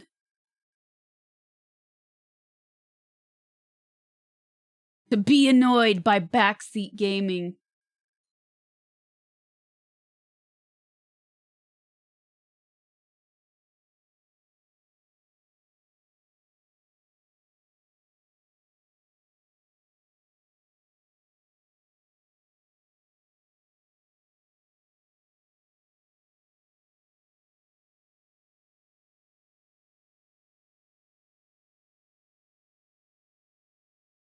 Oh, he stole my idea!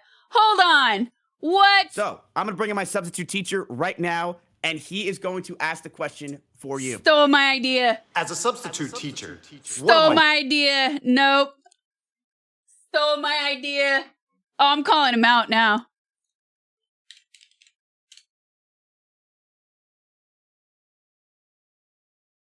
Okay, I'll tell you guys now.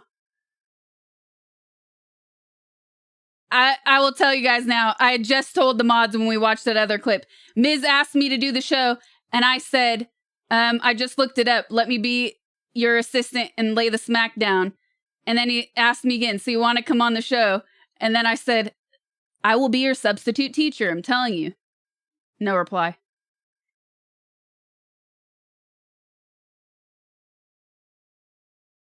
I see you got yourself a substitute teacher in the form of a man. GG's. Boo.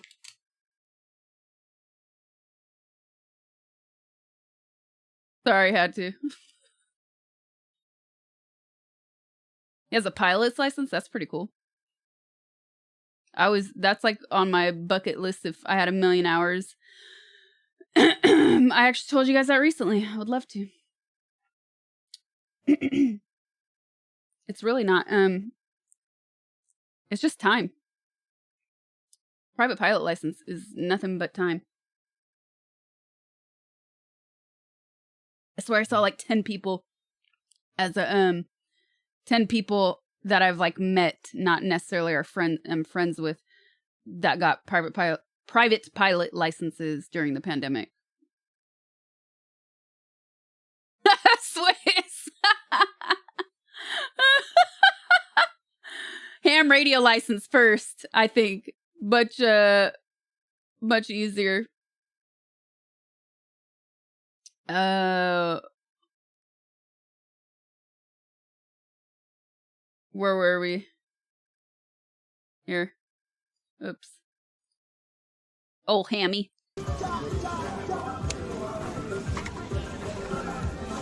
Oh, look, socializing.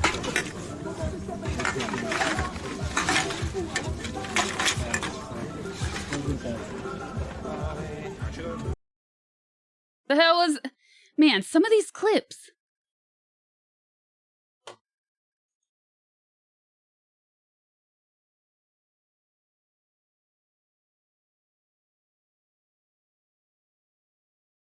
Recycling. If it's like, you know, pro recycling ad, I'm all for it. My friend told me about a girl he knows that is does everything by the book. She's just perfect in life, has done everything right in life, but she refuses to recycle. And he said it's like her sick fetish of trying to do one imperfect thing. I was cracking up, but the way he told the story was much more hilarious because he's a funny storyteller. Yeah, I wouldn't do it randomly on stream, Grungy. No.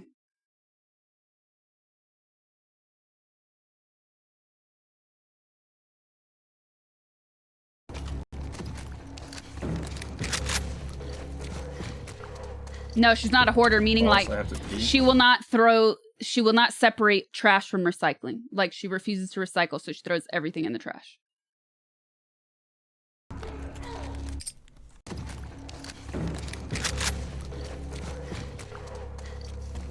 Boss, I have to pee. Go.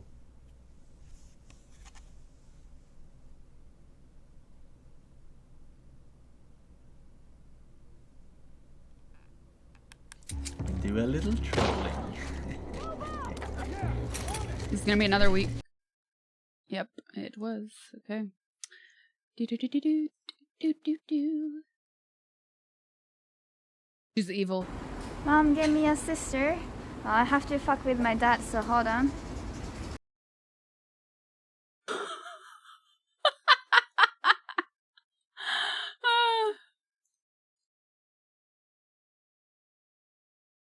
Content that they don't want to see, and those wishing to view this content can have an easier time finding it. Honestly, I think this is a pretty good short-term solution. It should be called pools, hot tubs, and bitches. Just for fun. Sorry, I've been waiting to say it. Thanks, Cash. Zing!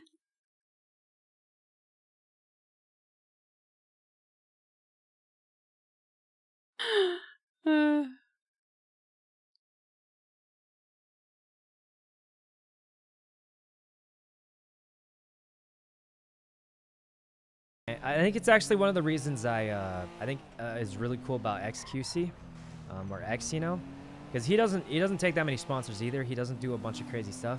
He's pretty much just a dude who likes playing games for fun every day, and I think that's super cool. Like, I mean, I think he's, you know, obviously people are very lucky to be in that position, but I think it's cool that, you know, you don't get too crazy about the business. You're just a dude trying to have fun playing games, and Gotta disagree with that. We went over this yesterday. With Dr. K.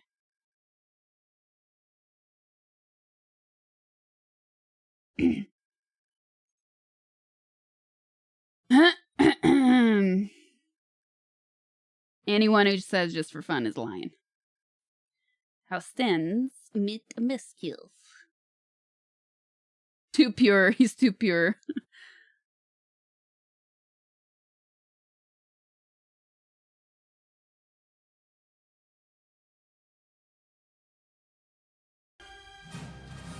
And this is full power.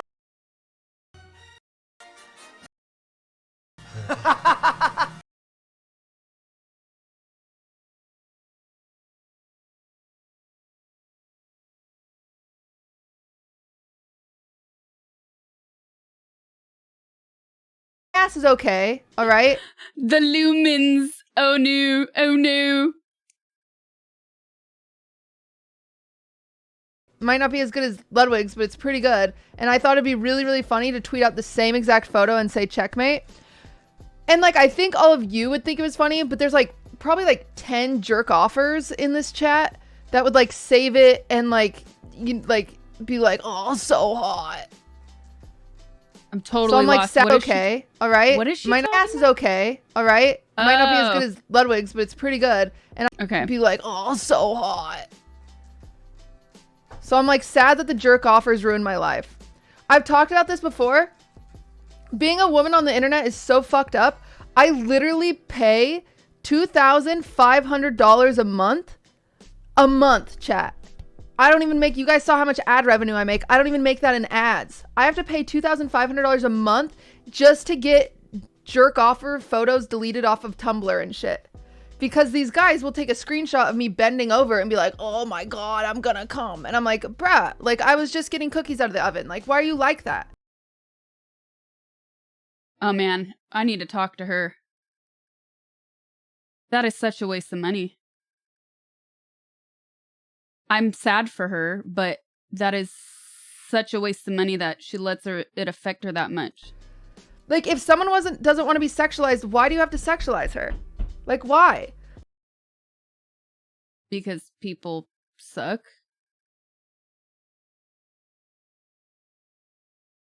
I actually believe that she does that. You know why? Because... Okay, I'm gonna tell this in a very vague way because I don't really...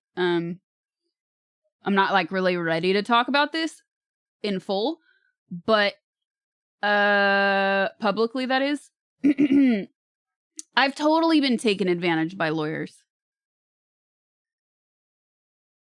And years ago, I had a situation on the internet in which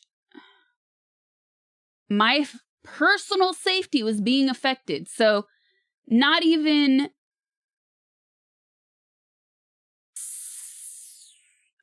something offensive, right? Like, people can say something offensive about you and there's not much you can do about it, right? And the same can be said with sexualization. When somebody's just getting cookies out of the oven, right?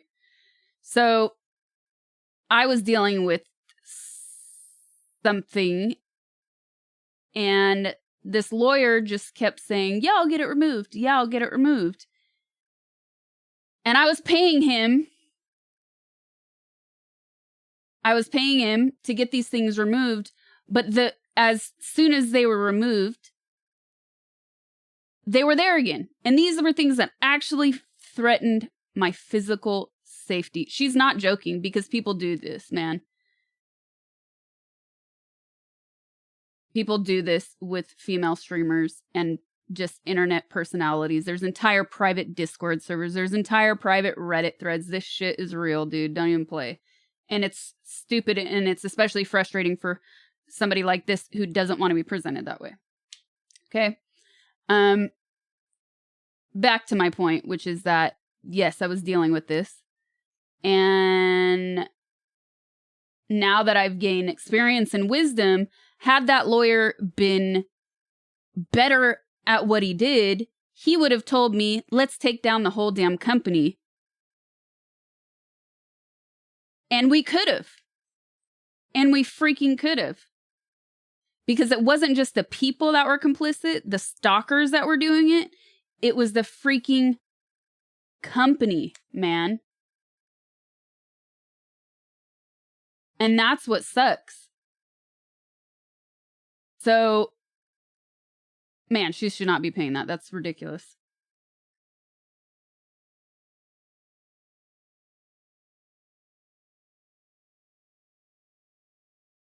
That is not my lawyer anymore, and that was a very, very, very long time ago.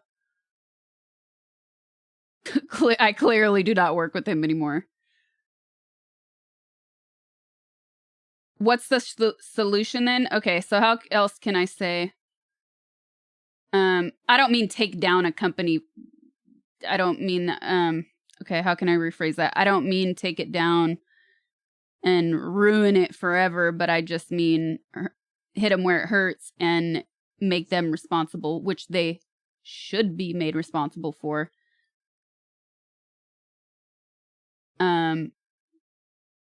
So anyways, what can I say without saying that? So things have changed since then. They're still not as good as they could be for protecting people's privacy and safety. But there are automation tools and filters that are enabled on the internet, which I would say for the most part, a lot of big companies, you know, they have these things enabled on platforms now, which they didn't before. No, not canceling them. Hit them where it hurts. Pay my lawyer's fees and actually do your job getting people removed off of the internet. From your site, not from the internet. Okay. Anyways, that's really sad. I feel bad for her.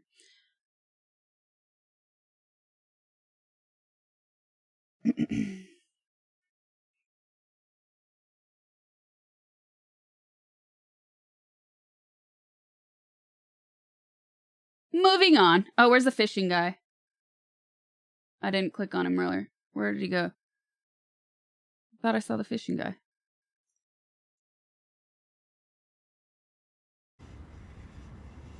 Oh, wait. I have not done some shoutouts in a while. Zervo, thank you for the tier 1.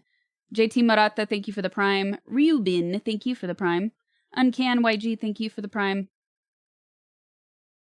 Max Dead, thank you for the gifted sub. Benjo 400, thanks for the prime. Goliath Mighty Mouse, welcome back. Thank you for the 2 months. Nodoron 25, thank you for the prime. Thanks, you guys, appreciate it.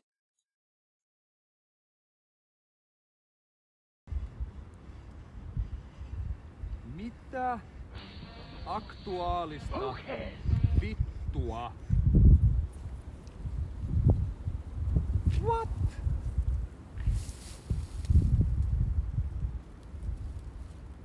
You can't script this shit. Joku vittu sai tarpeekseen virvelöinnistä tai sitten oli muuten ihan vituni.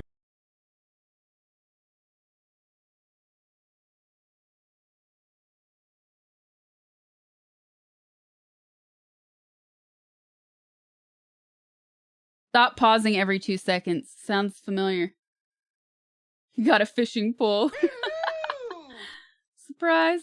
Why do people think like I would ever be embarrassed about like Son's last stream was him and chat debating which alien he was gonna romance and fucking Mass Effect. Nothing was exposed here. like I don't know, like cooming to Amaranth or something. If I like legitimately coom to Amaranth, like why would I ever in a million years? I literally talk about fucking fish, dude. Like 90% of my gaming streams, sorry if Vice is here like watching, but like 90% of my fucking gaming streams revolve around me like running around the water trying to find a fish to fuck. What? What? What? Tilapia?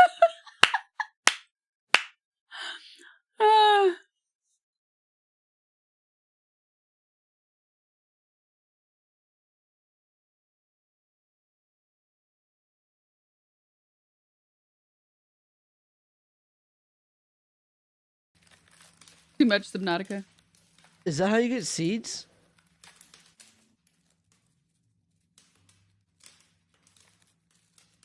From sunflowers?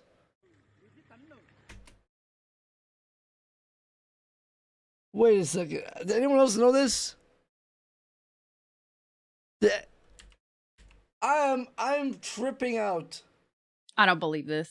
I did not know sunflower seeds was a seed flower. Oh my god! I didn't know it was I didn't know it was a thing.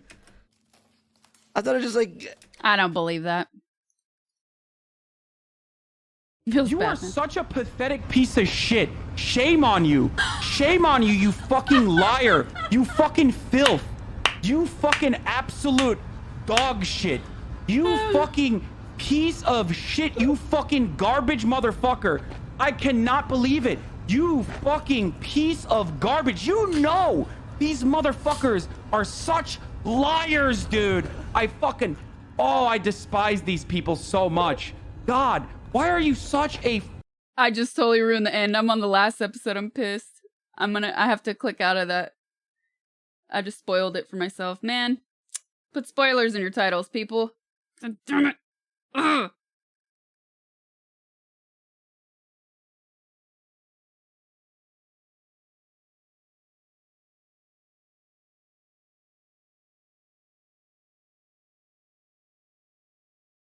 Sasha.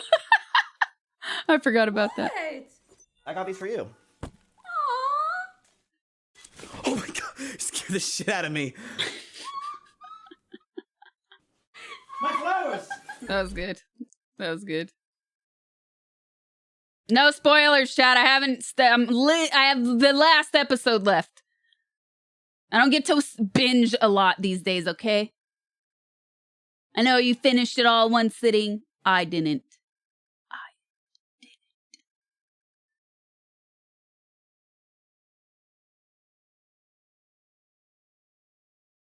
New categories: pools, hot tubs, and beaches. Why are they free advertising snacks? Cool. I think that's a decent change. I mean, the thing is, like, I don't really care about this. Like, I want to be able to make my abortion jokes, so I don't care if Amarath wants to sit there in a bikini. All right, so this is a ceasefire. Let me make my abortion jokes, and you can sit there and sit in a pool all day. This is great. It's the ecosystem. I'm just saying. It's an and this goes out to, ecosystem. like, Amaranth, if you're in the just chatting section, I'm reporting you for being in the wrong category. Get out of my section in the morning. I don't want to see it. There's a category for you now. That's simple. I feel like most of the people, what I found really weird is, like, you know how people always complain about, like, Twitch inconsistency and stuff like that? Yeah. The moment that Amarath got... I wanted to hear what he was saying. Where's the watchful? Seeing new categories: pools, hot tubs, and Okay. beaches. Cool. I think that's a decent change. I mean, the thing is, like, I don't really care. Salad burger and the fries. Decent relationship with Amarath, and if they didn't, they would. I hate this. I hate Twitch's scrolled. I gotta fix And this. this goes out to, like, Amaranth. If you're in the just chatting section, I'm reporting you for being in the wrong category. Get out of my section in the morning. I don't want to see it. There's a category for you now.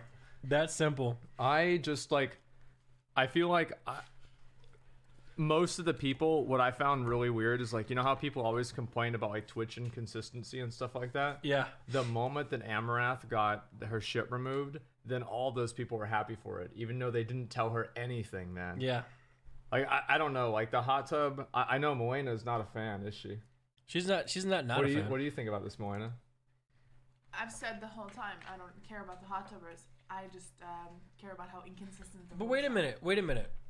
That doesn't make sense. Yeah. Then why would they demonetize Amaranth then? That's the first thing I said, yeah. That's So, like, exactly it. if they're making a section for them... So if they make, yeah, so, like, it's a section, here's the thing, right? The reason why YouTube doesn't have a porn section is because advertisers don't want to be on the same platform as sexual content. What I was right? saying to you guys Why would yesterday. it matter if you make another section? So if they, logically, if they removed Amarath's, her monetization because of her content, and this is all assuming, right? Because we're hearing this only from Amarath's side.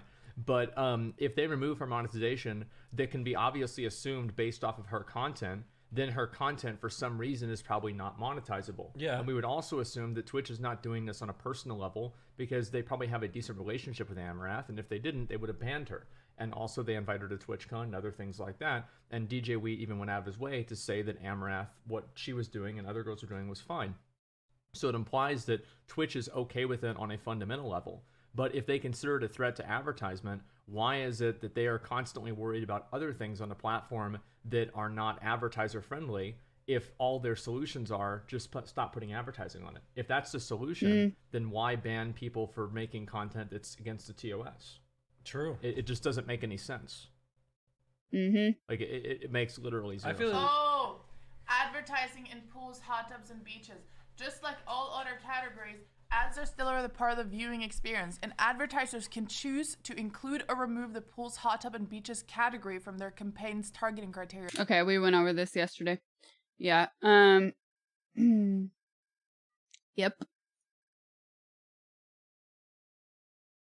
It seems like they singled her out.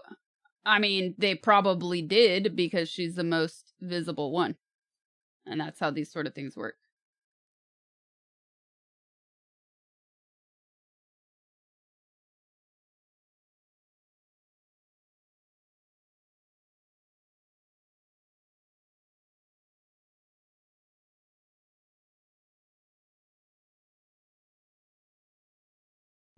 I got Advil earlier, but I can't. Usually Advil is whatever dose you take, like 500 or 250, or whatever dose you take, like 500 or 250, or sometimes even 1,000, once per 8 hours, man.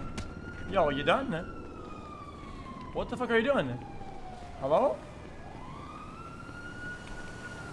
Hey, what's up, man? What the fuck are you doing? Oh shit, oh shit. What are you doing? Sorry. What the fuck was that, man? Oh, Jesus fuck, man. You put. It's kind of funny, but at the same time, when you're in that game, it sucks. No meta!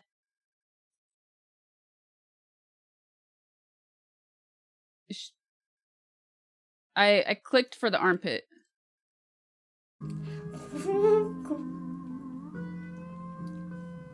I wasn't lying.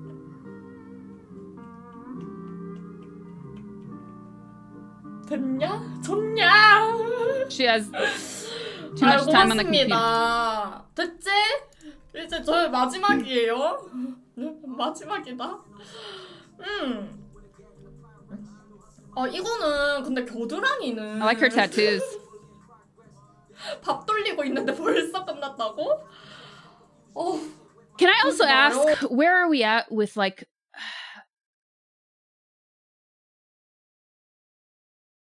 live translators? I would love to know what she's talking about. Even if they're not perfect. I feel like even if we had something, it'd be so cool and so helpful. Universal.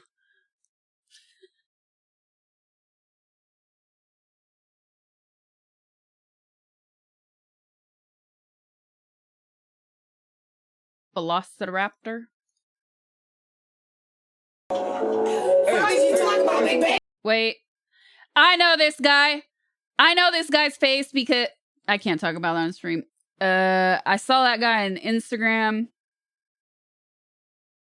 Apparently he's a rapper, but I never like heard more than one of his songs. And I know how I can say this stream friendly.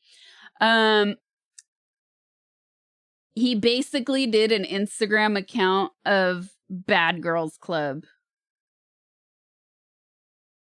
No, I wouldn't call people out for trying to slide into my DMs. That's lame. And for the record, he did not. He ran an account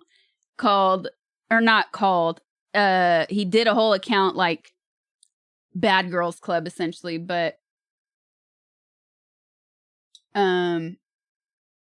he put it all on Instagram and like filmed it, and then he created an account on that site people really like and asked me if I'm on all the time. That I'm not, like paid Instagram version, you know, that thing. Yeah, he did that. It looks so funny, man. What's Bad Girls Club? Bad Girls Club was a really bad reality show years ago, so he kind of remade it for Instagram.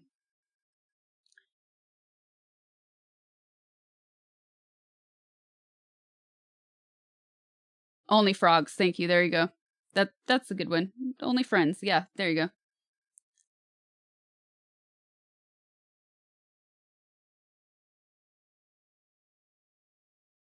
But that's not... Who is Aiden Ross, though? Because I saw this name on the other night when I was lurking Twitch. And I saw that he had this many... like 3.5 million followers. What does he do on stream? He was sitting in like a dark room with 2 other dudes. And I was like, this looks creepy. And then I just didn't care enough to continue looking. So I'll look with you guys now.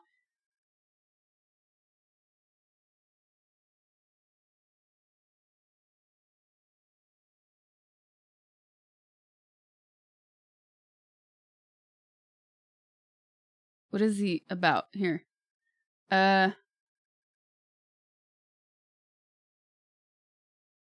Nope. Okay. Is this a clip?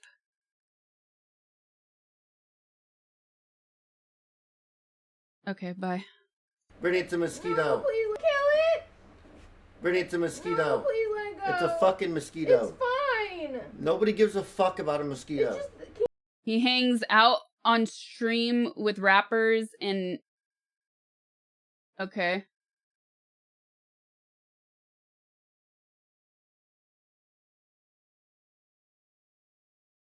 Well, the internet told me who he is.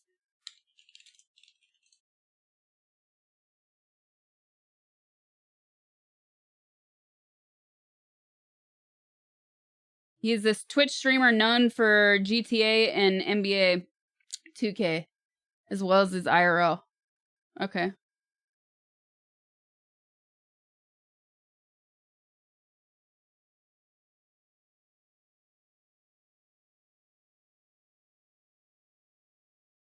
Can you let it out? No, not, hell no.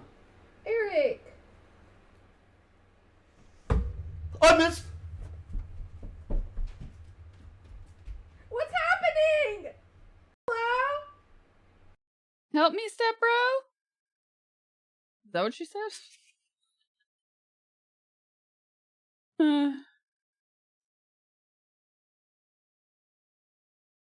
I'm a pedophile.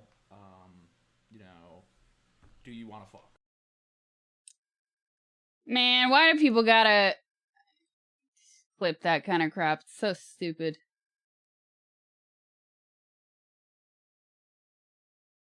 I'm pretty sure he was watching Look at the Face. Looks like those true crime things. And he's probably talking about something he just watched. And normies like to clip the dumbest crap ever.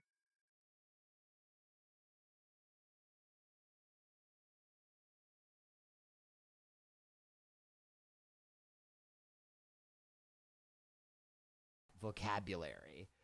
To I catch a went, predator. Oh, she's pissed.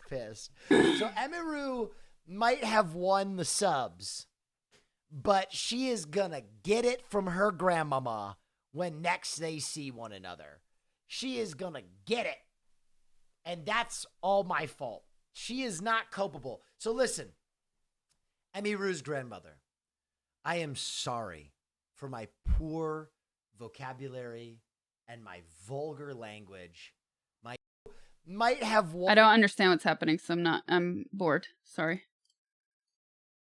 누나가 이런 것도 다 애들이 이번에 후원해줘갖고 그 돈으로 샀다. 파란 조명 키자고. No, Twig, it's not like Sando. It's not like Sando. It's not, okay. There's words that are normally abbreviated. And there is vernacular that belongs to different subsets and subcultures, Twitch being one of them. And different cultures in general. But the Sando thing, I just can't get my head around.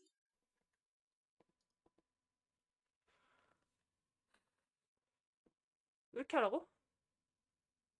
Did she kill Miranda? I did. 아, 보여?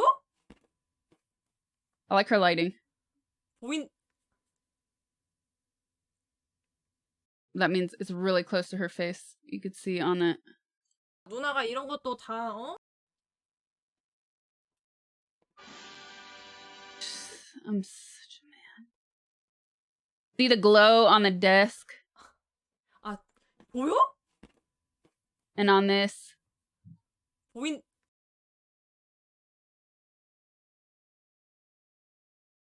Means you're in the light nonstop.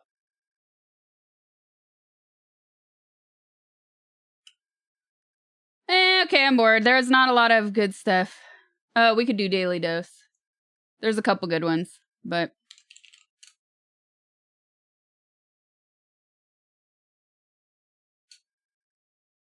Whoa, what's that? Ooh, let's look at this real quick.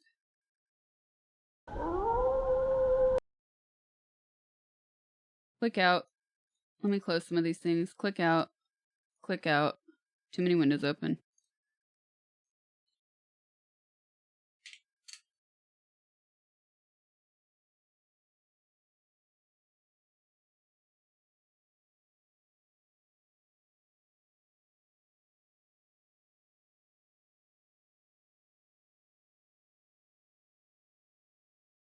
He forgot.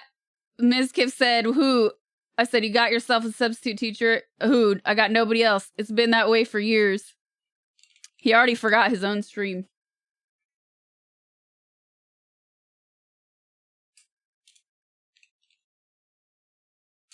He already forgot his own stream.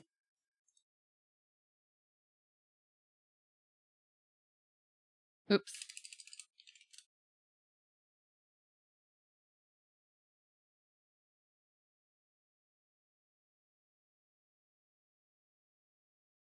Ah.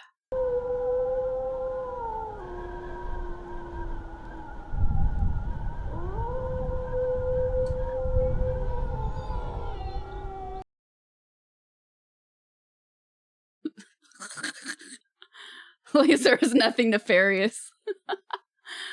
The wolf is this video. Hold on. Next one. He's a troll. I don't think he forgot. He seems like he has a worse short-term memory than I do, though. Okay, hold on. Next video. That's kind of funny with the wolf. I usually have that checked on only matching title. Hold on.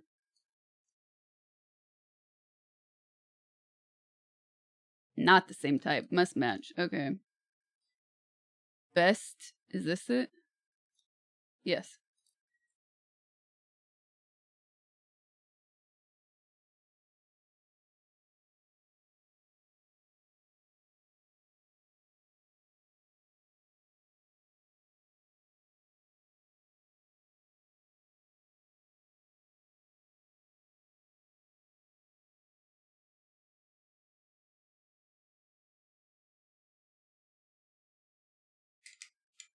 Good enough.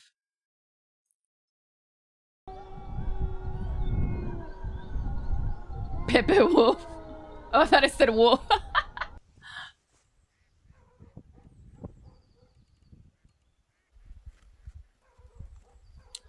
Is it not? I don't really want to talk about it more. I talked about it a lot in depth yesterday, Satiric, but like in short, because I know you're not a troll. In short, to answer that, I don't know. Like, we don't know if she was the only one that was affected or not. Nobody actually knows. Is it, if she is the only one being punished, is it fair? No. But that's how these things work usually, is that somebody is made an example of. But none of us can confirm because nobody actually knows what happens behind the scenes.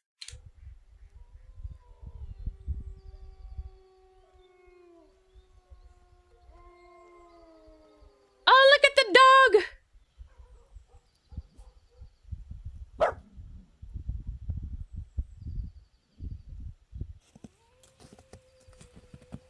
What's happening? Okay, let me do some shout outs. Hoffs, thank you for the gifted sub. Darth Fettuccine, thank you for the prime.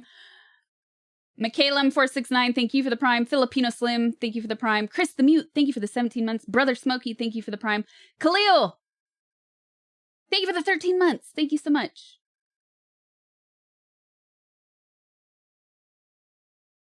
Gotta pay for premium.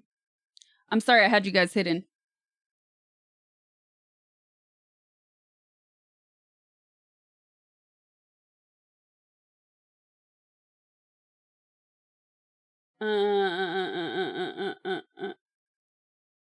I need to read those later, you guys. I accidentally minimized. All right, I'm probably gonna call it soon, so I can be responsible. Who would have thought?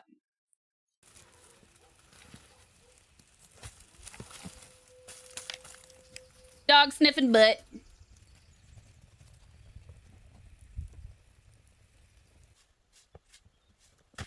Vata life. It's all good, Satiric. The VOD from yesterday is really long. You can watch, like... We talked about it with Dr. K, and then I talked about it again after... Well, not it, but, like, we talked about similar issues. And then I read that whole Twitch blog on stream too, so you could go back if you didn't see it yesterday. Somewhere Dr. K is smiling. Oh, I'm gonna eat dinner before 10. Amazing. This reminds me of that other guy who does those outdoor videos. I think he lives in Canada. Where is this? Where are they? Country Life Vlog.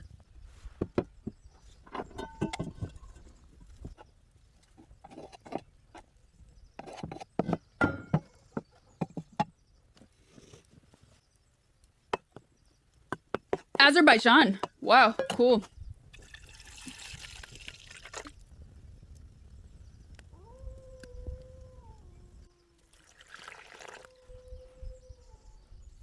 Maya. Yeast is called Maya.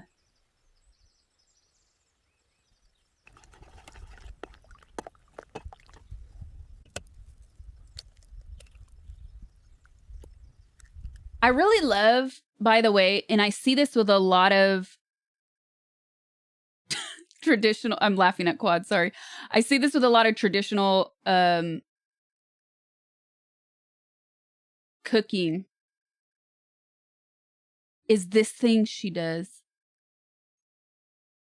And I've seen it in so many different cuisines and so many different food videos, and also in real life. When people are mixing like flour with other ingredients and they sort of form this bowl natural, like the flour becomes a bowl within the bowl, and then they continue adding. It makes sense because it's like you don't want to mix everything at once because then it doesn't emulsify, or if you're emulsifying something. But I really like this. I don't know why. It's aesthetically pleasing. No, not aesthetically pleasing. It's what were those videos with the ice cream melting? What did the tagline they always use? What was that tagline? Satisfying.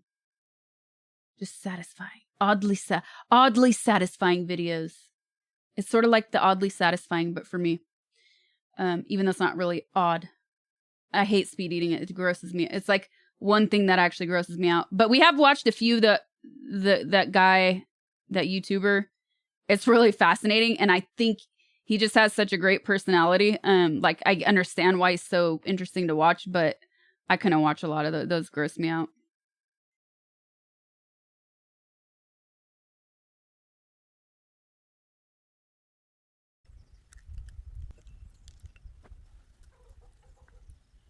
Oh no, I hate vegetable oil.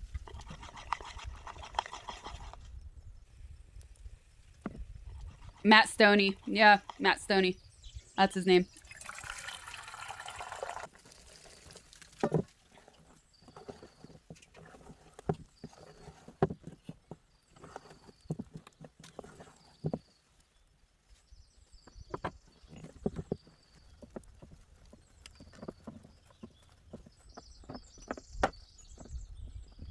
Pretty cool.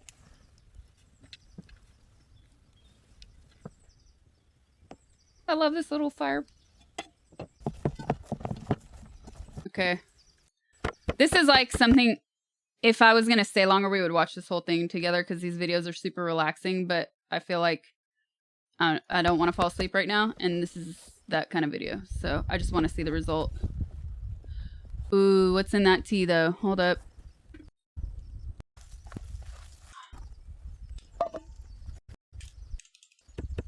Ah, look at this tea.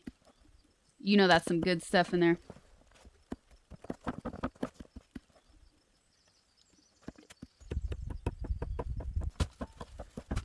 Some mountain herbs and mountain berries in there. Mm.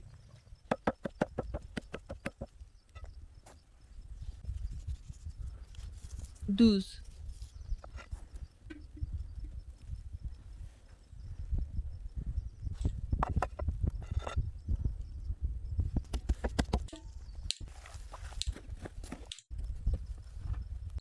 Man, she's putting secret sauce to shame.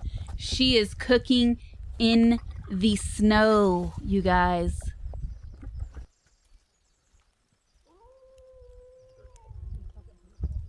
And she's not even shivering.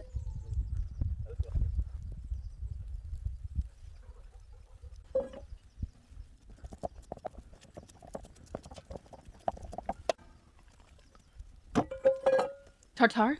Oh no, they're making burgers. I see. I already forgot. Squirrel. She made the bread. She made the freaking bread for the buns. Dang.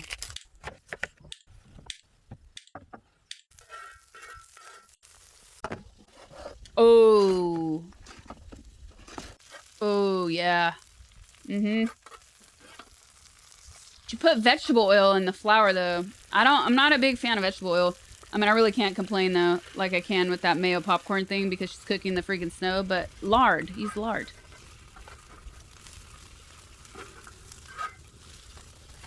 This burger is so thick. This is how people think Canadians live. I love that freaking dog.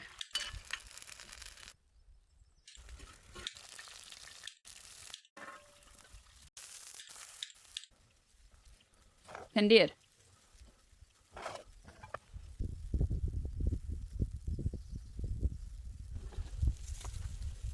Oh, those look good.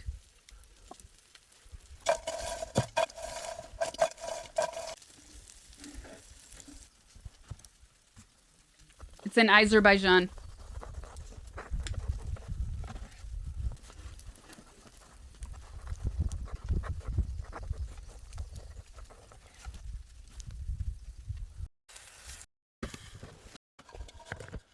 Yeah.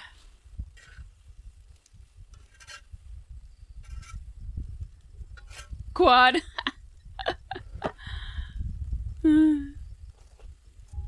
With the little stick. Wow.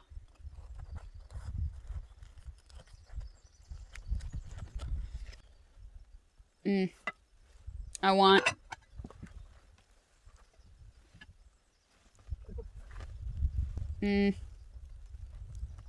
No, pickle?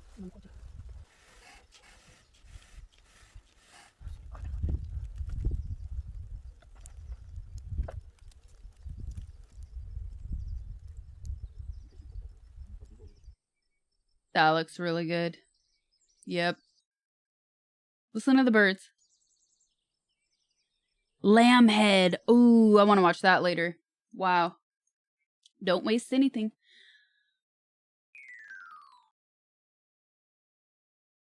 Steve G, thank you for the 690.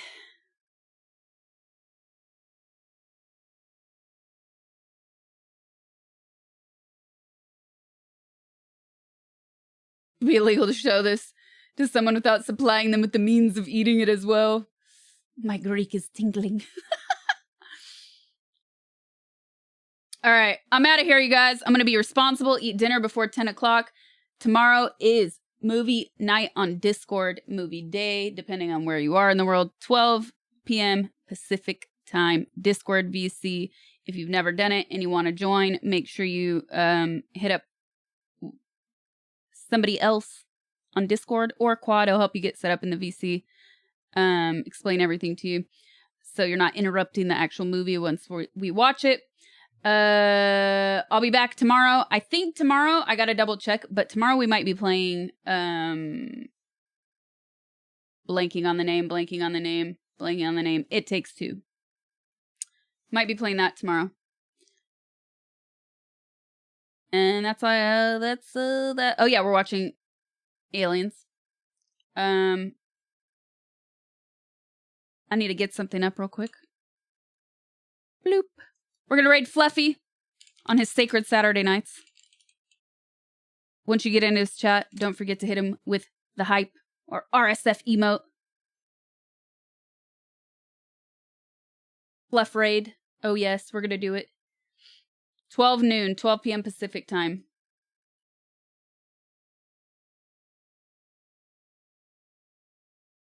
You guys ready? You guys ready?